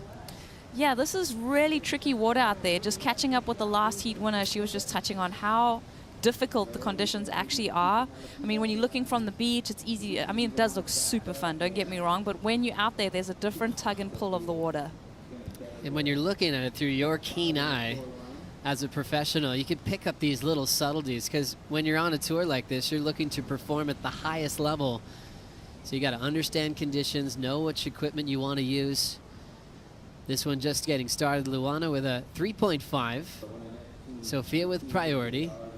As we check out Luana's performance, Mitchell. Yeah, 2.67 right here, so really just the one nose ride, and fortunately for her, she didn't dig her nose, but you know, recognition of these waves breaking a bit further outside I think is something crucial right now. The wind has picked up a little bit more, but we're at a point in the tide where it's just as high as it's going to get, and it looks really fun out there, but you do need to be further outside rather than being a bit too far inside. Making that cross step automatic. Hey, if you're going to the kitchen to get something to eat, cross step when you go there. If you're on a curb, you know, cross step. Make it automatic so you don't have to think about it. Sophia Colhane always loving cross step. She said there's a lot of surfers that she grew up with that would say, hey, let's get rid of that shuffle. Let's get back to cross stepping when you go to the nose. It's funny you say that because of fellow Hawaiian, Auntie Tammy Moniz, absolute legend, but they would actually, you know, her and Kelia would say that, like practice on the sidewalk and always be doing that just to keep it in your mind. It becomes muscle memory even when you're doing it on land. But yeah, there's something to that, Joe. Looks graceful, stylish. Luana with a great opportunity to try to make it into the quarterfinals, this being the round of 16. It's already surviving through the elimination round and trying to get a berth into the quarterfinals, especially when it's a big season towards qualification for the top 8. We mentioned you'll have a chance to win a world title in that format, but if you do finish in the top 8 the regular season, you've automatically re-qualified for 2024. Yeah, that's something big. We saw Cole Robbins be able to do that last season, and I feel for a lot of these women having the opportunity to skip that regional qualification series opens up new spots for a lot of other surfers within those regions as well. And, you know, same thing on the QS that we see on the shortboard side. I think that's been a great addition to the longboard tour as well, Joe. And seeing these new regions, having to see the Hawaiian surfers come over to mainland United States, I think is still something very difficult, but eventually they'll have a couple events over there and probably one at Queens where they're going to be able to qualify at home. Also saves you a bit of money, not having to travel around your country and get those points to qualify. A lot of these surfers have day jobs, so you know they're kind of trying to keep everyone happy and really utilize their time to the best of their ability. Such an interesting part of being in a sport or an athlete, when you'd be doing it anyway. If they didn't have the structure here or the jerseys or the points, you're just always going to be riding waves. I mean, you fall in love with it with that first experience typically. As we go to Luana Suarez, getting way out in front, and that pocket is just non-existent now, going completely flat. We've seen different types of nose rides that you can be out in front of the open face, more of a stalling nose ride where you're really trying to manage the speed you have, but I think what's been ideal is those real cool pockety nose rides where they're in trim, going fast, and then you see that lift of the nose with the whitewater breaking on the tail. The lift and to be able to control it, definitely the hardest thing to do. There's a real cool event in La Saladita in Mex, which is the Mexi Log Fest, and you see some of the best nose riders in the world there. And I think Conniella Stewart has made an incredible transition when it comes to competing at a more traditional pace, and especially with a lot more events on a schedule. When you go and compete at an individual event, it always has to be the one heat. Here, you need to be able to spread it out and be consistent throughout the entirety of an event, and even 3 like the schedule that we have now. What are the waves like there, Mitchell? I don't know if I should get into that because a couple people will start texting me, and let me just put it this way. They're good. They're great. But there's a couple of spots that we need to keep secret. So that's like everywhere, yeah. Rosie doesn't tell me where she goes half the time. Rosie surfs the inside of lowers on the right, and she catches more waves than anybody else. I don't catch waves anymore. The Groms are just running a train on me. But I do think it's important always take your manners when you're a traveling surfer and just respect the locals. This is a great topic. Quick 5, back to the tail. How fun does this little wall look for Luana? And a nice job. She'll ride out of that. Just love when you find a little bit of glass through the inside, nice smooth surface on the ocean face there. As we look at her low score of a 267, she's trying to build, but more waves on the way. Sophia going straight to the mid part of that board. She'll backpedal to the tail and straighten out with a lot of whitewater around her and end up going down. So a shorter ride there. She'd been waiting for a bit. Definitely not what she was hoping for. So she'll feel the pressure kind of getting towards the halfway point, but also with this paddle battle for priority now, Rosie. Yeah, let's watch this. I mean, there's a couple sets that you have to get over. A pushback from that wave for Sophia kind of puts her a little bit further back of Luana. Luana is scratching though. She's going so speedy. So impressed with Luana in that opening round too, I must say. I've just been, really in awe of all of these athletes. And it is tricky conditions right now. I mean, when it's a peaky, fast beach break and it's coming at you, you got to really commit to these sections. It's fun to see what they're capable of. What happened on this wave, Mitch? Well, I feel like neither surfer has really gotten a good scoring opportunity so far.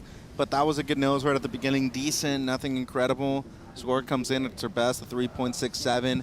And some nice little rail work right there at the end. But this wave I felt like had a bit more opportunity on the left. She looked right, though, and unfortunately this wave closing out pretty quickly, Joe. And just a tough fall for Sophia. Set the goal even last season. She was hoping to be the youngest world champion, still has that goal this year. And actually Rachel Tilley, who won the last heat, actually informed Sophia, hey, you could still do it. You could still break my record if you win. So that was some cool encouragement. So You'd this almost is- think someone would be like, no, that's mine, don't touch it. But she's actually saying, hey, you could do it this season. So it's the cutoff for her this year. I think this is it. Okay, Yeah. so there's like a ticking time limit on this goal for her to achieve it, which it kind of adds just that a little bit more pressure, I'd have to say. And hey, all you got to be is eighth. Eighth in the world, and you got a shot. Yeah. Because then everyone starts with 0 points. The thing is, you're coming from deep in match number 1, Mitch. Yeah, but Steph Gilmore last year was able to prove a point, and every time I see that one clip of her throwing up her fist in just of excitement, I think if it goes to match 3, she probably ends up losing to Carissa, but she did not leave anything up to chance. And it goes to show you that kind of playoff format is really fun. It's entertaining, and more than anything, it gives an opportunity to the people that have always been in the hunt to get the world championship. 12:23 to go. Small scores wide open in the round of 16. Heat number 3. Luana out in front with a 3.67 and a 3.5. We'll be right back for more after this.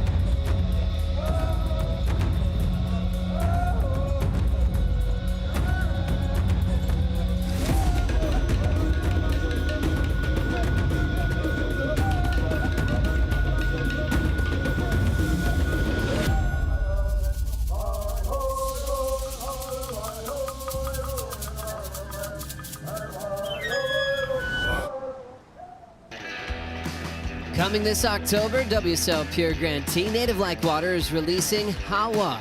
With over 20 years of service, Native Like Water prepares and integrates teens and adults of underrepresented populations into ocean recreation, conservation, wellness, and intergenerational cultural exploration. The program focuses on one's sacred relationship to water through an indigenous lens. Looking forward to that release this October.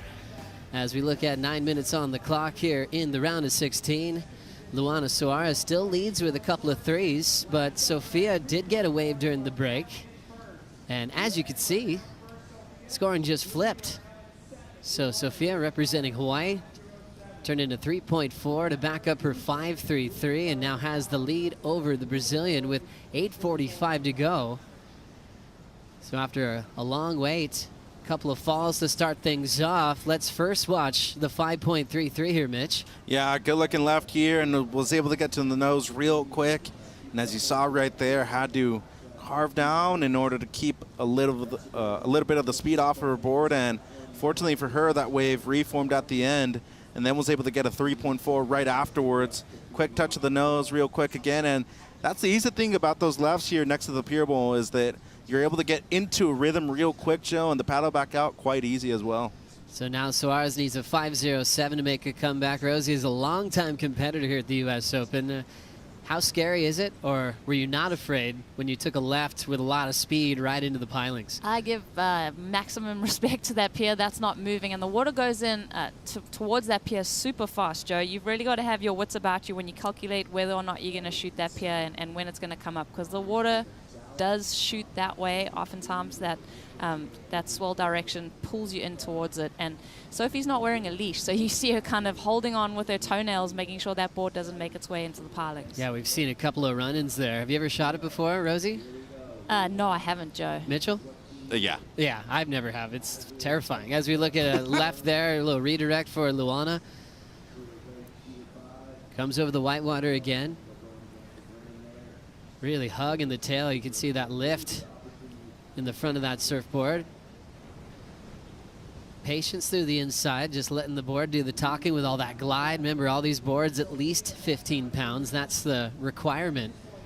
There's been a couple of boards that have been weighed in at about 20, so a lot of these surfers love the weight. Quick to the tip there for Sophia Colhane, and she has a little inside wedge. It's just sort of taken away the open face, though. And now almost just completely flat there as she's got to get out of there. So completing her 6th ride so far. Luana chasing a 5.07. Length of ride's always interesting. We talk about that on the championship tour a lot. It doesn't come down to how long you're on a wave, but in this traditional format, it's really cool to see how stylish they can get from the solid size they get from out the back. And you can end up reforming from a left to a right a few times before you hit the beach. And one of the parts of the criteria is how you kick out on a longboard with control and which part of the board you're on when you do kick out of the wave. So all of that is, the complete ride is taken into consideration.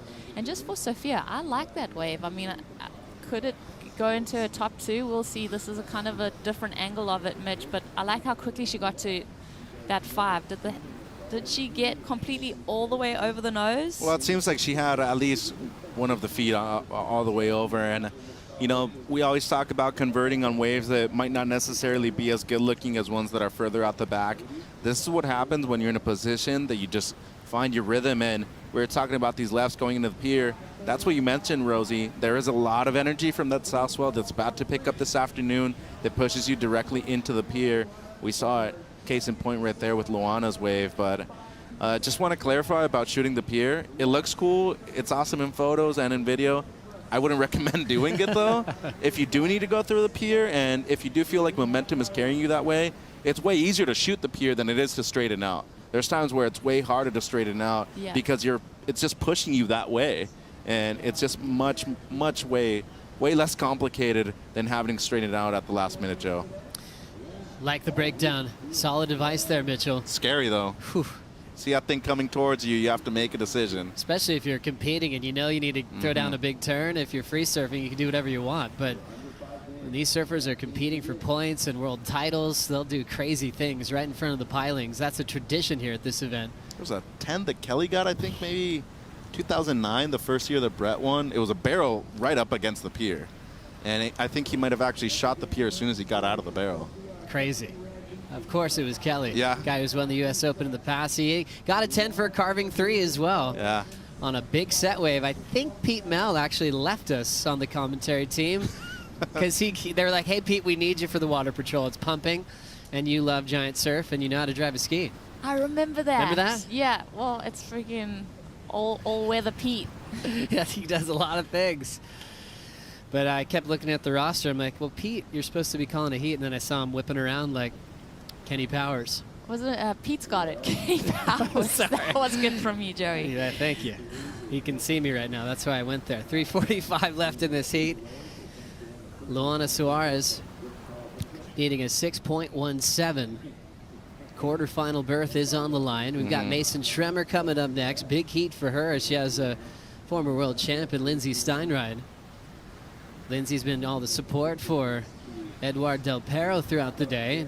Del Perro had a crucial heat win today. Really dominant performance, moving on into the quarters. Yeah, and you mentioned quarterfinals being on the line right now. Obviously, Colhane, she had a final in the last event of the season in 2022 at Malibu. But looking at this, a comeback win right now for her with 3 minutes to go. And Suarez, who is no slouch. I mean, she's won 2 events at beach breaks earlier this year, one at the Saquarema Surf Festival. She also won the Duct Tape Invitational, which had a pumping surf, by the way, too. So to be able to compete in conditions like that and then come to a beach break, which is much more noble. I mean, it's way easier to compete at an event like this when the waves are this fun. She just hasn't been in rhythm with the good waves, though, Joe. And now we watch live action. Luana holding 5. Cool composure through the whitewater here. She's chasing a 6.17. See how far she'll commit for a reform. And didn't really let her do much else. So after the tip time, it shut down and just went along for the ride. 2:25 to go. I'm sure that's an interesting decision, Rosie, when you know that you could capitalize towards the end of a wave, but you're knowing you need a pretty significant score. In your head, you're going, do I just kick out of this, save a little bit of time, or do I commit and try to dry dock it on the beach? That was really looking like it was going towards that number. Unfortunately, like you said, that wave dissipated and she tried to milk it for all it was worth. But that first nose ride was super committed. Yeah, I just don't know if it's going to get into that 6.17 range. I don't know. The judges will tell us the number shortly. Sophia with priority. We just saw her take a look at a left. Didn't commit because she felt she'd probably rather hold priority with 90 seconds to go. So if you keep a spot towards the section out the back, you can regain priority really easily when your competitor is still paddling out. Last forward, Luana falls short, 4.03. Still needs a 6.17 approaching the final minute. Yeah, and it was, as a former competitor, and especially at this venue, there's just moments in a heat when you have priority and there's not much time left, and you have to commit to a certain wave, and even though it doesn't look that good, it's one of the worst feelings in the world when you paddle for a wave, using priority on that, you stand up and you just, from the get-go, you feel and you know that it's not going to be the necessary score. I felt like that was kind of the moment right there for Luana. Just one of those waves where as soon as you stand up, you just see the line that it has, and it ain't going to keep that line the whole time in order for you to get something into the good range, Joe. So now Luana makes a move, so forces Sophia to use her priority. Cool style on that backhand 5. Back to the tip again for that 5, and she will straighten out towards the beach. Love her footwork, love her style. Nothing ever looks forced. And she's definitely present in the moment. Waxhead's been talking about that a lot this event. Not seeing a surfer anticipate something down the line where you're almost distracted, like what are they looking at? Almost like, okay, she's in the right place. And I think Sophia does that really well, really present in the section that she's performing on, Rosie. Yeah, and I think that last wave could up the ante a little bit. We'll see if there's another opportunity right here as they count down. This one, maybe just a little bit too late. It's not going to matter because Luana didn't catch the wave. She will finish off her event here at the Huntington Beach Longboard Classic, bowing out in the round of 16. And Sophia, with the dream of being the youngest world champion, that's her goal for this year, is off and running into the quarterfinals. Started off slow and really built herself into form. So great heat strategy and finished up on top. Round of 16 continues. Another big heat to look forward to. Mason Schremer taking on Lindsay Steinride right after this.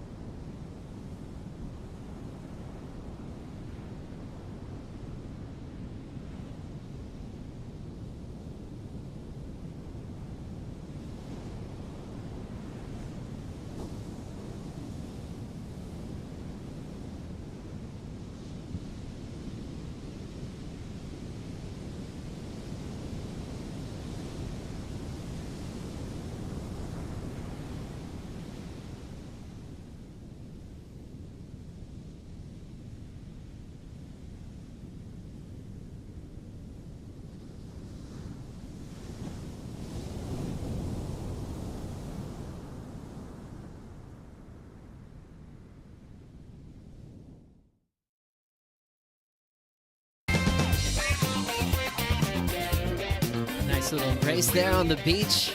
Luana going down and Sophia moving on. 11.06 total. Both were in rhythm and had a blast out at the south side of Huntington Pier, setting up some big heats into the quarterfinals for the first stop of the World Longboard Tour. And now we've got a new heat getting started, round of 16, heat number 4. Lindsay taking on Mason. This is Mason Schremer in trim. And just having a cool glide. Redirects on the oncoming section. And now fades it towards the beach. And hops out of there. So as you can see, your scoreboard has Lindsay with a 3 already, getting a wave during the break. So this one just getting started. We got to spend some time with Mason in the booth yesterday. She's super cool and has a pretty rad story of moving around a bit growing up, starting off in Florida, moving to Hawaii, surfing in Waikiki, falling in love with it, and yeah, these days living in Australia over at Noosa. Pretty cool that she's been able to grow up on some iconic waves in the world, you know, like Waikiki, especially in longboarding. Makes sense you'd fall in love with Noosa as well, Mitch. Yeah, and that's one of the best places to do it on the east coast of Australia, too. Some incredible surfers. Kira Molnar, who's in the event as well from that area of the world. And Mason, I think a lot of people didn't really think that she was going to be a competitive longboarder. She demonstrated that, you know, in the elimination round, she is here to win and dropped the next in heat total, expecting the same thing here. Well, she comes from a competitive heritage. Her mom used to compete on the LPGA. Is that why she traveled so much, Joe? Gosh, maybe. But how cool is that? Your mom is playing professional golf, and what we hear, well, Mason was telling us yesterday, her younger sister kind of picked that up and plays golf really seriously, wins a lot of tournaments. I believe her sister's based in Alabama, so yeah, they're all over the place. Mason says she's not very good at golf, but a lot of people good at golf say that, so. And Kaniala Stewart's mom pushed Mason into some of her first waves. Yeah, really cool story for Mason Schremer. And what we hear is that she has a serious shot at a world title this year. I think she has tons of respect from her peers, tons of respect from the longboard community. And usually tagged onto that line is a world title threat if she wants it. So let's see if she applies herself to the game this year. Paddling for this one with priority, a world longboard champ, dedicated that trophy to her late father in an emotional speech at the WSL Awards, and one I'll never forget. And now going for that float through the white water and hopping out of there. Right in transition to the backhand 5 is Mason Schremer. Little bit of turbulence, but still has her rhythm down the line. Switching gears, sneaks in the float. Well done.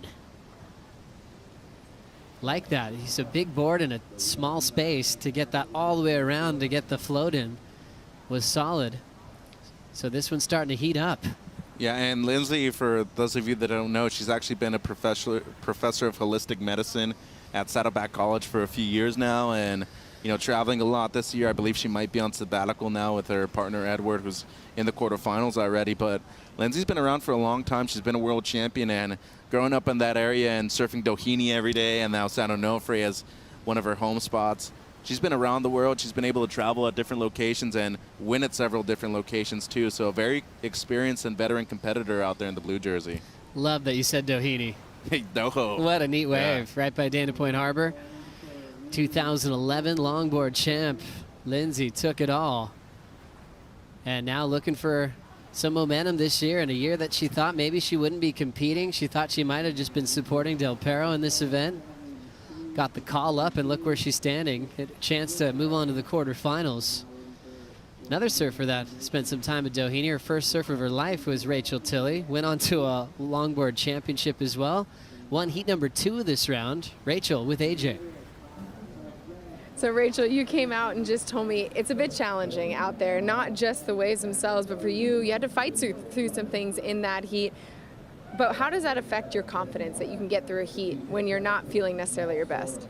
Yeah, I don't know. Like I felt like I had a good first heat on Sunday. I won that one, and I think part of it was that it's Wednesday now. We haven't surfed since Sunday, and winning this heat like meant a lot to like just get from over that edge into the quarterfinals. I think kind of put some pressure off, and so it meant a lot, and I was really focused, but sometimes when I'm too focused, then I put that pressure on myself. So I think I wasn't surfing my best at the beginning, and I was having like little wobbles that just don't necessarily need to, that shouldn't be happening. So I was working through that, trying to improve, and by the end started to relax. But I guess moving forward, it's nice to kind of, I guess, know that I pushed through that, and hopefully I can go into the next heat more relaxed and knowing that it's always like a confidence booster when you work through that and then get the heat win to then get another shot. And you're no stranger to competing. I'm sure you've had to compete in all sorts of conditions, both in the water and mentally. So moving into the quarterfinals, how are you going to rely on that experience? That's a good question. I think I'm just going to know what I normally do and know that, like you said, I've been here multiple times, and just kind of let that experience do its thing and not overthink it. I think when I start overthinking it, and I feel like I kind of started overthinking it today, that's when I start trying too hard. And I just want to let it naturally happen, and that's when I do my best surfing. So that's the goal for the next heat.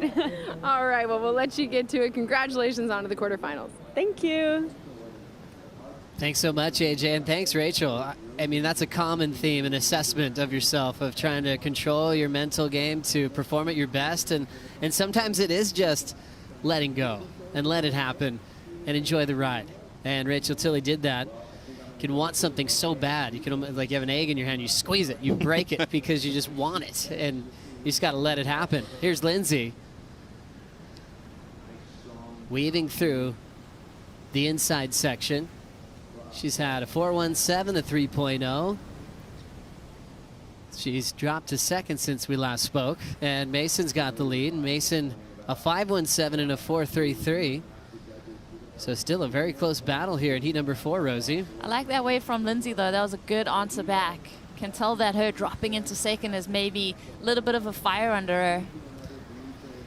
Mason spinning, considering this one. Ooh, how cool is that? A little no paddle takeoff, just rolling in with the weight of the surfboard.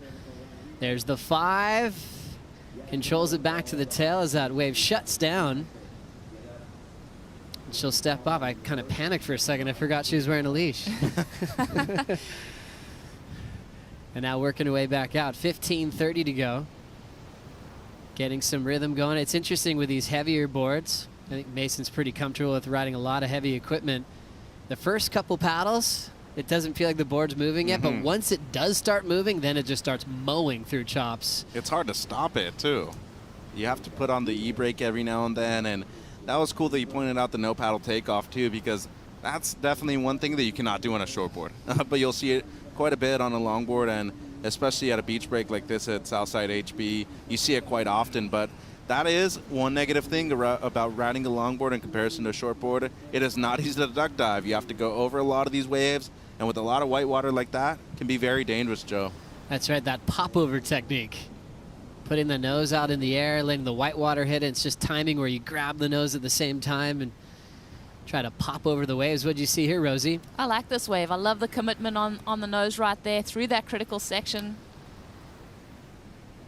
But then has to pop off. And yeah, it was a moment where she jumped off her board where you're like, oh, but realize she has the leash at the end there. But interesting with the comparisons with golf and with surfing. I was chatting to Honolulu Bloomfield in the opening round. She says she hasn't really been surfing, she's been golfing, and it's really giving her, you know, a sense of her body and her body movements and how to control all of that. So, you know, maybe something that surfers can look into that can improve their surfing. It's cool. Sometimes when you have to look outside of what you do to find inspiration, even especially when you're at the top of the sport, sometimes you have to look different directions to find drive. You want to distract yourself too from just thinking about competing the entire time and focusing on surfing. There's so many times where people get caught up in their own distractions that they don't allow themselves to do anything else than just compete, Joe. Simone, as we look at Lindsay, quickly to the tip. Nice fade there. Cool style, nice and comfortable. Her father coached the Saddleback College surf team in the past, a great surf coach. Passing that all down to Lindsay, all that surf knowledge and competitive nature. 2 good waves back to back for Lindsay. Right now in the second spot, so 2011 world champ needs a 5.33. Oh, we're still waiting for the previous score too. That's right, also of Mason. So judges taking a little bit of time. Remember Gilkerson up there. She's the head judge, a champion as well riding longboards, and she also travels to a lot of the major championship tour events.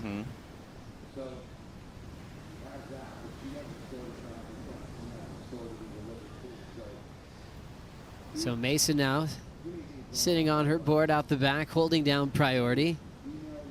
Fun watching her approach. Great control of her nose rides, real light on her feet. Never forcing anything, letting the boards glide. Take her some great places on this wave. Let's now catch up with Sophia with AJ. You came in from that heat and just let out a deep breath because it was a hard one to get through. What made it so challenging? It was definitely a hard one. The conditions are a little bit tricky out there, a lot of bumps that you can't really see that you're trying to anticipate standing up on the wave. But yeah, it's a little bit tricky, but trying to take a deep breath. As you should. Take the deep breath because you've made it through and you have someone in your corner who's really doing a lot to make sure you keep moving through these competitions. Tell us a little bit about who Auntie Meg is and how she helps you. Definitely. Auntie Meg's helped me when I did my first WSL, and just going through, we realized that she really helps me, and yeah, she's always there for me, and yeah. What does it mean to have her in your corner? Really special actually, because we get to surf at Queens all the time, and just to have that camaraderie at home, and like then come here and she helps me and coach me and get my mind straight. So yeah. Well, her coaching is working, your surfing is working. Congratulations on to the quarterfinals. Thank you so much. Thanks, AJ. Sophia, happy to move on to the next one. And great to have the coaching from who they call Auntie Megs. I think is going to be joining us soon in the booth to talk surfing, talk all things longboarding, competitiveness, Oahu, and beyond, as we've got Lindsay right to a 5, back up to the tip quickly. And now here comes that cool cutback. And now springing into the float section, she'll lose it. You can see that little wedge kind of changing the transition off the float under her feet. As we get caught up with some numbers here, her previous rides, 5.6, 5.10, back-to-back keepers, and took the lead off Mason as well. Yeah, and on this last wave, despite being shorter nose rides, I really like the second one. Very critical in the steepest part of the wave, and it seems like she's found a rhythm on her last 3 rides, getting her best 3, but with 10 minutes to go, might even extend a lead here, only looking to improve on a 5.1, Joe. Yeah, when you look at 5s and 4s in both of their score lines, their top 2, it's sometimes you almost think it's almost undecided in a way. It's just so close, hard to make separations when they're sharing the same type of numbers, Rosie. It is. As we see the answer back from Mason, is she going to go on this one? Almost a little bit of hesitation there. And then rolls in. We'll see if she's going to react to the 5s on the board. That was hard to do. A lot of speed. Her trim's going down to the bottom, but she still got a quick 5 in. And then a turn before it shut down. A lot of things going well for Mason here. The size of the wave, the speed that she had, accomplishing a nose ride in the critical part of the wave. And now stepping off there. Important ride for the surfer who lives in Australia, but representing the USA. Yeah, I said she was almost hesitating on that wave, but I think she really wanted to come from behind on that section to stay in that cuppy part of the wave and really emphasize how critical that nose ride was. Well done for Mason. This heat is getting exciting now. Scores coming in for both surfers with now 9 minutes to go. And you can see how quickly that Tremor's paddling back out into position as last year's world champ prepares. Soleil Erico preparing for a big heat in the round of 16. She's out there next against Kiani. We'll be right back.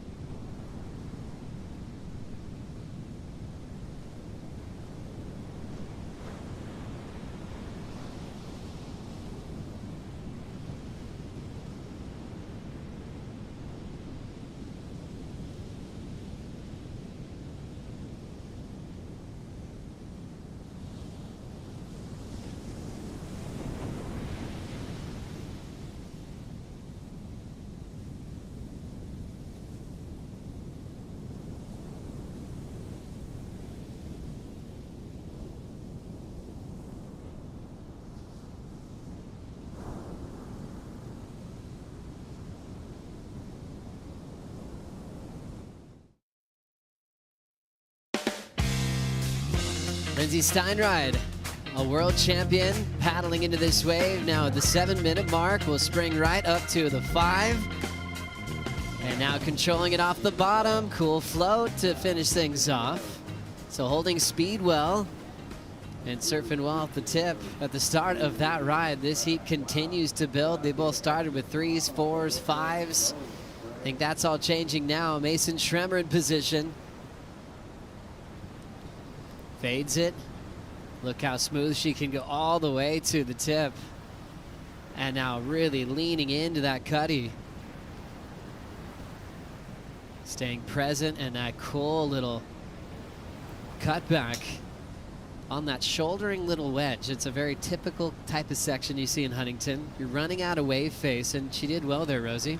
Yeah, I love that wave from her and the answer back, but Lindsey just seems to be slowly but surely breaking into a little bit of a sprint with this lead as we watch this replay, Mitch. Yeah, this was an incredible nose ride, and how critical was the drop afterwards too. Had to almost free fall and then was able to combo it up with a great section at the end, and the response here from Schremer. And unfortunately for her, I just feel like she's been on much flatter waves than Lindsey's been on, and goes to show you that experience of being here in Southern California, growing up at a wave like Doheny, and eventually transitioning to World Longboard Tour events like Biarritz in France, like those waves in Bells Beach that we're going to be seeing at the next event. Experience paying off here for Lindsey.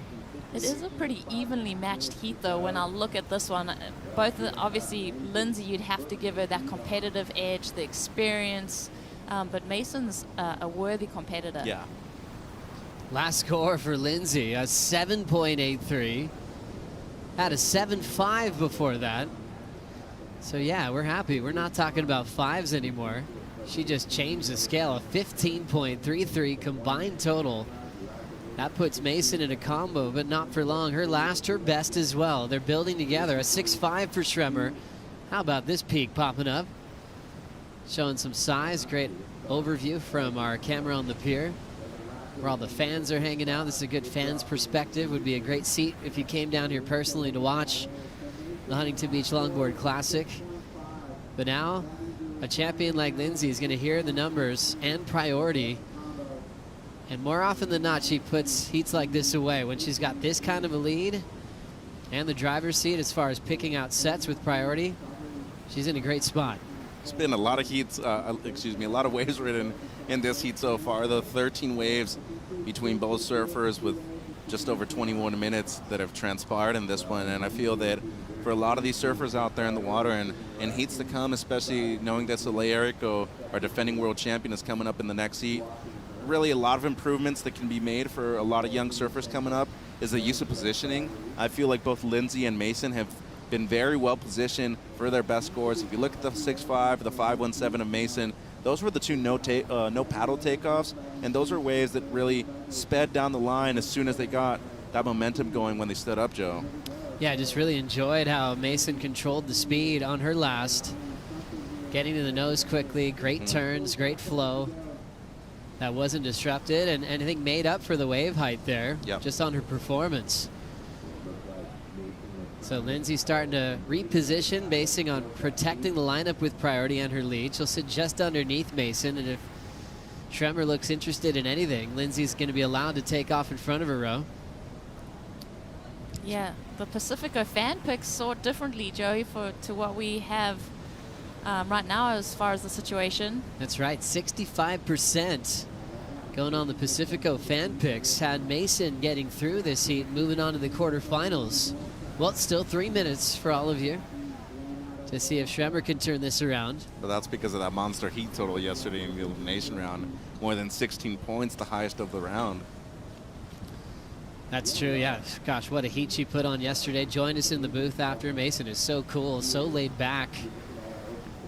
As we look at 242, doesn't ever feel like she's under pressure. Not sure how she's feeling now, needing a score like this as an 8.83.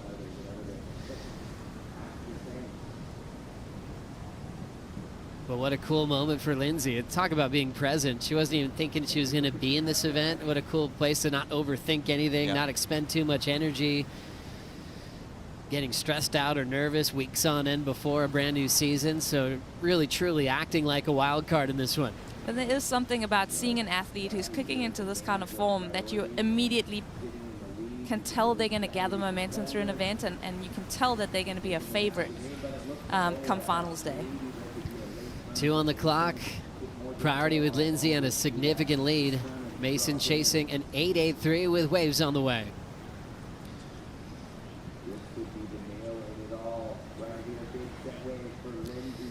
Welcome everyone watching all around the world, and specifically all of our friends and fans watching on CBS News Los Angeles. We've got 90 seconds remaining here in the round of 16, heat number 4.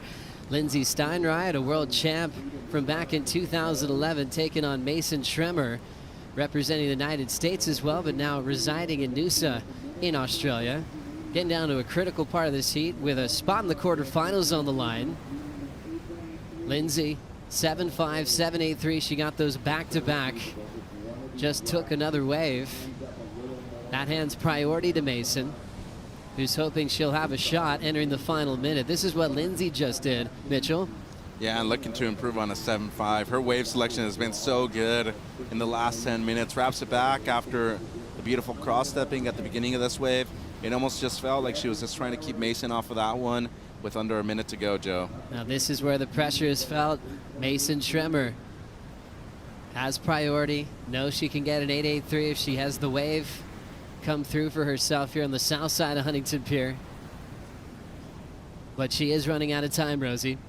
Yeah, this is definitely nervous moments for her. A couple bumps out the back. Will they get you in time, and will it be enough wave for her to showcase her best surfing? Needs a big score, the best of the heat, an 8.83. Situation remains the same. Last to Lindsay is a throwaway score. Paddling into this one. Coming down to this for Mason Schremer. Setting up some footwork. Gets to the backhand 5. She holds it for a moment there. Adjusts back to the tail. Nice cool cut back. Still hugging the pocket. This wave still counts even though you hear the horn sound. She will just roll into the beach, staying on her feet on her final wave. Did well there, just under pressure to perform from start to finish, but was it the best wave we saw in heat number 4 of the round of 16? A strong wave. I mean, the nose right on the outside was very critical in the pocket the whole time, and she kept it on there on the nose for quite a while too, Joe, and then you comboed up with the wrap. You know, she's looking close to a 9. It would have to be the best score of the longboard event so far, so we shall see. I like it, though. I thought it was her best ride. I think we always win as fans. When you hear the horn sound in the middle of a ride, that is so important on the decision to see who will move on to the quarterfinals. Definitely loves holding that speed and nose riding in the critical part of the wave, Rosie. Yeah, and I think there was something about that pressure that really freed her up on that last nose ride. She went for broke on that one. I don't think there was enough done on the middle section of that wave for it to be the best of the heat and in such a big fashion. An 8.83 is a really big score, and it takes a certain type of wave. I do think it was going to go in her top 2, but we'll see if the judges... Let's have a look. I mean, looking at the replay, we can really break it down, Mitch. Yeah, and as I said before, that cross-stepping just to get to the nose, and she was perched up there for quite a while, then combos it up with that beautiful and real tight carve in the pocket too, so some strong surfing on the outside. What Rosie was mentioning, though, it just seemed like there was a middle part right there where she could have taken a bit more advantage of it. It seems like it was just not enough. Scores coming through, an 8.4, not enough. Very close, though. Chasing that high 8 and comes in just under. What a great effort for Mason Schremer, putting on a show, and congratulations to Lindsay Steinreit moving on to the quarterfinals at the Huntington Beach Longboard Classic. A longboard champ over a decade ago. Thought she was going to maybe have the event off. Wild card steps up and has already made it all the way to finals day. Hi, everybody. Thanks for watching. What a great event it's been so far. Joe Turpel, Mitchell Salazar, and Rosie Hodge enjoying the first stop of the Longboard Tour at this great event at the U.S. Open, where we have the Challenger Series on hold. But we've had fun waves ever since we got here on Saturday, Mitch. Yeah, fun waves and the world's best surfers, too. I mean, Whether it's the Challenger Series or the Longboard Tour, every heat's been fun. And now it's going to be all focused, Rosie, on Soleil Erico. You know, as the defending world champion, that comes with some pressure as well. Oh, definitely. And as we've warmed this round up, she's been able to kind of see what the judges are looking for, really have a look at the conditions. So we'll see how she performs. And now a different format this season. Have to surf well here in the beach break format at Huntington. Also going to Bells Beach. A lot of surfers on tour haven't been there before as far as the longboarders are concerned. And then El Salvador as well, as all roads are leading to Malibu for the championships. Heat 5 getting started of the round of 16. Soleil Erico taking on Hawaii's Keani Canulo. Right there, our surfer from Malibu, Soleil, getting things started. Real cool style, obviously groomed in the beautiful point breaks up in Malibu. That wave has been around for, gosh, seems the test of time. Looking at old footage and photos from Mickey Dora. Yeah. It is always so fun to look back on, and the wave is still so important, especially for our longboard tour. Now a two-time longboard champion. And it looks like she's really going to be taking some time to really focusing on her surfing now. Yeah, she said she's going to defer her college this season and really focus on these 3 championship tour events that we have for the longboarders. Sorry, Joe, but yeah, it's really fun to see. You know, everyone is really focused. They're training hard. They're preparing themselves as best they can. That's right. Let's hear from the winner of the last heat. Lindsay is with AJ. As she is, Lindsay, incredible surfing in that heat, a pair of 7s, which is the highest score that we've seen on the women's side for the event today. How did the waves stand up for you and you were able to just take advantage of the canvas they created? You know, it was pretty tricky out there with all the bumps. I just was trying to get some waves in the beginning and build on it, build my confidence in the conditions. And towards the end of the heat, the waves started standing up a little more, and I had priority, so took advantage of it. Obviously, only the 2 best waves count, but you talked about building confidence throughout the heat. How important are those first waves just to do exactly that, so that when the right wave comes along, you know, okay, I've got the rhythm, I'm ready to go? Yeah, in these conditions, it's like you never know. You can choose a wave, and it may be good or maybe not, so you just want to start getting some under your feet, just getting some scores, and then you can be a little more patient and try to wait out the better waves. Quarterfinals on the way. Anything you're going to take from this heat into the next round? Hopefully some confidence, right? I mean, I'm confident in my surfing. I'm feeling really good, so I'm excited. As you should be. Congratulations. We'll see you then. Thank you. AJ, thanks Lindsay, putting together a stellar heat, building just 4s in the beginning, 5s, and then all of a sudden it was all about 7s for Lindsay Steinreit into the quarterfinals, as this one's just getting started. Defending world champ Soleil Erico with a 3-1-7 over Keani Canulo. Plenty of the story to tell there. We're going to take a quick break. We'll bring in Chris Cote, Troy Mothershead, and Matt Chinoski for the call right after this.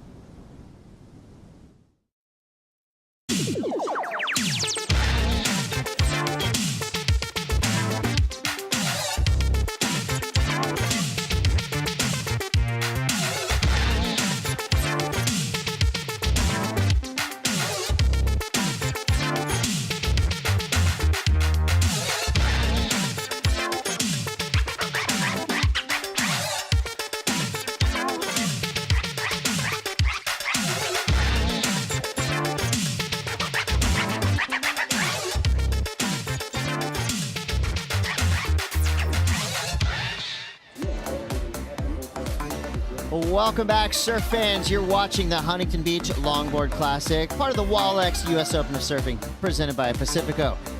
We are into the round of 16, Heat 5. I am Chris Cote. This is the Wax Head. We are joined by Troy Mothershead. His head's everywhere here in the booth. Excited to have you, Troy. Great show you put on throughout the week, especially yesterday. That was one of the best heats I've seen of this entire contest. And today as well, didn't quite go your way, but I think the good news is you're still on vacation. Is anyone from your office watching right now? Are you? Yeah, maybe. I mean, Okay. I got, yeah. I don't want to get you in trouble. You Yeah, know? that's, yeah, thank you. Yeah, no, I work at Topa Topa Brewery up in Ventura, so I'm sure there's, I don't know if they're tuning in now. They probably wanted to watch me surf, but yeah, it was super awesome to let them, for them to let me come and try and shred. Yeah, well, we thank them too because they helped us get some inspiration and joy watching you surf. And in the lineup right now, another great matchup, Soleil Erico, Hiani Canulo. So Soleil, a reigning multi-time world champion, currently in the lead with a 3:17. We're already down to 17:30 to go, so time is starting to fly here on this Wednesday afternoon as Soleil, surfer in red, gets up and at it. And the conditions are getting a little bit trickier by the minute. I think the wind has whipped up a little bit. Good news, it's bright and sunny, plenty of waves coming through, but I think it's going to be a little bit more difficult to identify those waves to give you the opportunity to dance. Yeah, that's exactly right, Chris. We have two posing surfers with their stance. We have a goofy footer and a natural footer. For those for those of us that are joining us on their lunch breaks and tuning in, you'll notice that one of them stands right foot forward, the other one stands left foot forward. But Soleil's out there on the inside scoop looking for some clean right-handers. Second wave of the set, and she's going to be trying to put that 9.6 into the pocket and replicate what she did at Malibu last year to take that 2022 world title. That's right, so with 16:30 to go, Troy, you were just out in this lineup. Does it, when you're out there, I mean, is it what it looks like, or is this a little deceiving? What are you seeing from the lineup? Yeah, it looks like it's changed a little bit since I was out there, and even maybe at the end of the men's heats. I don't know if the swell, I think that swell was kind of dropping, and it looks like the wind has definitely picked up. I mean, if we're already, 10 minutes into this and there's only basically a half a wave ridden, it probably is telling that, things are starting to slow down. But obviously, these girls surf every day. I'm sure that leading up to this, they were doing some practice in a beach break and know what to do. But yeah, this is what happens. You get the beach break kind of tail end. I think there was a little south pulse. Maybe we're in wind swell zone now and tide changing. But still looks contestable. Definitely. You got to be able to adapt. I mean, the conditions are going to change throughout the day, especially here in Huntington Beach, with tides, with wind, with the swells coming and going. These surfers know full well that they're going to have to rely on all their skills if they want success, as we see Soleil and Kiani kind of separating, picking their own peaks in this lineup. She's laughing. She is. She's going, where did that wave go? That's classic Huntington, but as we just had the first ASP World Champion, Peter Townend, who was in the booth with us off screen before, saying this is as good as Huntington gets in terms of sand formation. As we see on her third wave, Soleil Erico, another world champion, and she's opting out of that, just trying to connect with the bowl. And what PT was alluding to is there's usually a big hole by the pier, which creates a dead section. So when we're surfing, we want to try and, the aim is to surf fluidly from start to finish, and hopefully short or long board have a lot of scoring potential, which generally means the wave carries its energy without starting and stopping in momentum. And that's why we have a reference in the Shortboard World Tour called the Huntington Hop. And you can take us through what it does. That's when surfers aggressively try to get through that flat section, and it's bad enough on a shortboard. If you see someone doing a Huntington Hop on a longboard, call the lifeguard. Viola complained. Someone who Kiani doesn't need to do the Huntington Hop is Kiani, and she hasn't surfed the last few days. She surfed in her opening round, and that one coming unstuck. That won't help her cause, but she's only looking for 3.9, and she came out blazing. She won her first round heat with some clean nose rides and those gouging calves that she's known for. Keani Canulo, again, another surfer from the source, Waikiki, riding that Kai Salas board, most likely a 9-4, either a mango jam or a guava jam. She's got her pick of toppings and boards to ride. She is riding a 10-inch fin, a keen fin from Flying Diamonds. As we see now, Soleil Erico, a little bit better of a wave. She started off with a 3.17, really the only score of note for now. We'll drop knee turns there, getting through the inside. Good read on that section. Good clean pullout. So Soleil Erico most likely just getting the highest number of this heat. Yeah, looking forward to the replay. A lot of subtleties that have become apparent in Soleil's style, and I'll get you to run through them very shortly. Troy, especially like the de-weighting of the hands, and she does that bottom turn like real sun, kind of soul arching a little bit. She does like that, huh? Here we go. Yeah, I mean, look at how ledgy this wave is, but she did super well to get a little tap 10. It's almost like she's surfing a couple waves at once, but that's a solid little cutback to redirect. Soleil was actually, I was listening to her commentary in the booth the other day, and she was mentioning how important it is on a longboard to be in the pocket. And I think on a shortboard, like, you actually have to be in the pocket or else you just can't ride the wave. Whereas on a longboard, you can kind of actually surf the wave out in front of it and still, you know, sort of do some maneuvers. But that pocket riding is actually so critical to making it look solid. And I think as kind of, you know, dismal as maybe most of that wave was from its perspective, she kept herself in the pocket and did what she needed to. But I don't know. Hopefully we get a couple set waves in here or something. They can really do something special on. Yeah. But I love that analysis, and it's interesting to note Soleil's board is along the Australian involvement style boards with a narrower nose and a wider tail, and they're very intricate and they're not for everybody, and you have to know a lot and be very you have to be very studious with your approach, because if you don't surf them in the pocket and you don't initiate legitimate turns, they end up being more trouble than they are good, right, Troy? Like, especially when you watch her engage that carve. I mean, the judges recognize the committed turns, the 6.17. A lot of that didn't come from the nose ride. Right, yeah. I think it was just that she surfed that wave to its potential in the pocket, which we're talking about. I mean, yeah, I've been riding kind of a wide point back, more pulled in nose for a long time now, and I think you're spot on. My best example is that my wife rode it, and my wife is a pretty good surfer. She can hang 10, do her thing, whatever, and she was just like, no. I'm not riding this. You know? No, thank you. Yeah, no, thank you. This is just not, you know, and so she's got a really other killer model from Wayne Rich that's a little bit more user-friendly, but I think that's, you know, I think you can, a lot of times you can see that too in the surfers out here, what they're riding. Oh, there it is. 10:30 on the clock, some scores trickling in, and as expected, Soleil Erico gets the best number of this heat so far, 6.17 for her last wave. Keani with a 2.5, and she is up and at it again. Little left-hander going towards the pier, gets up on the nose. Nice speed there, good turn. That's the combinations that the judges really appreciate. A beautiful finish there. Love it. You know, she really just kind of maximized the potential of that wave without making it look forced, without making it look like she's kind of trying too hard. It was just nicely done from beginning to end. So with 9:50 on the clock, we're going to have a heat on our hands after that last one from Keani. Love that, and I think this left is really suiting Keani's style. I've seen her on longer waves before, and she has been guilty of getting repetitive at times. But in this short, punchy beach break of Huntington Beach, you see this beautiful 5, and this turn, that's a really nice cut down, and using it to get her back into the critical source. But then stepping forward to get that trim and backpedaling, perfect tempo, and I think the judges will really recognize the variety, the style, and the flow that she carried from start to finish. This is going to be a fantastic heat. Yeah, and a note on flow. Just felt a big change in the wind. You literally hadn't felt a wind gust all day long, but things have switched up. Now it feels like it's coming straight on shore.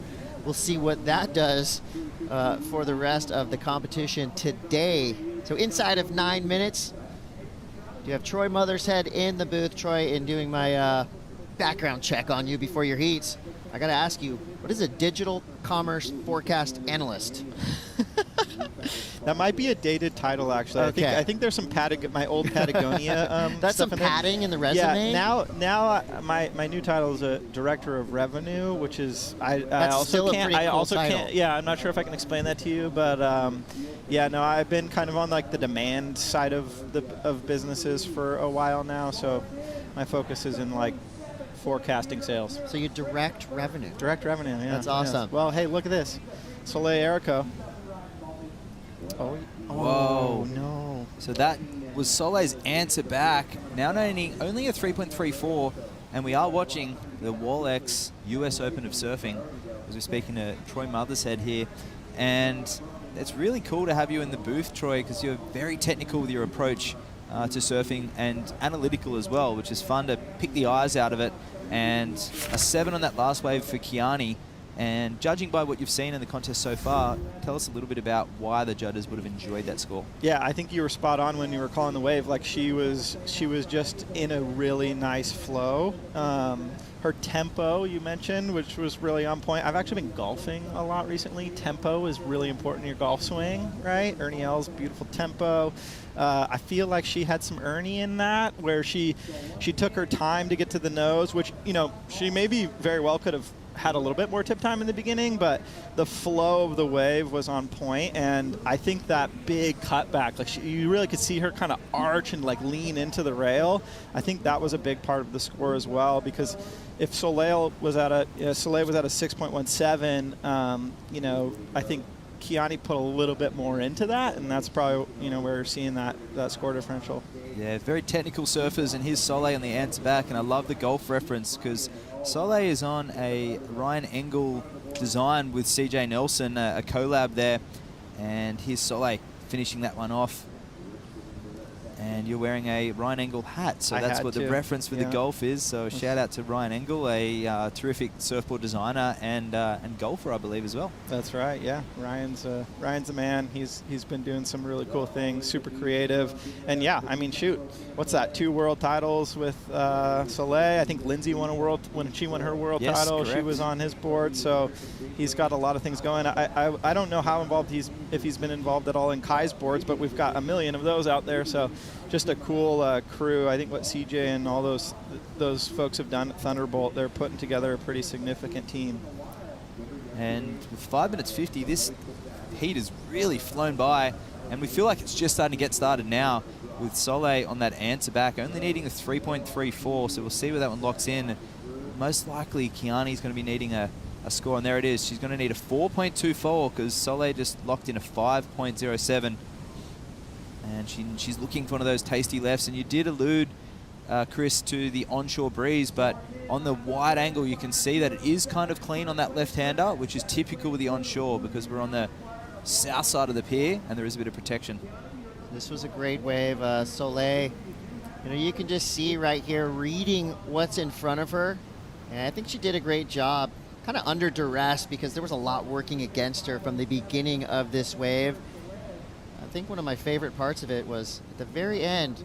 It was subtle, but it was a little Elaine Bennis kind of mini kick through to the inside of the whitewash. Just a little tiny hint of creativity, but Wax said you've been saying it throughout this entire contest. The judges are going to be watching everything from the beginning to even past the end of the wave, so the pullout actually can count towards your overall wave score. Actually, it counts a lot more than what it would seem apparent on the screen.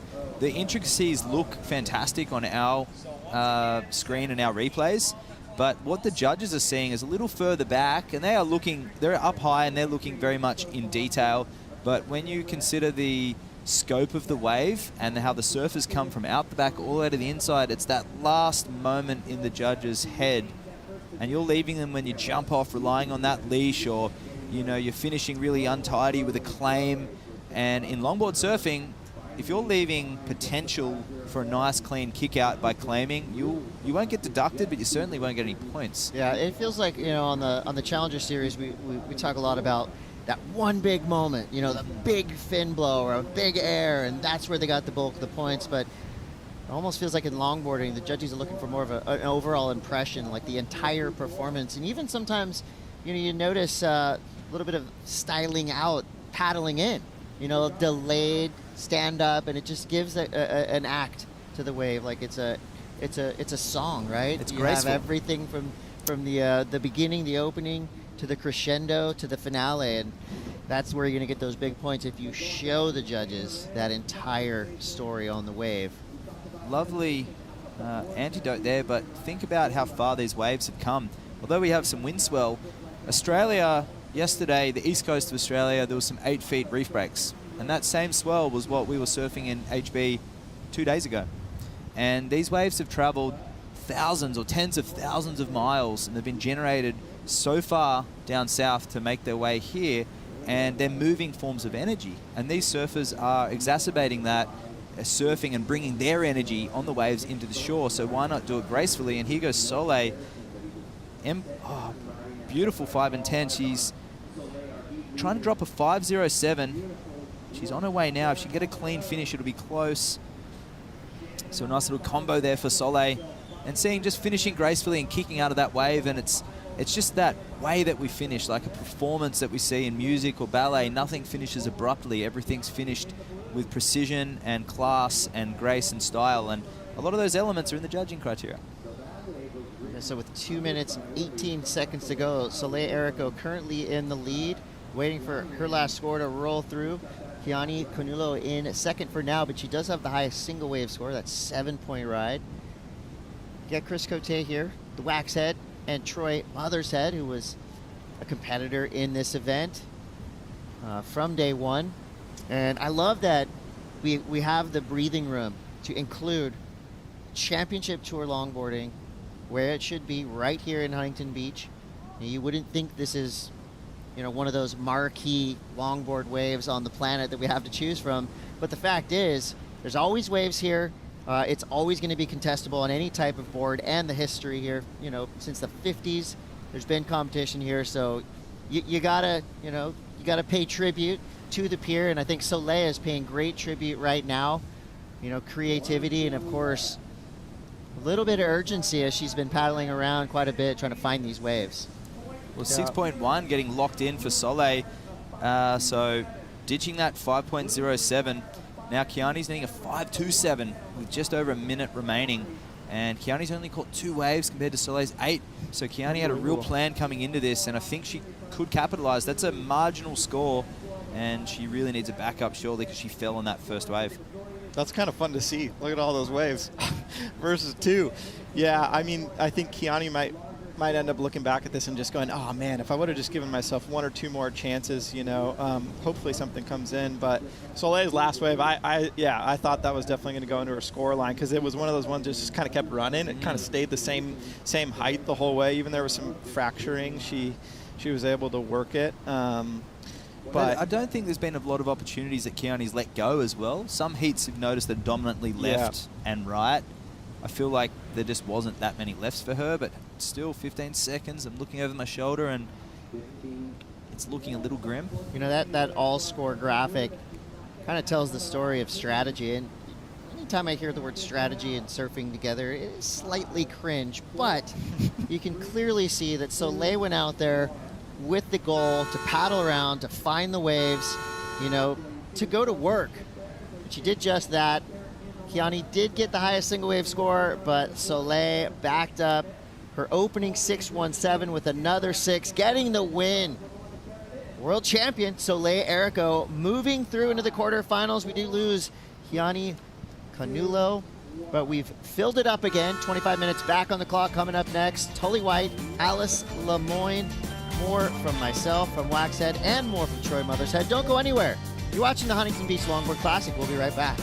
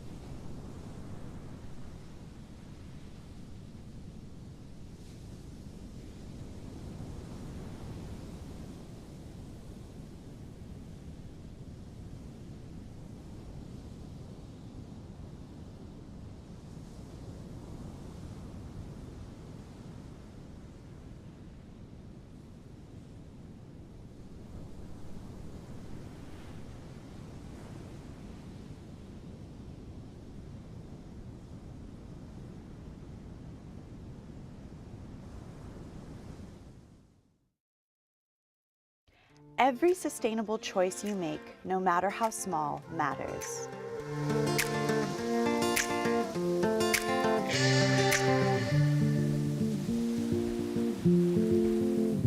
Es muy importante para nosotros, los integrantes de la escuela de surf Cuyagua, entiendan que parte de la esencia de un buen surfista está en proteger nuestros océanos y el medio ambiente. Speak up for the ocean. Your actions can inspire others.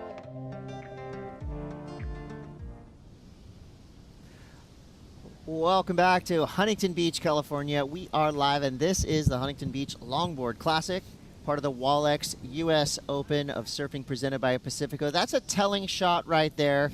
That tells us that, yes, it is peak of summer here in Southern California. It also tells us that the wind is whipped up a little bit, and it's got a lot of consistency in it. Maybe not the consistency that we exactly want. The good news is there's still 7s and 8s out there in this lineup. And we have two very capable surfers in the water. Tully White versus Alice Lemoyne. Chris Cote here with Matt Chanowski, as well as Troy Mothershead. Troy, we want to thank you for joining us. Your insight has proven to be very insightful in this last heat, and we want more of it. So give us the call here. Who is the favorite going into this heat? Both these surfers are, obviously very talented. Making it onto the championship tour is hard enough. So who's going to get through this one? Yeah, for sure. I mean, I guess Tully's wearing the red, so I have to assume she's the high seed. But I know that Elisa's had some incredible heats over the last few years, especially back at Malibu a couple years back. So plenty of talent. I think their biggest key here is going to be wave selection and just finding something that, offers a moment. Elise paddling. Oh, and not running each other over to start the heat, thankfully. Paddle battle there. That might just be kind of the priority set, honestly. That was sort of a floater-only wave. But, yeah, it's going to be really interesting. I think in the last heat we saw two really different approaches, a bunch of waves caught by Soleil and only a couple by Kiani. And, honestly, one more wave and maybe the tide had turned. So strategy, I agree with you. Maybe not always the most fun thing to have to think about. My dad was sitting up there and he's like giving me all these things about, he's got two phones going, like looking at all the things, he's Excel spreadsheets. That's where I get lot. my analytics from, right? And I was just like, Dad, no strategy. We're going no strategy. I leave the analytics in the office, Dad. Well, with someone like Caniella, you can't really have a strategy. I mean, he surfs so natural. You have to adapt to what's in front of you at HB, which is what we saw in that last heat. Soleil rolling the dice, so to speak, getting lots of waves. And interesting to note, Tully actually did have a 2.5 to start, so paddling for that wave, Alice had priority. So it was Tully that was giving it to Alice and trying to push the envelope, which is not common with Tully, so it's good. That's her strategy, to really knowing that there aren't a lot of waves. And here she goes, the smooth Tully White from Manly Beach, Australia, on that beautiful pintail Nettleton. So it's a balance of opposites. You have the grace and the flowing style of Tully, and then you have the enigmatic and, let's say, expressive Alice Lemoyne with her body language and her passion coming through at the end of each wave. And Tully just does a nice flick out. So we have polar opposites and both very amazing World Tour surfers. And I think the good news for these two surfers in the lineup, that last heat was a really distinct change to what we've seen prior, just in terms of the conditions. So they at least got a little bit of a scouting report, as to what is happening in the lineup. I mean, it's still plenty glassy out there. Yeah, there's some bumps. There's some things they got to work with and work out here. But as you can see right there, head-high waves still coming through, and Tully White is about to get pounded. Deep turtle dive. She'll be all good. She's a professional. And is that I might say that's the only pintail that we've seen in the draw, or one of the few. Rachel Tilley had one, a rounded pin, and maybe one more, but there's not many. That board, yeah, when she kind of ran by earlier heading out, that was one of those boards you just look at and you go, wow, that is a beautiful surfboard. I'd like to get my hands on that. 18:30 on the clock. Big heat for Soleil Erico coming through with a 12.27 total to get the win. She's on the glass now with AJ McCord. A big heat indeed, on to the quarterfinals, but you walked in and you said, it's pretty tricky out there. What made it so? It just was more bouncy and bumpy than I thought, but I'm glad my board, absorbed the bumps pretty good. So, yeah. I would say so. You made it through this heat, and your opponent didn't even take off on a wave until like 14 minutes left. You were trying to, it seems like, find a rhythm earlier. What was your strategy approaching the heat? I mean, she got a 7 though, so that definitely put, pressure on me. So I was like, all right, Soleil, like you got to get some good ones now, because a 7's a big score. But I was just trying to take a good amount of waves because I like to get in rhythm, and I got my best wave at the end, and it worked out. I want to talk through your best wave. What did you see on the wave? Yeah, so I just did a stall, hang 5, hang 10. Come back, then I saw a little extra wall in front of it, so I went to the 5 again, and then the end section, I hit it and stuck it. I was glad I stuck it. Almost went down, but I stuck it. I'm glad I did. Understandably so. Congratulations, you're on to the quarterfinals. We'll see you then. Thank you. The word tricky is a telling one, right? That's our way of saying it is not easy to compete out there right now. But again, of course, I'm a perennial optimist. I'm looking out there and thinking it looks super fun. You only have 2 surfers out there trying to decipher current conditions. 16 minutes, 50 seconds ago, plenty of time remaining. At the moment, Tully White does have the lead. Your environmental science student, all the way from Australia, sitting on a 2.5 and a 3.10. Pretty cool story for Tully. Her and her partner, Declan, had a fundraiser with the help of their Manly Malibu Board Riders Club to get them out and about. Waxhead coming from Australia, and I'm sure you've been around the world and back. Same with you, Troy. It's not cheap, especially when you're dragging along 4 9-foot plus 15-pound surfboards. It's not cheap, nor is it easy. So thank you to the Manly Malibu Board Riders for helping support longboarding and Tully White. Hopefully she can pay you back with a win. President Tom Bennett, one of my friends, and he's part of the Bennett surfing hierarchy, one of the first names in surfing in Australia, and he knows how rich in history Huntington Beach is in California, and to have some of his club members there would be fantastic. And I'll have some of mine from the Reef Riders soon enough, the dominating club on the Sydney's northern beaches. And unfortunately, even having Declan and Tully in their club, they can't topple the Reef Riders, but I'm sure that'll be fighting words now as we see Alice Lemoyne up with the counter back to Tully White. 4 steps back to the tip and a little disjointed there, but keeping really busy on the reform left, and wow, really putting her back into that turn. And I will just, if we rewind a little bit, you did say Declan and Tully are partners. That's not quite the case. They're just friends. That's right. Friends. Yeah. Partners in surfing. Partners. Yeah, exactly. Just to make sure. I don't want to start any rumors over here. I'm just. They Chris both bringing TMZ into the booth. Raise good. Just to get around. Yeah, all good. Just making sure everyone was clear on that one. And as we paddle back out, we'll see if Alice improves on that 2.67. I think she will. What do you think, Troy? I'd have to imagine that was better than 2.67. Man, she had some quick feet on that step back there. Yeah, because she gets to the nose, had to wait a little bit for the ledge to walk away, and then that was what I'm talking about. Those quick feet, gets another 5. I think it's just, she's just working what's in front of her and trying to get a few points out of it. I mean, I think that is probably the biggest challenge right now, is that that you're in a heat, and so there's kind of this balance of I gotta go score some points, and I feel like when the conditions are like this, you're forced a little bit more into that box. But she did what she could on that wave for sure.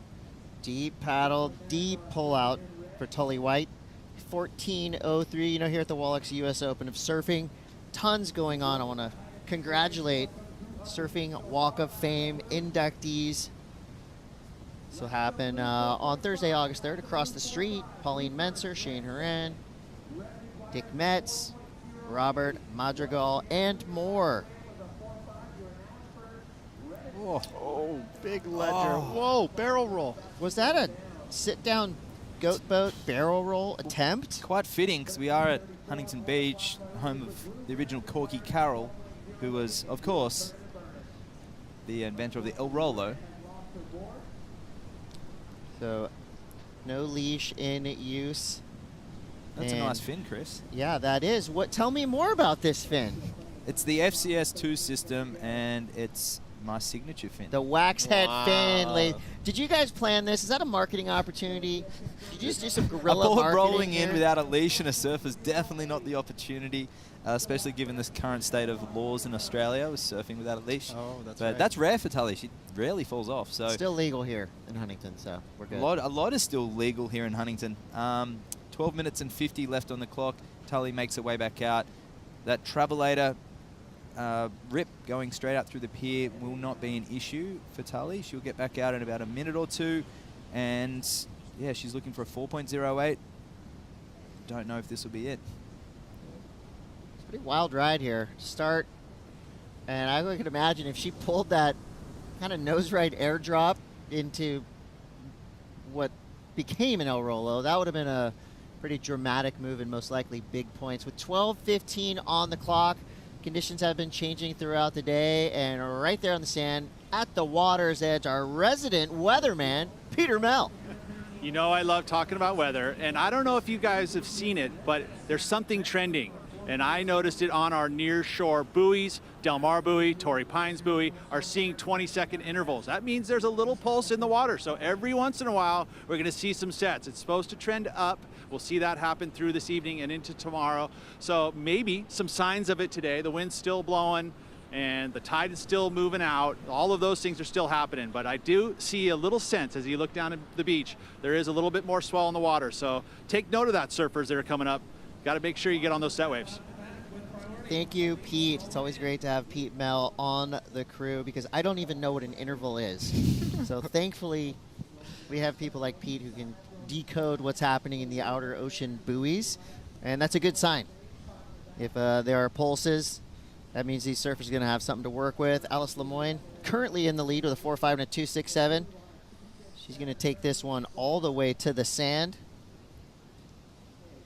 You see that the rocker of that Luffy board there, it's been working so well for her. And it's interesting, the boards are so wide. We'll get back to that as we see Tully in red. Nice transition if she can connect back up to this. And that pintail just sort of jerking and reacting with the chop, which can happen with pintails. They are meant to be smooth and clean in turns, but if you're not on the right side of that, they can be the complete opposite. You're no stranger to pintails. You had that that Mason pintail you rode for quite some time. Yeah, that's right. Yeah, I've got a couple little pintails in there. Most of them are kind of more like speed shape-esque, you know, not as focused on the nose. But I mean, my entire childhood I was riding the pintail HP, you know, and I think that was the reason for it, right? Is you could really like Colin McPhillips roundhouse cutback, the best cutback of all time. On single fin rounded pintails. Yeah, he was just smoking them, so that was the goal. But yeah, I mean, back to Elisa's board, it kind of looks a little bit similar to some of those Takeyamas, right? That Michael's making a lot of tail kick, kind of wide, sort of a little bowly in the tail there. A lot of area, a lot of volume, but interesting enough, the wider you go on a tail, the harder it is to turn. But how Luffy's counteracted that is by putting that tail flip in, which releases but also drags through a turn. So it's a compromise between slowing down and turning, but they knife them out. They get them so thin in the tail, where if you just narrow the tail, you can increase the volume and almost have a board that performs similar in an all-round position, but because in an all-round scenario, but because the nose ride emphasis of Elisa's surfing in these waves needs to be about all that stability and length of nose ride. That is the stability that's coming into it with the width. So hence, I guess you could say it's counteractive. A thin, wide surfboard. Why not just go narrow and thick? Well, it's because she wants to hang 10, and she's doing that very well. It's a lot to unpack there, but all good things. I mean, these surfboards, they might look simple, but if you take a closer look, you'll see a lot of hidden tech in there, technology that's been tried and tested and proven over, 100 years. So it's good to have that kind of legacy going to each and every board. 8:40 to go. We're going to take a quick break. Alice Lemoyne on top for now. Stay tuned to find out what happens next. It's the Huntington Beach Longboard Classic.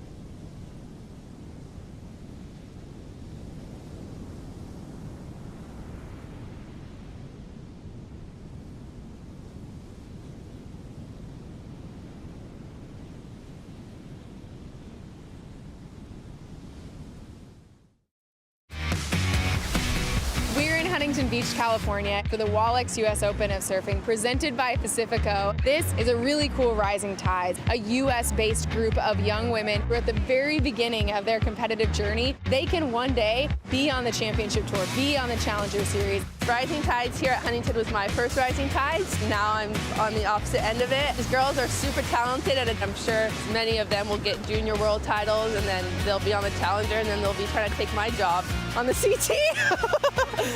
Competing for the USA team, I started at NSSAs, and then I moved up to Primes, and now I'm here at the Challenger Series. My ultimate goal is to be on the tour.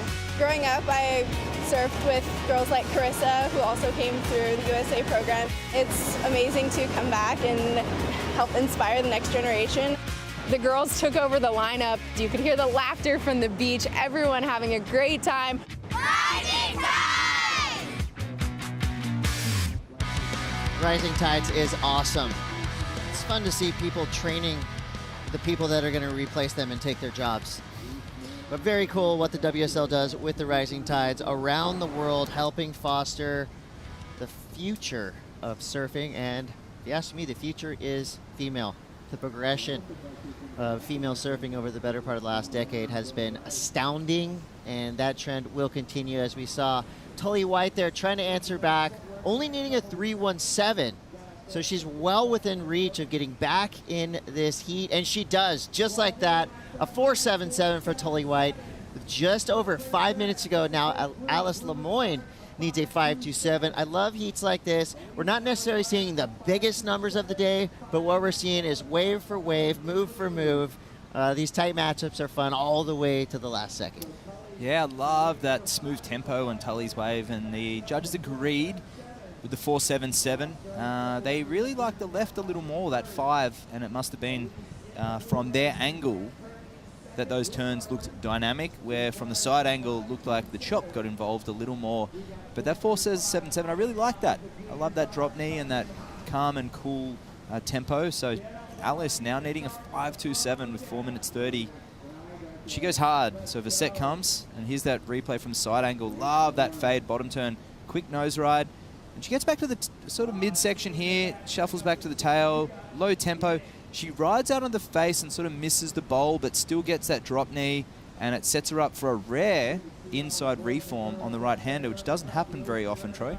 No, I mean, yeah, a lot of these waves are, you know, soup all the way to the beach, but here goes Elise trying to get that 527. This thing's got a little bit of wall to it. It looks like it's going to keep running. A few little hang 5s and another setup for a nose ride, another hang 5. She's working it, getting inside floaty. Okay. Oh, yes. And some firepower. She is stoked on that thing, looking for the score. The passion coming out of Alice right there. That may be the first big real claim we've seen in the longboard division. Chono mentioned it early that she's, you know, she likes to show the passion.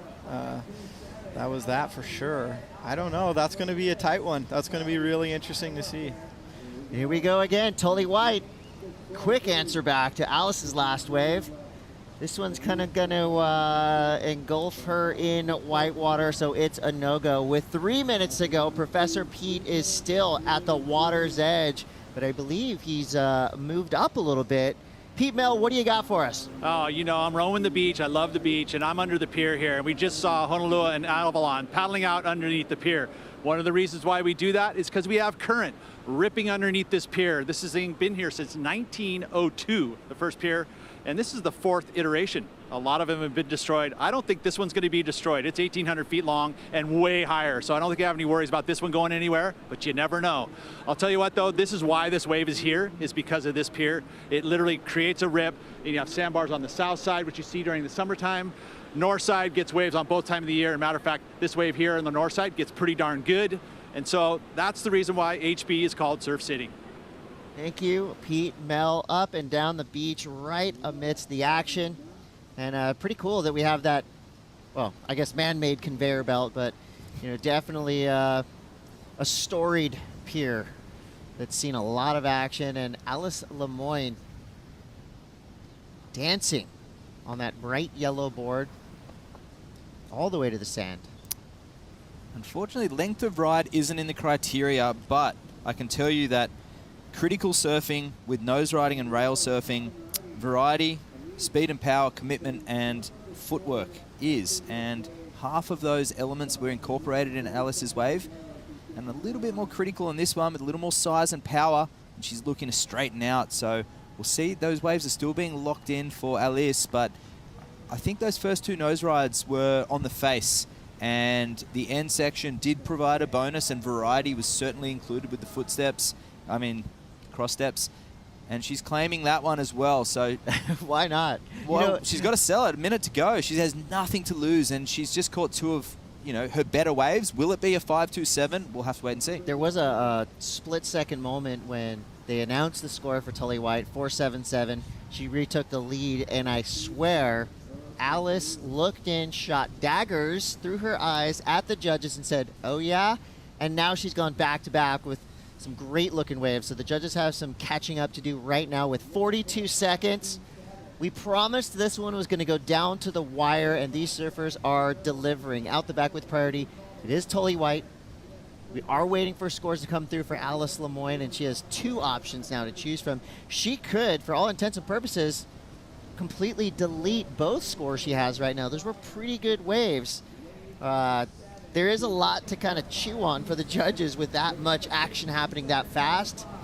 So far, my theory could be proven right. I will feel pretty smart in about 8 seconds, but we'll see. Here's the first one. So this was the big claim, 5.67. She gets the score. She gets the score. So she gets the score and regains the lead. We're still waiting for one more, so, there you see. And that's the passion coming through. So Alice Lemoyne, even though she does have one more score coming through, that's just going to be the cherry on top because she gets the win here in round of 16, Heat 6. Troy Mothershead, thank you so much for joining us. We won't tell your boss that you're out of the event, all right? This thing's supposed to go till Sunday, so technically we have you till Sunday, so we'd love to have you back in the booth at some point. And look at this camaraderie between Tyler. That was a real battle, and they have a lot of respect for each other, these surfers. They've surfed against each other for a number of years, including in Taiwan, in those big lefts. And Alice took the win with that experience and keeping busy. So another great heat. Chris Cote, Waxhead, Troy Mothershead, thank you guys for watching. We have more to come. Don't go anywhere. This next heat is set up to be a classic. Honolulu Bloomfield versus Avalon Gall.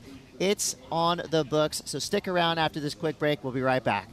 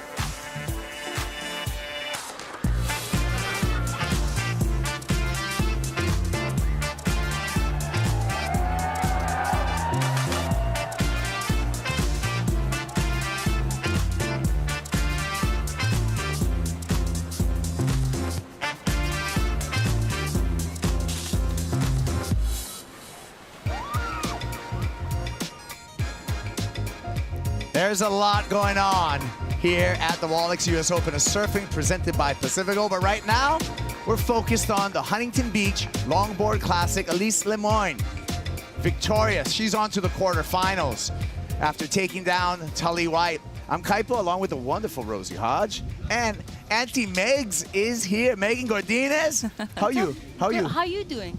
How you doing? I've been enjoying the week. It's been tremendous. We got a little mixed plate out here, Megs. Shortboard Challenger, Longboard Classic. What do you think? I think it's sick. Finally, that longboard's getting into some bigger events, and I love it. I love seeing everybody, and I've been a part of the game for a while, so seeing a lot of the old school faces, it's nice. Yeah. What do you think? I mean, we got a full tour this year. We got 3 stops and a 1-day match play final. I wish I was part of the tour now. Now I'm like, oh, why didn't I make that qualifier? No, it's so sick. I'm so stoked for everyone that gets to go to Bells is the next one. And then El Salvador. El Salvador. Surf City. What spot is it? El Sunzal. Just the name is sexy. Yeah. Are you kidding me? Like, and then I'm like, ooh, I want to surf there. Operates on all tides, kind of like a right-hand cobblestone point, and yeah, great show. My dream wave. You have fun there. Water's warm. Let's set up this heat, Rosie. We got Honolua Bloomfield up against Avalon Gall. Winner goes to the quarterfinal. There's Honolua Bloomfield in the red jersey, 3-time world champion. Let's go for the full Hawaiian name, Megs. La'akea Kai Honolua Bloomfield. Isn't her first name is Tehere though? Yeah. I'm pretty sure, right? It's Tahitian, or her middle name. One of the names. I remember when she was little, everyone was like, Honolua, Honolua, and I'd be like, Tehere. And that's when she knew she was like in trouble. But all I was doing was saying hi. But I'd call her Tehere, but that's a strong Hawaiian name. That is a strong name. Avalon Gall from Laguna Beach. She started off here, Rosie, with this ride. Yeah, good to see Avalon. I mean, she's been so strong in the opening round. She's looking like she's carrying a lot of confidence. Beautiful style through this wave. Meg's just waiting for something of consequence. A lot of cross-stepping happening. She's looking fluid, but I think in the context of this heat, that's going to be a throwaway. Here we go with Hono. Nice control on the nose there. And patient for the rebound on the oncoming section. Keeping the rails clean all the way to the inside.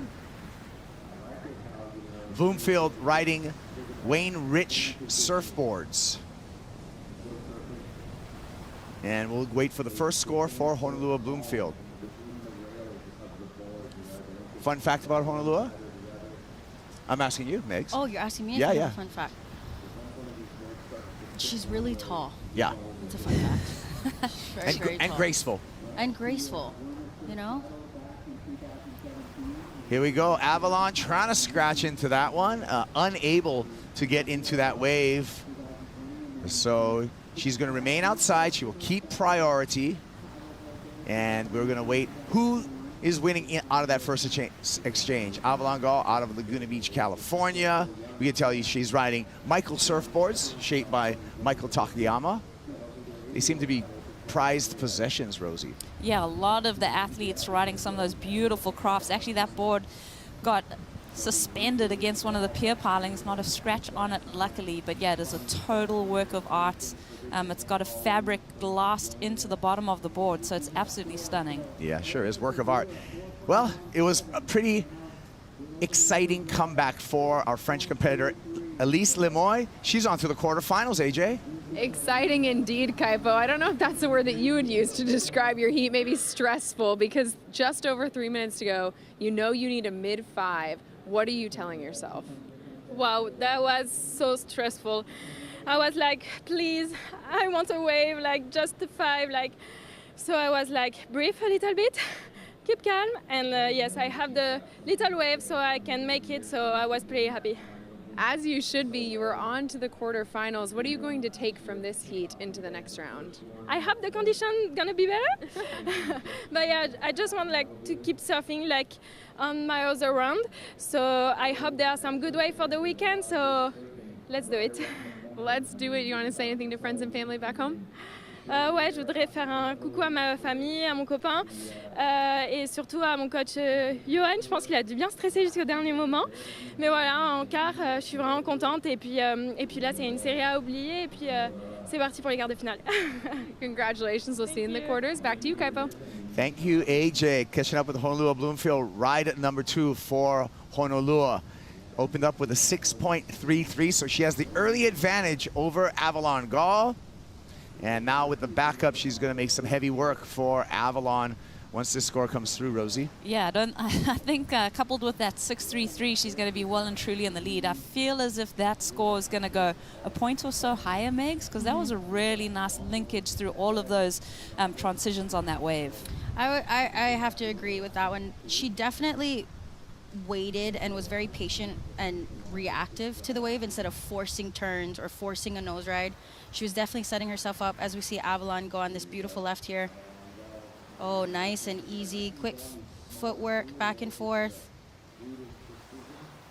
Wow. Same with Avalon. It's not about trying to bash the lip or whack the lip. I mean, I speak for myself. I do nothing but that. But they're waiting. They're being patient. They're being reactive. It's exactly what surfing is. It's just a reactive sport. You react to what the wave is allowing you to do, and they're performing that perfectly. Yeah, and with this setting here and the playing field that we have, Southside Huntington Beach Pier, you got to be quick. I mean, it's not like it's a point break where, Rosie, you can really set up and take time and almost like choreograph what you're going to do. Agreed, Capo. And just watching all of the different elements that are going into play here at Huntington. You've got different swell directions coming at you. You've got this wind that's kicked up a notch and the pier's coming at you pretty quickly. So, yeah, your body's having to react, but keep composed and your poise. So this was a great wave from Avalon and a good answer back to what Honolulu just put up. The footwork to me and just the fact that, like you mentioned, she doesn't break her line of flow when she's going for her next maneuver. It's not like she's anticipating and she's attacking the section.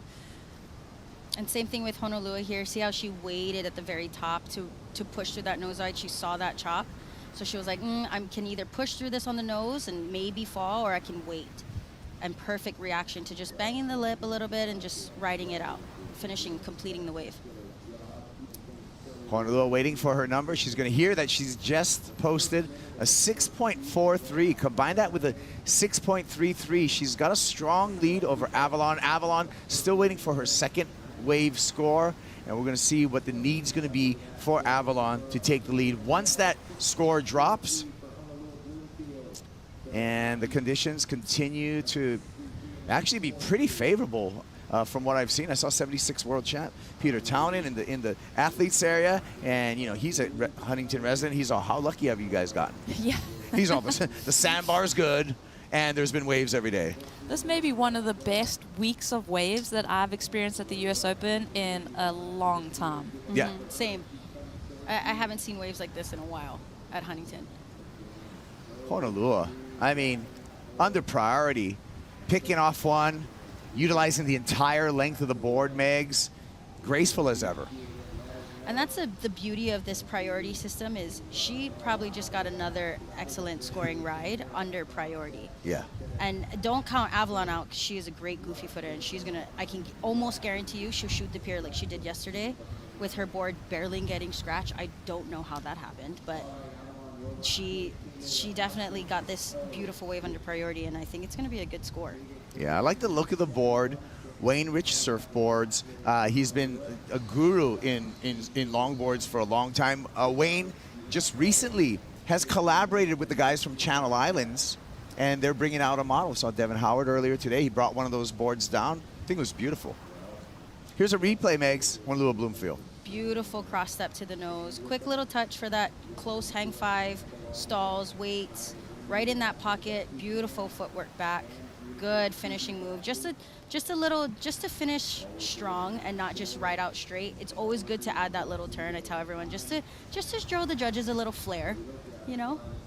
and show control, and it appears that Honolulu will help her cause a 7.83. Rosie, look at the numbers. Yeah, that was a really good wave, and just shows how she's built throughout this heat. She's ridden 3 waves, and each of them have built on the one before. 7.83, that's a really good score. I think we're going to see her even start to open up a little bit more and really find her repertoire and kind of ease those nerves.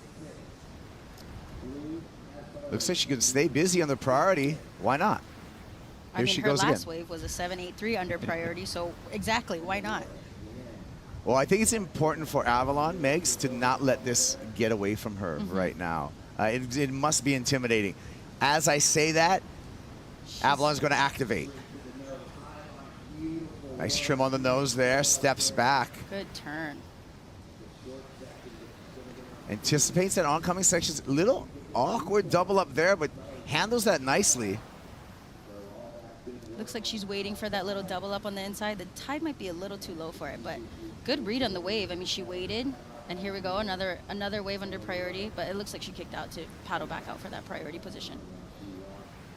These girls are staying busy in this heat. Wow. Something with Avalon's wave, though, that use of priority was so good. That was a bigger wave. That first section was pretty consequential. So, you know, it seems like she's heard the scores populating, and she knows that she's kind of got to up the ante.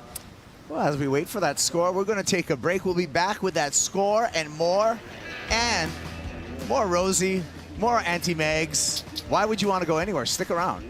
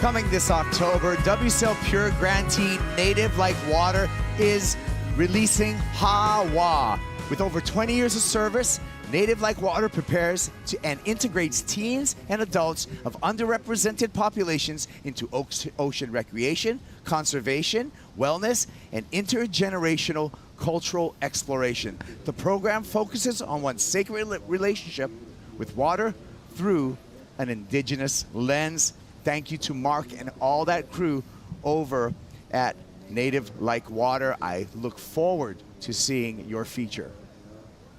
Love those guys. Yeah, met them last year at Ohana Fest. Really cool mission. Here's a replay. Honolulu Bloomfield, Rosie. Yeah, looking at this one from Hono, this is an interesting aerial view from the pier. but you just see her catch that little bit of rail. There were just like little bumps and bobbles in that wave. I think it's not really going to factor in. Yeah. Not one of her top two. We were waiting for a score for Avalon Gall as we went to break. That score came in, Megan, at a 6.57. So Avalon now needs a 7.7. I mean, like I said, don't count her out. She'll fight to the very last negative second. I feel like sometimes she'll scratch till that horn blows. So that's gonna be a great heat. And I do want to clean something up. I want to acknowledge that Honolulu did do a board switch. She's on a Michael Takayama board. So both of our surfers on Michael Takayama longboards. Yes, I think she made that decision just because there are glassed heavier and there are a heavier board. So just to be able to go through the chops, whether you're going right or left, she needed that weight to push through that. And that's why she's waiting at that top of the wave, because she knows once she gets on that nose, that wave will push her, and that weight and that tail, that big tail that he's known for, will catch in the back of the wave, so she can sit at the very top and just camp on the nose. So I think that was a good switch on her. Yeah, reading the conditions, and you need the right tool for the right job. And I mean, Hono is so light too. Like, if you're going to have to plow through these sections and maintain that momentum, that's what you're going to do. And with the longboarding, I mean, we do have it in our criteria. Your board has to be over 15 pounds. It's got to be bigger than 9 foot. But what do you think this board of Hono's would weigh? Knowing her, I'd probably say close to 20 pounds. As we see Avalon on a screamer here, I think she's going to want to, kick out of this one. Yeah, straight hander there for Avalon Gall. Priority to Honolulu Bloomfield. Bloomfield with the lead. Priority, 6 minutes on the clock. Heat control at this moment for the surfer from the North Shore of Oahu. And we go to our fans. Remember, you can go to worldsurfleague.com, pick who you think is going to win in each of these heats, and that's how we get the information for our Pacifico fan picks. And 82% of you fans went with Honolulu Bloomfield. That's a big, big jump. But like I said, Avalon Gall, you got to be careful with that one. She's sneaky. She's the 3-time world champ. We had Rachel Tilly in here, and she was mentioning Avalon's strengths and that she gets, like, she's scrappy until the end. Yes. And she can sneak that score and make that heat. I've surfed against both of them, and they are both very scrappy to the point where I consider myself an elder now in the sport. You're pretty scrappy, though. Yeah, Rach. I know, to begin with, on land and in water. That's what I mean, but, you know, but they will not give up. And that's what we're, any competitive sport, any competitive athlete, you don't give up till that horn blows and there are no friends. Like Uncle Tony told me and Kalia, Sister Moniz, in a heat, when we always used to draw each other. And no matter what, he would tell both of us, hey, you guys not best friends. That's it. That horn blows. You guys not best friends. Friends on land, enemies in the water. I mean, when we got on land, at some point we were like, I guess we got to be friends again, since the horn blew. You still boxing? Am I still boxing? Yeah. Am I still breathing? Oh, come on. That's my girl right there. Of course, man. How am I going to drop in on all these little kids now? I got to have something. I saw the clips, man. You got game. I'm intimidated, Megs. I'm telling you right now. I tell them all the time, hey, you gotta. But it's all about respect. 100%. It's all about respect. That is the goal of any kind of martial art or any kind of self-defense is actually discipline and respect. Yeah, I've never had to use it unless it's like literally self-defense. Yeah. So, but in the meantime, it's great. It's a great like active sport to keep me. If there's no waves, which there hasn't been waves back home for. It's a way to keep your hands up. Yeah. I mean, you definitely want to keep your hands up when you're surfing, but I mean, you want to keep them down for posture. But for strength. Yes. You build the back out, you 100%. Get your arms, you start, flexing on the beach a little bit. Everyone doesn't drop in on you. I love it. 3:30 remaining. Honolulu Bloomfield with heat control. She's got the lead. She's got priority. She's in a good position to hold off Avalon Gall. Avalon needs a 7.7. Avalon needs to sneak a wave, Rosie, under priority. Yeah, and this is where she's going to have to lean on that scrappy competitive nature. This is a nice-looking wall of water coming towards her. Oh, is Hono going to use priority? Oh, and she does. What a good play on that. Oh, wow. Oh, wow. That's commentating. Wow. Wow. I'm speechless. That was deserving of about 4 or 5 wows. Yeah. I mean, talk about getting the job done. A little bit of defense at the beginning, taking the wave away, and then a ton of offense, Rosie, with some great lengthy nose rides. Yeah, we'll throw out some more onomatopoeias because Hono just, she does take the words right out of your mouth. Just watching her kind of does render you just speechless. And just how was that use of priority too? She saw Avalon getting some momentum, going for that wave, and the Jedi mind tricks to hang just on her outside. But this was gorgeous. She gets 2 taps for 2. I'm pretty sure this is going to go up into her top 2 scores. She tapped twice for a hang 10 and finished strong. Will we see a 9? A 9-ish? Ooh. Are we going to test it? I want to say it could be up there. I could maybe 8, 5. I guess the scale, the 783, you've got to think about that's the scale for this heat. So where is this wave? How much better is this wave in the context of the 783? To me, personally, watching that, I think that was better. She got up on the nose twice and parked with confidence. And that's what the judges want to see is confidence. Committed. Well, Avalon got a wave as well. While we were in the replay of Honolulu Bloomfield, Avalon Gall got a wave. Let's take a look at that wave so we can see how Avalon was able to answer back. Here it is, Rosie. Okay, so this is a cupped out little section as she's taking off, but then unfortunately it doesn't offer that same bowly section. Makes to make it like a consequential nose ride. The ending was pretty cool. It seemed like there was that, like you said, all those different swells coming at that showed in that wave of she was really trying to read it to try and push on for a nose ride, but it wasn't allowing that for her. All right, so we're waiting for 2 scores. One for Honolulu, one for Avalon to complete this heat. The energy in the air feels like it is going to be Honolulu Bloomfield moving on into the quarterfinals, but we'll see. We're yet to confirm. Don't have those numbers as of yet. Judges contemplating, probably taking a look at the replay, Rosie. Definitely. I mean, it is time to contemplate these scores. This is going to be crucial as we come down to the last 20 seconds. Yeah, Hono, I think, is going to improve that situation, but just to get it right and get the numbers locked in. And you had a good point saying that 783 was that top, and was it better? And I think that's what's taking a while for these scores to come in, is to look at that and see. And apparently, as you said, you were right on the money. I said 9. You said 9, and that's pretty close. I mean, a judge threw a 9 and a 9.3, so. It's excellent. 8.67. Honolulu Bloomfield puts Avalon Gall in a situation that Avalon needs a 9.93 on her last ride. We're still yet to get the score for Avalon for that last ride to really make this official.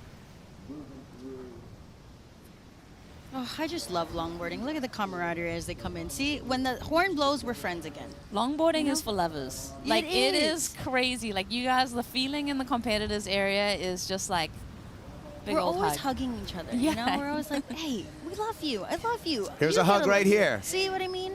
And the Look at numbers that. are in. 16.5. Honolulu Bloomfield goes excellent 2-wave total, and she moves on into the quarterfinals. Avalon Gall eliminated from competition. There's a good vibe in the air. Let's keep that good vibe going. We're taking a break, but we're going to continue that vibe. We'll be back with the last heat of the day when we return.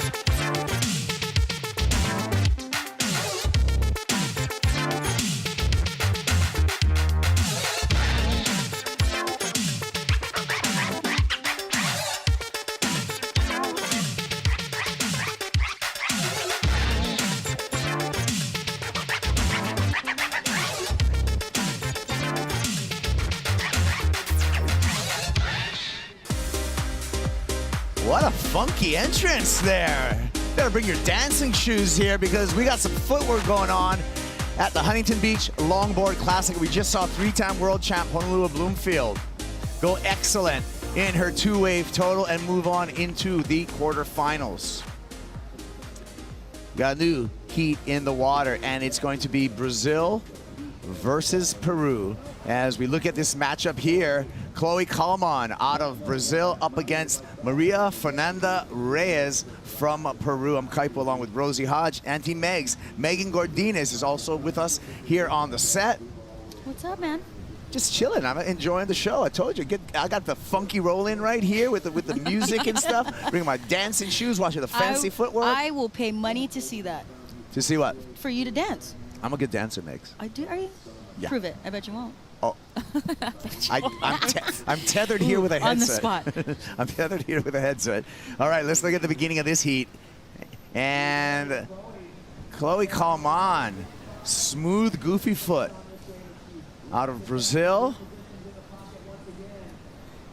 And talk about footwork. We were talking about dancing. We're dancing on boards right here. And the graceful Chloe Kalman with a nice ride. Your thoughts, Megan? On Chloe, tell us a little bit about Chloe. Chloe, Roxy's sister. I actually traveled with her, was it last year or the year before, to Mexico with Lisa Anderson and Betty Lou Sakura Johnson. And that was, we had no waves. We got skunked so bad in Mexico, but she is one of the funniest, funnest people I've ever met. Like, so much fun. As we see this beautiful wave that she's on right here, quick hang five. She has, I will say, one of the most beautiful styles. And speak of dancing on a board, she can definitely, what's their Brazilian dance there? Samba. Samba. She's sambaing away, let me tell you. Here's Maria Fernanda Reyes, finds a right, Rosie. Yeah, big away from her, but this one kind of runs away, finding the nose. Trying to complete this ride. Wow, flurry of action in the beginning. Mm-hmm. Yeah, and here's a second ride from Chloe Kalman. She opened up with a 4.83. We're waiting the number for this ride from Kalman. But again, graceful surfing, like you said, Megs, and really, really nice footwork. Beautiful cross step, beautiful drop knee. And what's so great about that wave is she stayed busy, but wasn't messy. She was graceful while staying busy. And that's what the judges and everyone wants to see, is you staying busy but very graceful. And she definitely did that. So 5.93 drops. Yeah, that's the number. So an early lead for Kalman and priority. Rio de Janeiro, Brazil. Great surf culture there, great beach culture there where she's from. Some of my favorite beaches in the world, actually, Rosie. Yeah, I mean, I feel like everyone is beautiful in Rio. It's just like ridiculous. But Chloe, she's been in California for over a month now, surfing all up and down the coast. Went to Malibu the other day to practice on, you know, the world champ wave that we're gonna have later on in the season. And she said in a posted interview, she really likes the beach breaks here at Huntington, which is going to be an advantage because it's much like home in Rio, where the conditions are very similar. And Maria Fernanda Reyes out of Peru. She had a pretty successful year, runner-up in the ISA longboard titles this year. So, you know, on that circuit, really successful. And in the International Surfing Association, the ISA, it's all about your team and your country. So she made her country proud with that finish, Megan. Well, good for her. I love that. The first time I met her was in Peru for an ISA longboard championship. And Honolulu, our last heat winner, was actually on our team as the juniors. And she was the only girl out of the whole field. She was the only girl in juniors. and the ice waves was at Juan Chaco, which I think is one of her home breaks. Okay. Maria's home break. And that's why she's comfortable with the big, scary waves. It's because Juan Chaco is like that. It's a crazy left point break. And she definitely... So she was surfing in the men's junior division? No, Maria was in the women's with me. Oh, okay, got you. Honolulu Sorry, was in Honolulu was. Yeah, but Gotcha. she I remember her from the beginning, and she was not scared. Yeah. It was pumping in Juan Chaco, and she was not scared. And she was on a longboard. Yeah. And all the boys were like, this is what it is in Puerto Rico. Like, we have to, if there's a beach break, if there's a left point break, and we just go out there and catch any wave that we can. You don't know any different. You're just like a product of your environment. Exactly. You're just like, this is it, I'm surfing. Oh, Yeah. this is It's an 8-foot bump. Yeah. Okay. Yeah. Yeah, I mean, I guess it's like you get desensitized after a while if you're always around big waves. That's why we have so many great big wave riders coming out of Peru, you know? Yeah, that's very true. Yeah. Well, 17 minutes and the situation out in the water with Chloe Calman with a strong lead over Maria Fernanda Reyes. Let's check in with our 3-time world champ, Honolulu Bloomfield. She's on to the quarterfinals. She's with AJ McCord. Honolulu, congratulations. That was a beautiful heat to watch unfold. What was your strategy heading into it? Oh, I didn't really have one, honestly. Avalon's one of my best friends, and she's an incredible surfer. So I was definitely a little nervous, and she really made me try my heart out. So thankful to her, and stoked to get the win on that one. It seemed like you guys brought the best out of each other. That exemplified on the wave that you got the 8.67. You had priority, decided to utilize it. Why? Well, I was kind of waiting out there. I hadn't used my priority, you know, waiting for the best wave. That's what priority is kind of for. So, yeah, unfortunately, I had to take the wave from her, but that's what priority is for, right? And you did a beautiful, like, parked with confidence is how Auntie Meg said it. What did you see on that wave? Oh, actually, before my heat, she told me, just go out there and park it, Ono. So I went and parked it for her, I guess. I mean, I'm surprised I pulled it off, but yeah, I'm stoked. Didn't expect that one. As you should be. Congratulations. We'll see you in the quarterfinals. Thank you. Wow, that is definitely an accomplishment. To find parking in Huntington Beach That was a good dad joke. That was good. That's what I do, you guys. Hey, but you're winning nuggets today. I mean, winning nuggets to Honolulu. Sophie, who you're coaching, Sophia, yeah, she won her heat. Yeah, and it's just, and I feel like that's the difference between shortboarding and longboarding. Is the first thing I tell them is it's just, no matter what, if your coach is telling you like, oh, you need to do this, you need to do that, at the end of the day, it's only you in that wave. Yeah.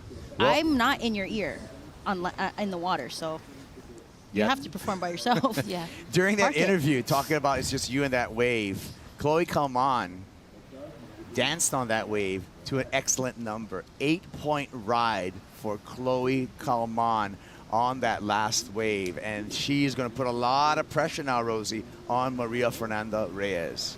The pressure's on. Let's see how she can answer back. Little bobble there. Cross step into the nose, gets the 5. Redirection here, steepens up on the inside. Nice control of banking off the white water. Has to plow through a couple of ribs in the wave. Head on a swivel, looking left, looking right. And it's just going to finish off. I feel like that's what you have to do at Huntington, is your head has to be on a constant swivel, looking left, looking right. Where is this double up going to take me? Am I going to catch it all the way to the beach? Am I going to kick out? There's so many things to think about at Huntington. Oh yeah, you got to be like Bruce Lee and be fluid like water over here. Be able to, adjust with the different peaks and wind swells, especially since, Rosie, we've had, and it's actually the luxury of this crossed up swell. We've had this south swell, southwest swell, and we've had a little bit of wind swell to keep things peaky. We have, and that's really created the conditions that we've seen. The sand's really good at the moment, which has created all these defined bars, the combination of swells. I've learned so much over the last few days about longboarding, and I'm really taking note of Maria's hands and just where they are in terms of what she's doing. Her cross-stepping, her footwork's looking amazing. But Megs, is there something to keeping your hands and your arms a bit more quiet and closer to your to your body? There is, and it's more of of core control. It actually comes from your core. When you walk, you want to walk like a cat. You want to be able to peel your feet off, and as you're walking and peeling your feet, you want to keep your hands in motion, like how you walk on land, right? Of course, you're leading with your shoulder, and that's where boxing comes into play. You lead with the shoulder to actually get yourself to the nose. But it's hard when the conditions are bumpy. You kind of have to, you need a little bit of... Yeah, you're trying to find your balance. Yeah, you're trying to find your balance. And that's a fun thing about longboarding, is that it's always, you have this giant 9-foot plus board that you need to literally draw lines on, as Chanosky said, and that's what you need to do. Well, let's check out this, you guys. Let's check out a replay of this 8-point ride, and you can break this down for us, Megs. Sure. So see here how she's reading the wave. She sees the double up coming, so she turns, redirects. Quick footwork to the nose, beautiful drop knee. She has one of the most beautiful drop knees in the game. And she's just waiting. She's just slowly making her way to the inside and realizes, all right, there's no double up. I'm just gonna kick out. But all the fun, all the busy stuff was outside, and that's what the judges want to see. I do feel like there's a certain rhythm that she's feeling, and there's so much innate movement within what she's doing. I think that whole package of that wave is clearly so pleasing to the eye. Yes, I agree. And I think it has a lot to do with where she grew up with the beach breaks, that she has to be quick to read those. So I think this is her bread and butter. When it's a little choppy, she likes that because it does remind her of home. Well, Chloe Coleman, she's been dominant in this Heat 8 of the round of 16. Can she continue with that domination? Check out the beautiful surfing. We're going to come back with more of graceful longboarding right after this message.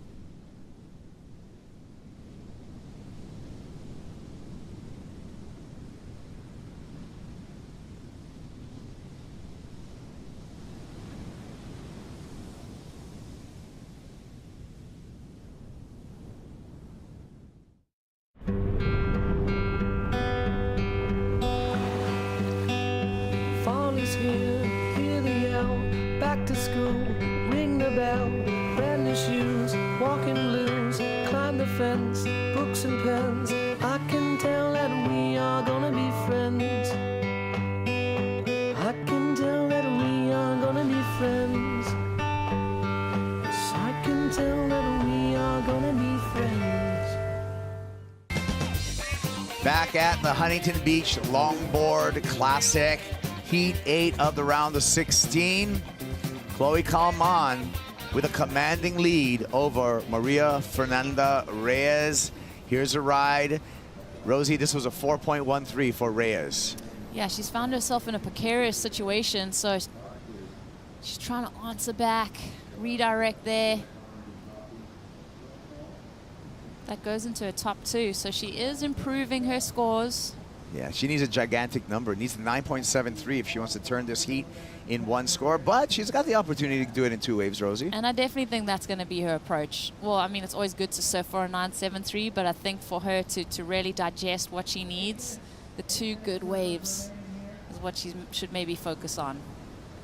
Yeah, I was actually going to ask you, as like a former CT event surfer, I was like, what would you do as a coach? If you were a coach and you were like, would you tell her shoot for the 973, or at this time, with 8 minutes left? Well, do you know what? You can almost take some confidence out of that, because the 973, sometimes when you need a 2.5, that's when you end up like overthinking it. Where 973, you almost have this little bit of release, because you're like, okay, I know what I got to do. Got to do my best surfing, and I got to do it on a good wave. So simplify things and shoot for the 973. Yeah. But you can look at it this way, though. You need 2 7s. Yeah. You need 2 7s. You got time. You have 7.5 minutes. You're under priority, so you're going to have to kind of get busy, but she's doing the right thing. Space. That she's creating space, exactly. So she's playing the heat as she should. It's just if the opportunity comes, and a lot of times, you know, the clock can be your enemy as well. Yes, it can. You know what Mason Ho said? I love this. He's never lost the heat. He's only ran out of time. Ooh. That's a good one. I gotta hit up Mason and be my coach, I think. And you No, two. don't use that And you coaching. two.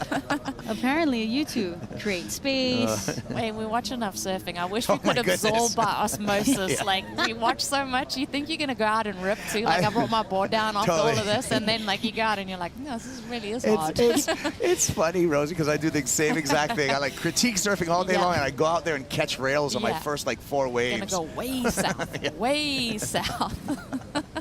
River jetties. That's exactly what happens. Is I tell them, oh, you know, just the first thing you do is walk to the nose. Me, the first thing I do when I stand up, I look for the lip to hit. Yeah. Which is not what you want to do. All right, Maria finds a wave under priority, gets a little nose ride to start off. This wave gets a little weird, and you can see that with that rail getting dug in. So Maria still needing an effort, still going to need a 9.73. Yeah, it's not easy. I mean, it's so much easier said than done. But yeah, it's coming down 6 minutes. I still believe in her. I also still believe that Chloe could improve her situation and really put a stranglehold on this heat. And I think with Huntington being a beach break and having it so close, with 5 minutes, that's actually a lot of time. Yeah. To catch a wave, because if you think of it, the length of the wave is probably 15, 20 seconds, as we see Chloe take off on this beautiful left here. Beautiful walk to the nose. Little hit to redirect. Doesn't follow through, but that doesn't go into her top score. She's sitting in a pretty good space. But having now Maria with priority, I would, at this point, try and really pick out a gem right now. Well, the time is diminishing, and so the 2-wave option is getting less and less likely, Rosie. That's right. Well, you know what? Then you go back to that plan B. You're like, okay, this is how much time. Yeah, shoot for the 10. Shoot for the 10. Let's go. Let's see it. And hey, go down, go up. Whatever you do, go down swinging. Yeah. Like, you just give it your all. Like, come out of the water and like hold your head up high, whether you win or lose. It's true. Absolutely. And she's doing just that. You can see her paddling back and forth, looking for the next peak, trying to see what's out there in the horizon. Chloe seems to be getting busy under priority here, just trying to stay busy. Chloe, come on. View from up above. And you can admire the footwork of Kalman. Chloe just smooth as could be. Making it all the way to the inside, riding a new advanced surfboards as the label that she's on. New advanced surfboards. Is that out of Brazil? That's the information that I got, yes. Advanced. I can double check my sources, but I try to do my best. Thanks. NAS. Under 4 minutes, we'll see if Chloe improves upon her 2-wave total.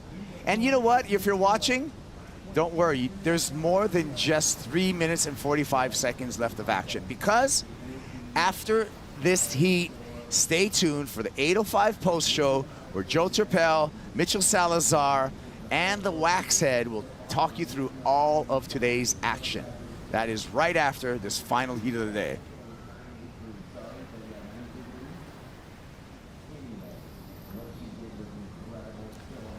Score comes in for Chloe. A 5.07 does not change the situation. So If Chloe was actually able to improve upon her scoreline, she would have had an opportunity to put Maria into a combination situation, and then this heat would be shut out. But now Maria still has an opportunity, Rosie. 3 minutes remaining, 9.73 to requirement. That's right, and Chloe still has opportunity to put her in that that combination situation. So there's a whole different host of scenarios that can play out in these last 3 minutes. You can tell that Maria's just trying to keep that composure, keep her nerves, and just breathe, take deep breaths. It's so funny chatting to the competitors, Megs, because a lot of them haven't competed in a long time. So like this first event back and being the US Open, like this is a grand event. There's a lot of prestige, there's a lot of eyeballs. Like you can like feel that tension and the nervousness and getting back into the motion and the mojo of competing. Absolutely. I'm not even in this contest. I'm like standby coach, and I'm panicking. On the drive here, I was like, oh gosh, trying to watch it. Yeah. And there's so many eyes, but it's so good for the sport to be able to be at Huntington and at the U.S. Open, and the women and the men showcasing their skill set.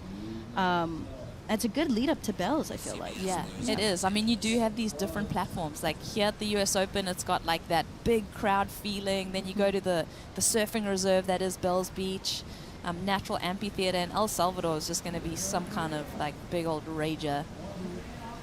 Here we go. Maria needs this Hail Mary right now. Oh, and she goes down. She still has a minute 30, so she can paddle back out and try and catch a wave under priority. Hopefully the ocean doesn't go flat.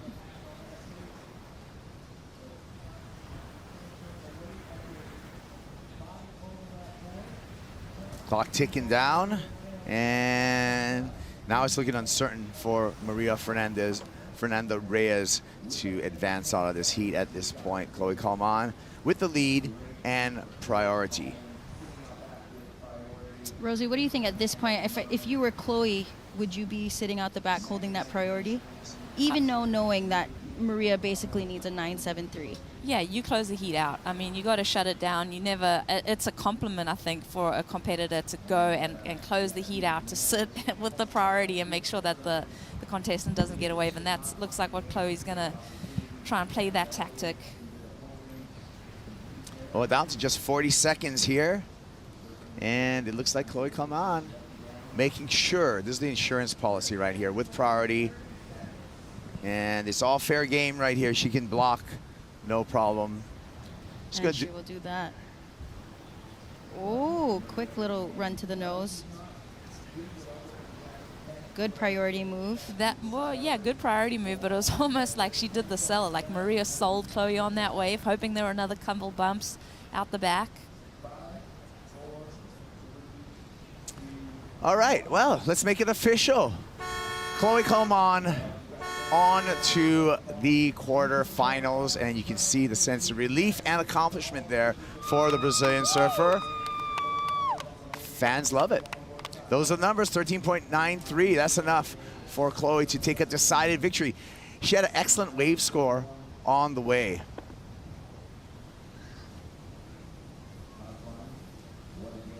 Good stuff. Well, thank you, Auntie Megs, Megan Gordinas. Thank you so much for joining us. Hopefully we can have you back again. Rosie, it's always wonderful to call heats with you. And for you folks watching on CBS News Los Angeles, that's the end of the show. For you folks, we're going to tell you goodbye. For those of you who want to see the 8:05 post show, go to worldsurfleague.com, because we're going to come back with Joe, Mitchell, the Waxhead, 8:05 post show. That's what's coming next.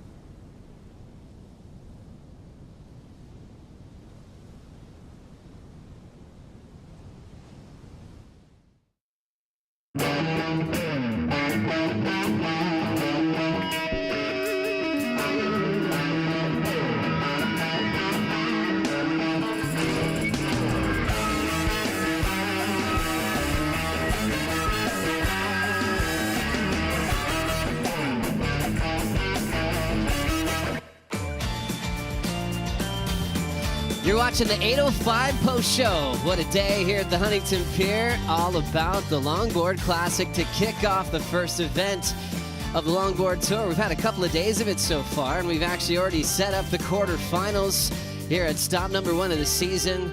Fun, rippable, combo swell to kick off the Challenger Series, and we saw it all groomed out with some incredible style the last couple of days to set up the quarterfinals. Thanks for being with us on the 8:05 post show. Joe Turpel, Mitchell Salazar, and Waxhead to break down all the action.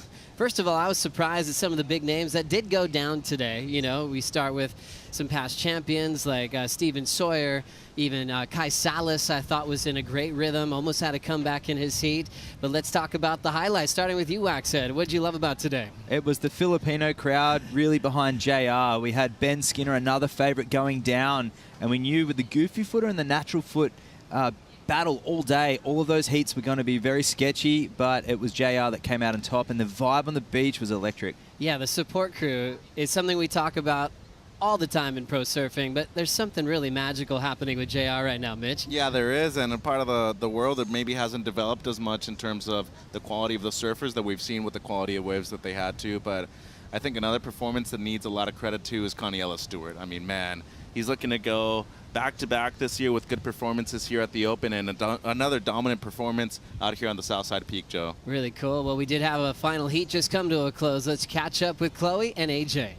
Joey, we always talk about how tricky it is being the first heat of the day because you don't exactly know what to expect. The last heat, though, Chloe, also not an easy one because you have to sit around all day watching everybody else surf. How did you manage your nerves and get ready for your heat? Oh, I think the day felt so long. I was just sitting out here today all day long watching all the heats, and I try to take a nap in the car, go for a walk, have some breakfast, but I could not wait to pedal out after seeing everyone ripping, and I couldn't take my eyes off the left. So yeah, I'm really stoked too. The nerves were there for sure after a long time waiting, but I was happy that I got to manage those nerves and motivate me to get 2 good waves and yeah, close the day in a good way. One of them in particular, that 8, walk us through it. So as I can remember, it was a medium-sized wave, and I was just looking for that section where I could just hang 10 and hold as long as I could, and I knew the high score would come from a hang 10 out the back, and I tried to hold as much as I could. I wish there was an ending section for me to hit the lip, but it closed out. But I was really stoked, and I was just for the second half of the heat, I was just trying to improve on my backup score. But it was really slow towards the end, but I was really stoked that I got the 8. As you should be. Congratulations. You're on to the quarterfinals. Para o Brasil, você quer dizer mensagem para o Brasil? Sim, agradecer por toda a torcida sempre. É um prazer poder representar o Brasil no circuito mundial. Espero muito trazer um resultado bom pra gente. E a torcida do Brasil é a melhor que tem, então continue mandando a vibe boa. Parabéns. Back to you. Obrigado, valeu, tamo junto. Well done to Chloe Calmon. I love that she's in such a great place, vibrant personality, vibrant in the water. But Waxy, can you relate to that? I mean, having the last heat of the day, I mean, what was she talking about there, having to wait till the afternoon for her heat? Well, typically Chloe doesn't eat until she surfs, and I hope she didn't wait all day to eat because I tell you what, it's a long time. But you want to really watch your competitors as well. She'll be surfing against that surfer, a surfer who surfed before her, and she wants to see what those scores are being locked in at. And Huntington, it changes heat to heat. Wow, you're looking at the matchups, Hono before her, so quarterfinals are looking really stacked. So there were a lot of kind of usual suspects that really took control. Honolulu Bloomfield was on fire today as well. She was. I thought she had an excellent performance, and especially picking off those lefts, which, you know, really did stand out more in the afternoon with that northwest wind that were coming into them too. But, you know, there were a couple of heats midway through the round that I thought had decent performances. Soleil Erico didn't really look like the world champion from last year. I don't think she's really adapted yet to surfing at beach breaks. And I thought Alice Lemoyne barely beat out Tully White, too. That was a very close heat, Joe. Close decision. One thing you told us earlier, Wax said, you were saying if Mason Schremer wants a world title, she can get it this year. She had a crazy draw today with Lindsay Steinride. As we break it down, they sort of both built on their scoreline, definitely peaked in the back end of this matchup. This is very evenly matched. Their skill set is very similar, both very athletic in their performance and very fit. And it really just came down executing the waves when they came. So Lindsay, super clinical, and you can see she rarely falls, and she made it count when she needed to. Yeah, I really loved her connection with just the critical section. She started getting back-to-back sevens. And then Mason put herself in the game, Mitch. She got a high 6 and then ran out of time. Yeah, unfortunately for this, as you mentioned, Joe, right at the end of the heat, so was still needing another big score, but it seemed like that rhythm that Lindsay got at the beginning of the heat, she just kept it going, and this left right here, I mean, she needed something in the upper 8s, was able to get something in the low 8s, but the only excellent score we saw all heat long, some beautiful stuff. Great combo with the nose ride and then the carve, but unfortunately, just not enough at the end. The 6.5 came in, and then the last-ditch effort, 8.4, needed the high 8-point ride, so just a little too late because she was right back in the mix. A few more minutes, who knows how this would have ended up. Nice battle there. Steinride winning her world title a while back. Looks like she's in better form than ever. Moving on to the quarterfinals, Wax said. Yeah, Lindsay, she's going to be one to watch, and I feel sorry for Mason. She put in a great performance, and 14.9 heat total was enough to win most of the heats across the men's and the women's draw today. Mitch, easy to pick a winner now? Is it too hard to say? I mean, we've got the quarters. We've seen a couple of rounds at this stage. Do you want to wait? It's totally fine if you want to wait. I'll throw somebody out there right now. I'm going to say Rachel Tilley. I think the 2 heats that she served so far, she's looked dominant. She's established positioning at the beginning of the heat too, and she's really come out to compete. I like the way she's been surfing so far, Joe. Wax said, agree or disagree, or who do you think is leading the charge into finals weekend? I feel Chloe Calmon, after that heat that she had today, she'll be carrying on that momentum, and if the lefts keep up, and she looks like she's in a really good flow and momentum. But I tell you what, there's some hot competition with Honolulu Blomfield not far behind. Gosh, so many great names to talk about as we set up the quarterfinals for the women. The men kicked off the day for us this morning. It was a classic, a big veteran with 3 world titles, Taylor Jensen, in an all San Diego battle with Jack Van Wagener, really pushing him. It was a really close heat this morning, Mitch. Yeah, it was, and Jack had an opportunity at the end to potentially get the score that he needed, but I mean, Taylor Jensen paddled out for his heat with 2 minutes on the clock, and some good stuff right here. Didn't post an excellent heat total, but did enough to get the job done. Joe. Yeah, certainly. Look at that. 5 to 10. I love how he just is able to posture with style once he's perching on the nose, and always solid with his rebound technique on the inside corner, Wax said. Yeah, Taylor's really worked on those subtleties that are on display with these camera angles and the judging criteria of late.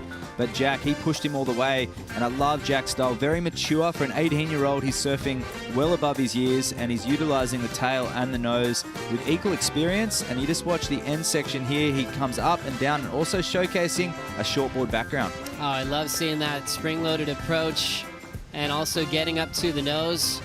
Nice footwork. He was super reliable with that kind of redirect on that oncoming section throughout this event. What was really cool, too, was see him actually bring it to the 3-time world champion, too. Had a very close heat. I mean, easily could have gone either way in terms of one wave making a big difference. But you see right there, I just think it came down to that backup score being just a bit better for Taylor Jensen. Yeah, interesting when you talk to these guys, especially someone like Taylor who's been around for so long. You know, he remembers that Jack got him recently down in San Diego.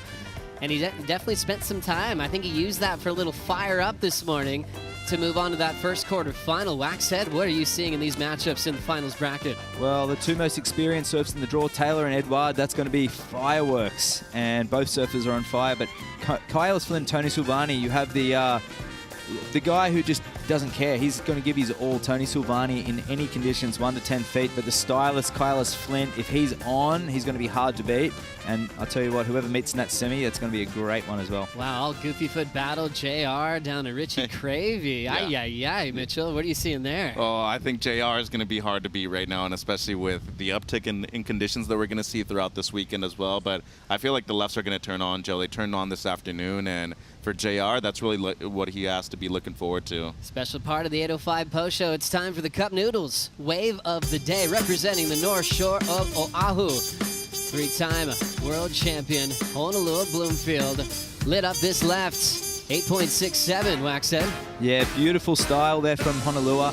You could tell she was feeling it. Usually her hands are an indication if she's on, her hand movements will be quite minimal, and she's keeping them quite relaxed today.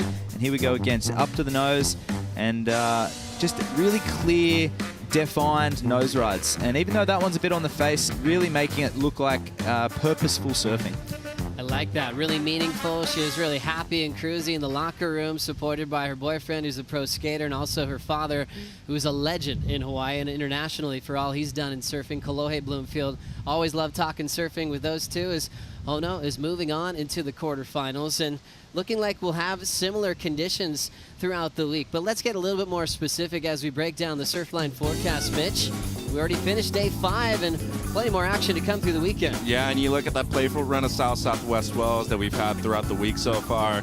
It's just going to get even better. That red blob right there that's been pushing some swell towards the North Pacific. As you see right here, the winds in the AM have been very light.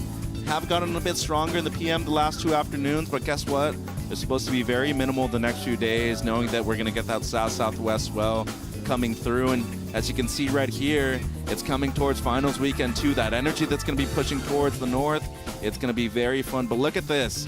Tomorrow, it already picked up a bit more, 3 to 5 feet. We are going to see some side shore texture during the morning, a bit cleaner in the afternoon with that straight on shore. But what I'm liking this weekend, side shore, 3 to 4 foot faces. It's going to decrease a little bit, especially for those 2-person heats. It's going to be perfect, Joe. Really cool. It's been fun just to see the surf the last few days. The story has been Southern California has been flat for months, and we scored at the right time.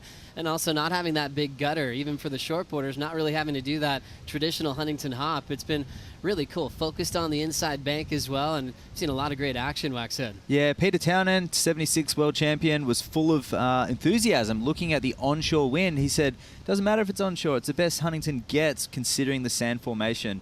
So that's something really enthusiastic for a guy that's been here for decades. To see that smile on his face, it's going to be a good few days. Oh, great words from a world champion like PT. Now it's time for the top 5 here on the 805 Post Show. It's always nice when you get a part of this list. Coming in at number 5, Taka Inoue, turning in a great performance in the round of 16, Mitch. Yeah, a massive performance, and especially getting that come from behind wind against Steven Sawyer as well. As we look at Inoue right here, he was able to do it, especially on the lefts right there with that soul arch. But it felt like his forehand surfing really showed up during this heat as well. As you can see right here, swim the peak with Stevie. Those nose rides at the beginning of these waves, Joe, were crucial to his score lines. Great stuff from the surfer from Japan. Great to see that. 7.27, also turning in a 6.5. I think Stevie might have been in 2 minds of where to sit. He spent a lot of time watching it and ended up being Taka's day. Now coming in number 4, 2011 world champ, Lindsay Steinride advancing through. There she is. So a little pause there as Lindsay stepping through, using her technique and her body to her advantage. Very fit and very comfortable in beach breaks and point breaks alike. There's something clinical about Lindsay's mindset going into this event. With nothing to lose, Lindsay really let it all hang out there with that nose ride opening, stepping back, and really utilizing the rail and topping that one. Because I tell you what, Lindsay, if it gets bigger, she's going to be one to watch. She's got a quiver of surfboards, which not a lot of surfers have here. I knew this man would make the top 5. JR taking number 3 spot, Mitch. Yeah, and what a performance. Again, Ben Skinner, and it just seemed like he was comfortable out there at a beach break that it almost looked like he's known this place for years, Joe, and finding the right waves, being in the perfect spot at the right moment, dropping excellent scores. The nose riding combined with the playful rail surfing was all on point by the Filipino surfer. Gosh, there's a lot of highlights from today where people are really enjoying those little wedge lefts into the pier. Goofy footers, absolutely love that. All the Philippines just celebrating every moment for JR. I talked to a couple of them. They're trying to take off work this weekend, and so they make sure they don't miss a heat. Talk about a support crew. They got to make the top 5, despite being some of the best fans we've had so far at this event. Big smiles from JR for good reason, and now taking the number 2 spot. Once again, Honolulu Bloomfield getting tactical, Waxhead. Yeah, in a changing lineup and an undercurrent of groundswell, Honolulu went and showed her waterwoman skills there at Huntington on the lefts. A 20-second groundswell in amongst the windswell. You could not tell that Honolulu had any nerves about her. closely followed by Avalon Gal, and using her experience here, Honolulu stepped back up and with beautiful nose ride and delicate footwork. Once again, really making the judges, she's demanding that score with that clear, very concise surfing. Really enjoy her type of surfing, especially backhand nose riding. Hey, how about winning the post-show? Connie Stewart, Hawaiian style. And this is what I'm talking about. He's a modern-day Buttons Kalani, and you look at the style right here. Just incredible stuff when it comes to his impeccable nose riding, his technique in the pocket, but more importantly, combining things with his rail surfing, Joe. Look at that tight five that he brings. The Waikiki boys are proud of this guy, and boy, he's looking for his first championship here in Huntington Beach. Could be getting it on finals day. Wow, he's looking so relaxed, looking very comfortable. A lot of people's pick for actually a world title this season for Connie Stewart. Do you think he's going to go all the way, Waxhead? Absolutely. Just to see his preparation mentally and physically. Not a lot of these athletes are very visible in doing their warm-up routine. Kaniela was right there in the athlete zone doing his morning stretches, and that's something that's pretty lethal. If someone of that caliber with natural talents combining it with some physical preparation, I think he's ready. Really exciting. Mitch, your plans for the afternoon? A little surf, or are you just going to prepare for the Challenger Series tomorrow? Yeah, I think I got some preparation to do. Should be a pretty long day, Joe. Oh, yeah. Remember, we already clinched a spot on the championship tour for Cole Hausman. A couple of others in that conversation, like Jacob Wilcox. Also, Isabella Nichols leading the charge on the Challenger Series for the women. So join us tomorrow morning. It's going to be action-packed. Still be comboed up in the water with some fun surf. Join us bright and early as the Challenger Series returns to the Wallex U.S. Open of Surfing, presented by Pacifico. We'll leave you with some highlights, and we'll see you bright and early. Take care. Good morning, surf fans. Welcome to the Huntington Beach Longboard Classic, part of the Wallex U.S. Open of Surfing, presented by Pacifico.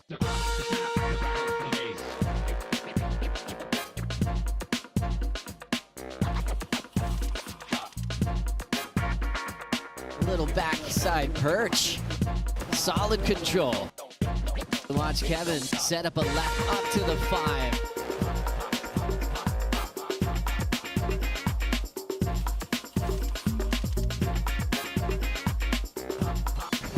Oh, look at him. He's perched. He's perched into another section. That was awesome.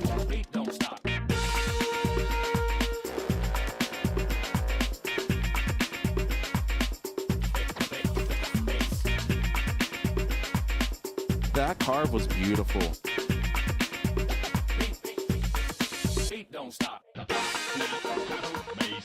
Tony Silvani to the nose. Gets the 10. Woo, holds it there. And here's Kaniela. He just looks cool. He looks cool on a surfboard. And he looks even cooler, hanging 10. Nice bottom turn and top turn combo.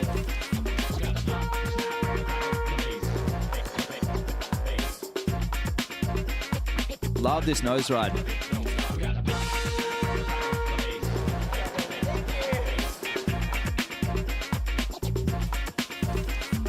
Extending that nose ride in the critical part of the wave.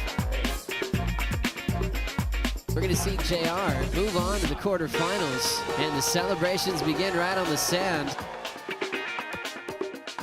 Stop number 1 of the World Longboard Tour. We'll be transitioning now to the women. Beautiful surfing from Police.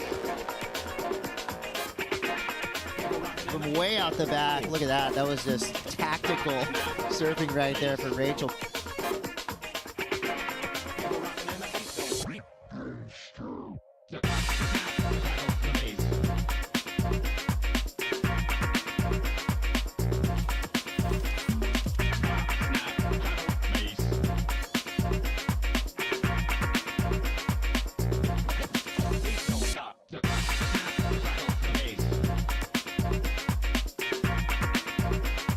Staying high on the wave. Beautiful nose ride here.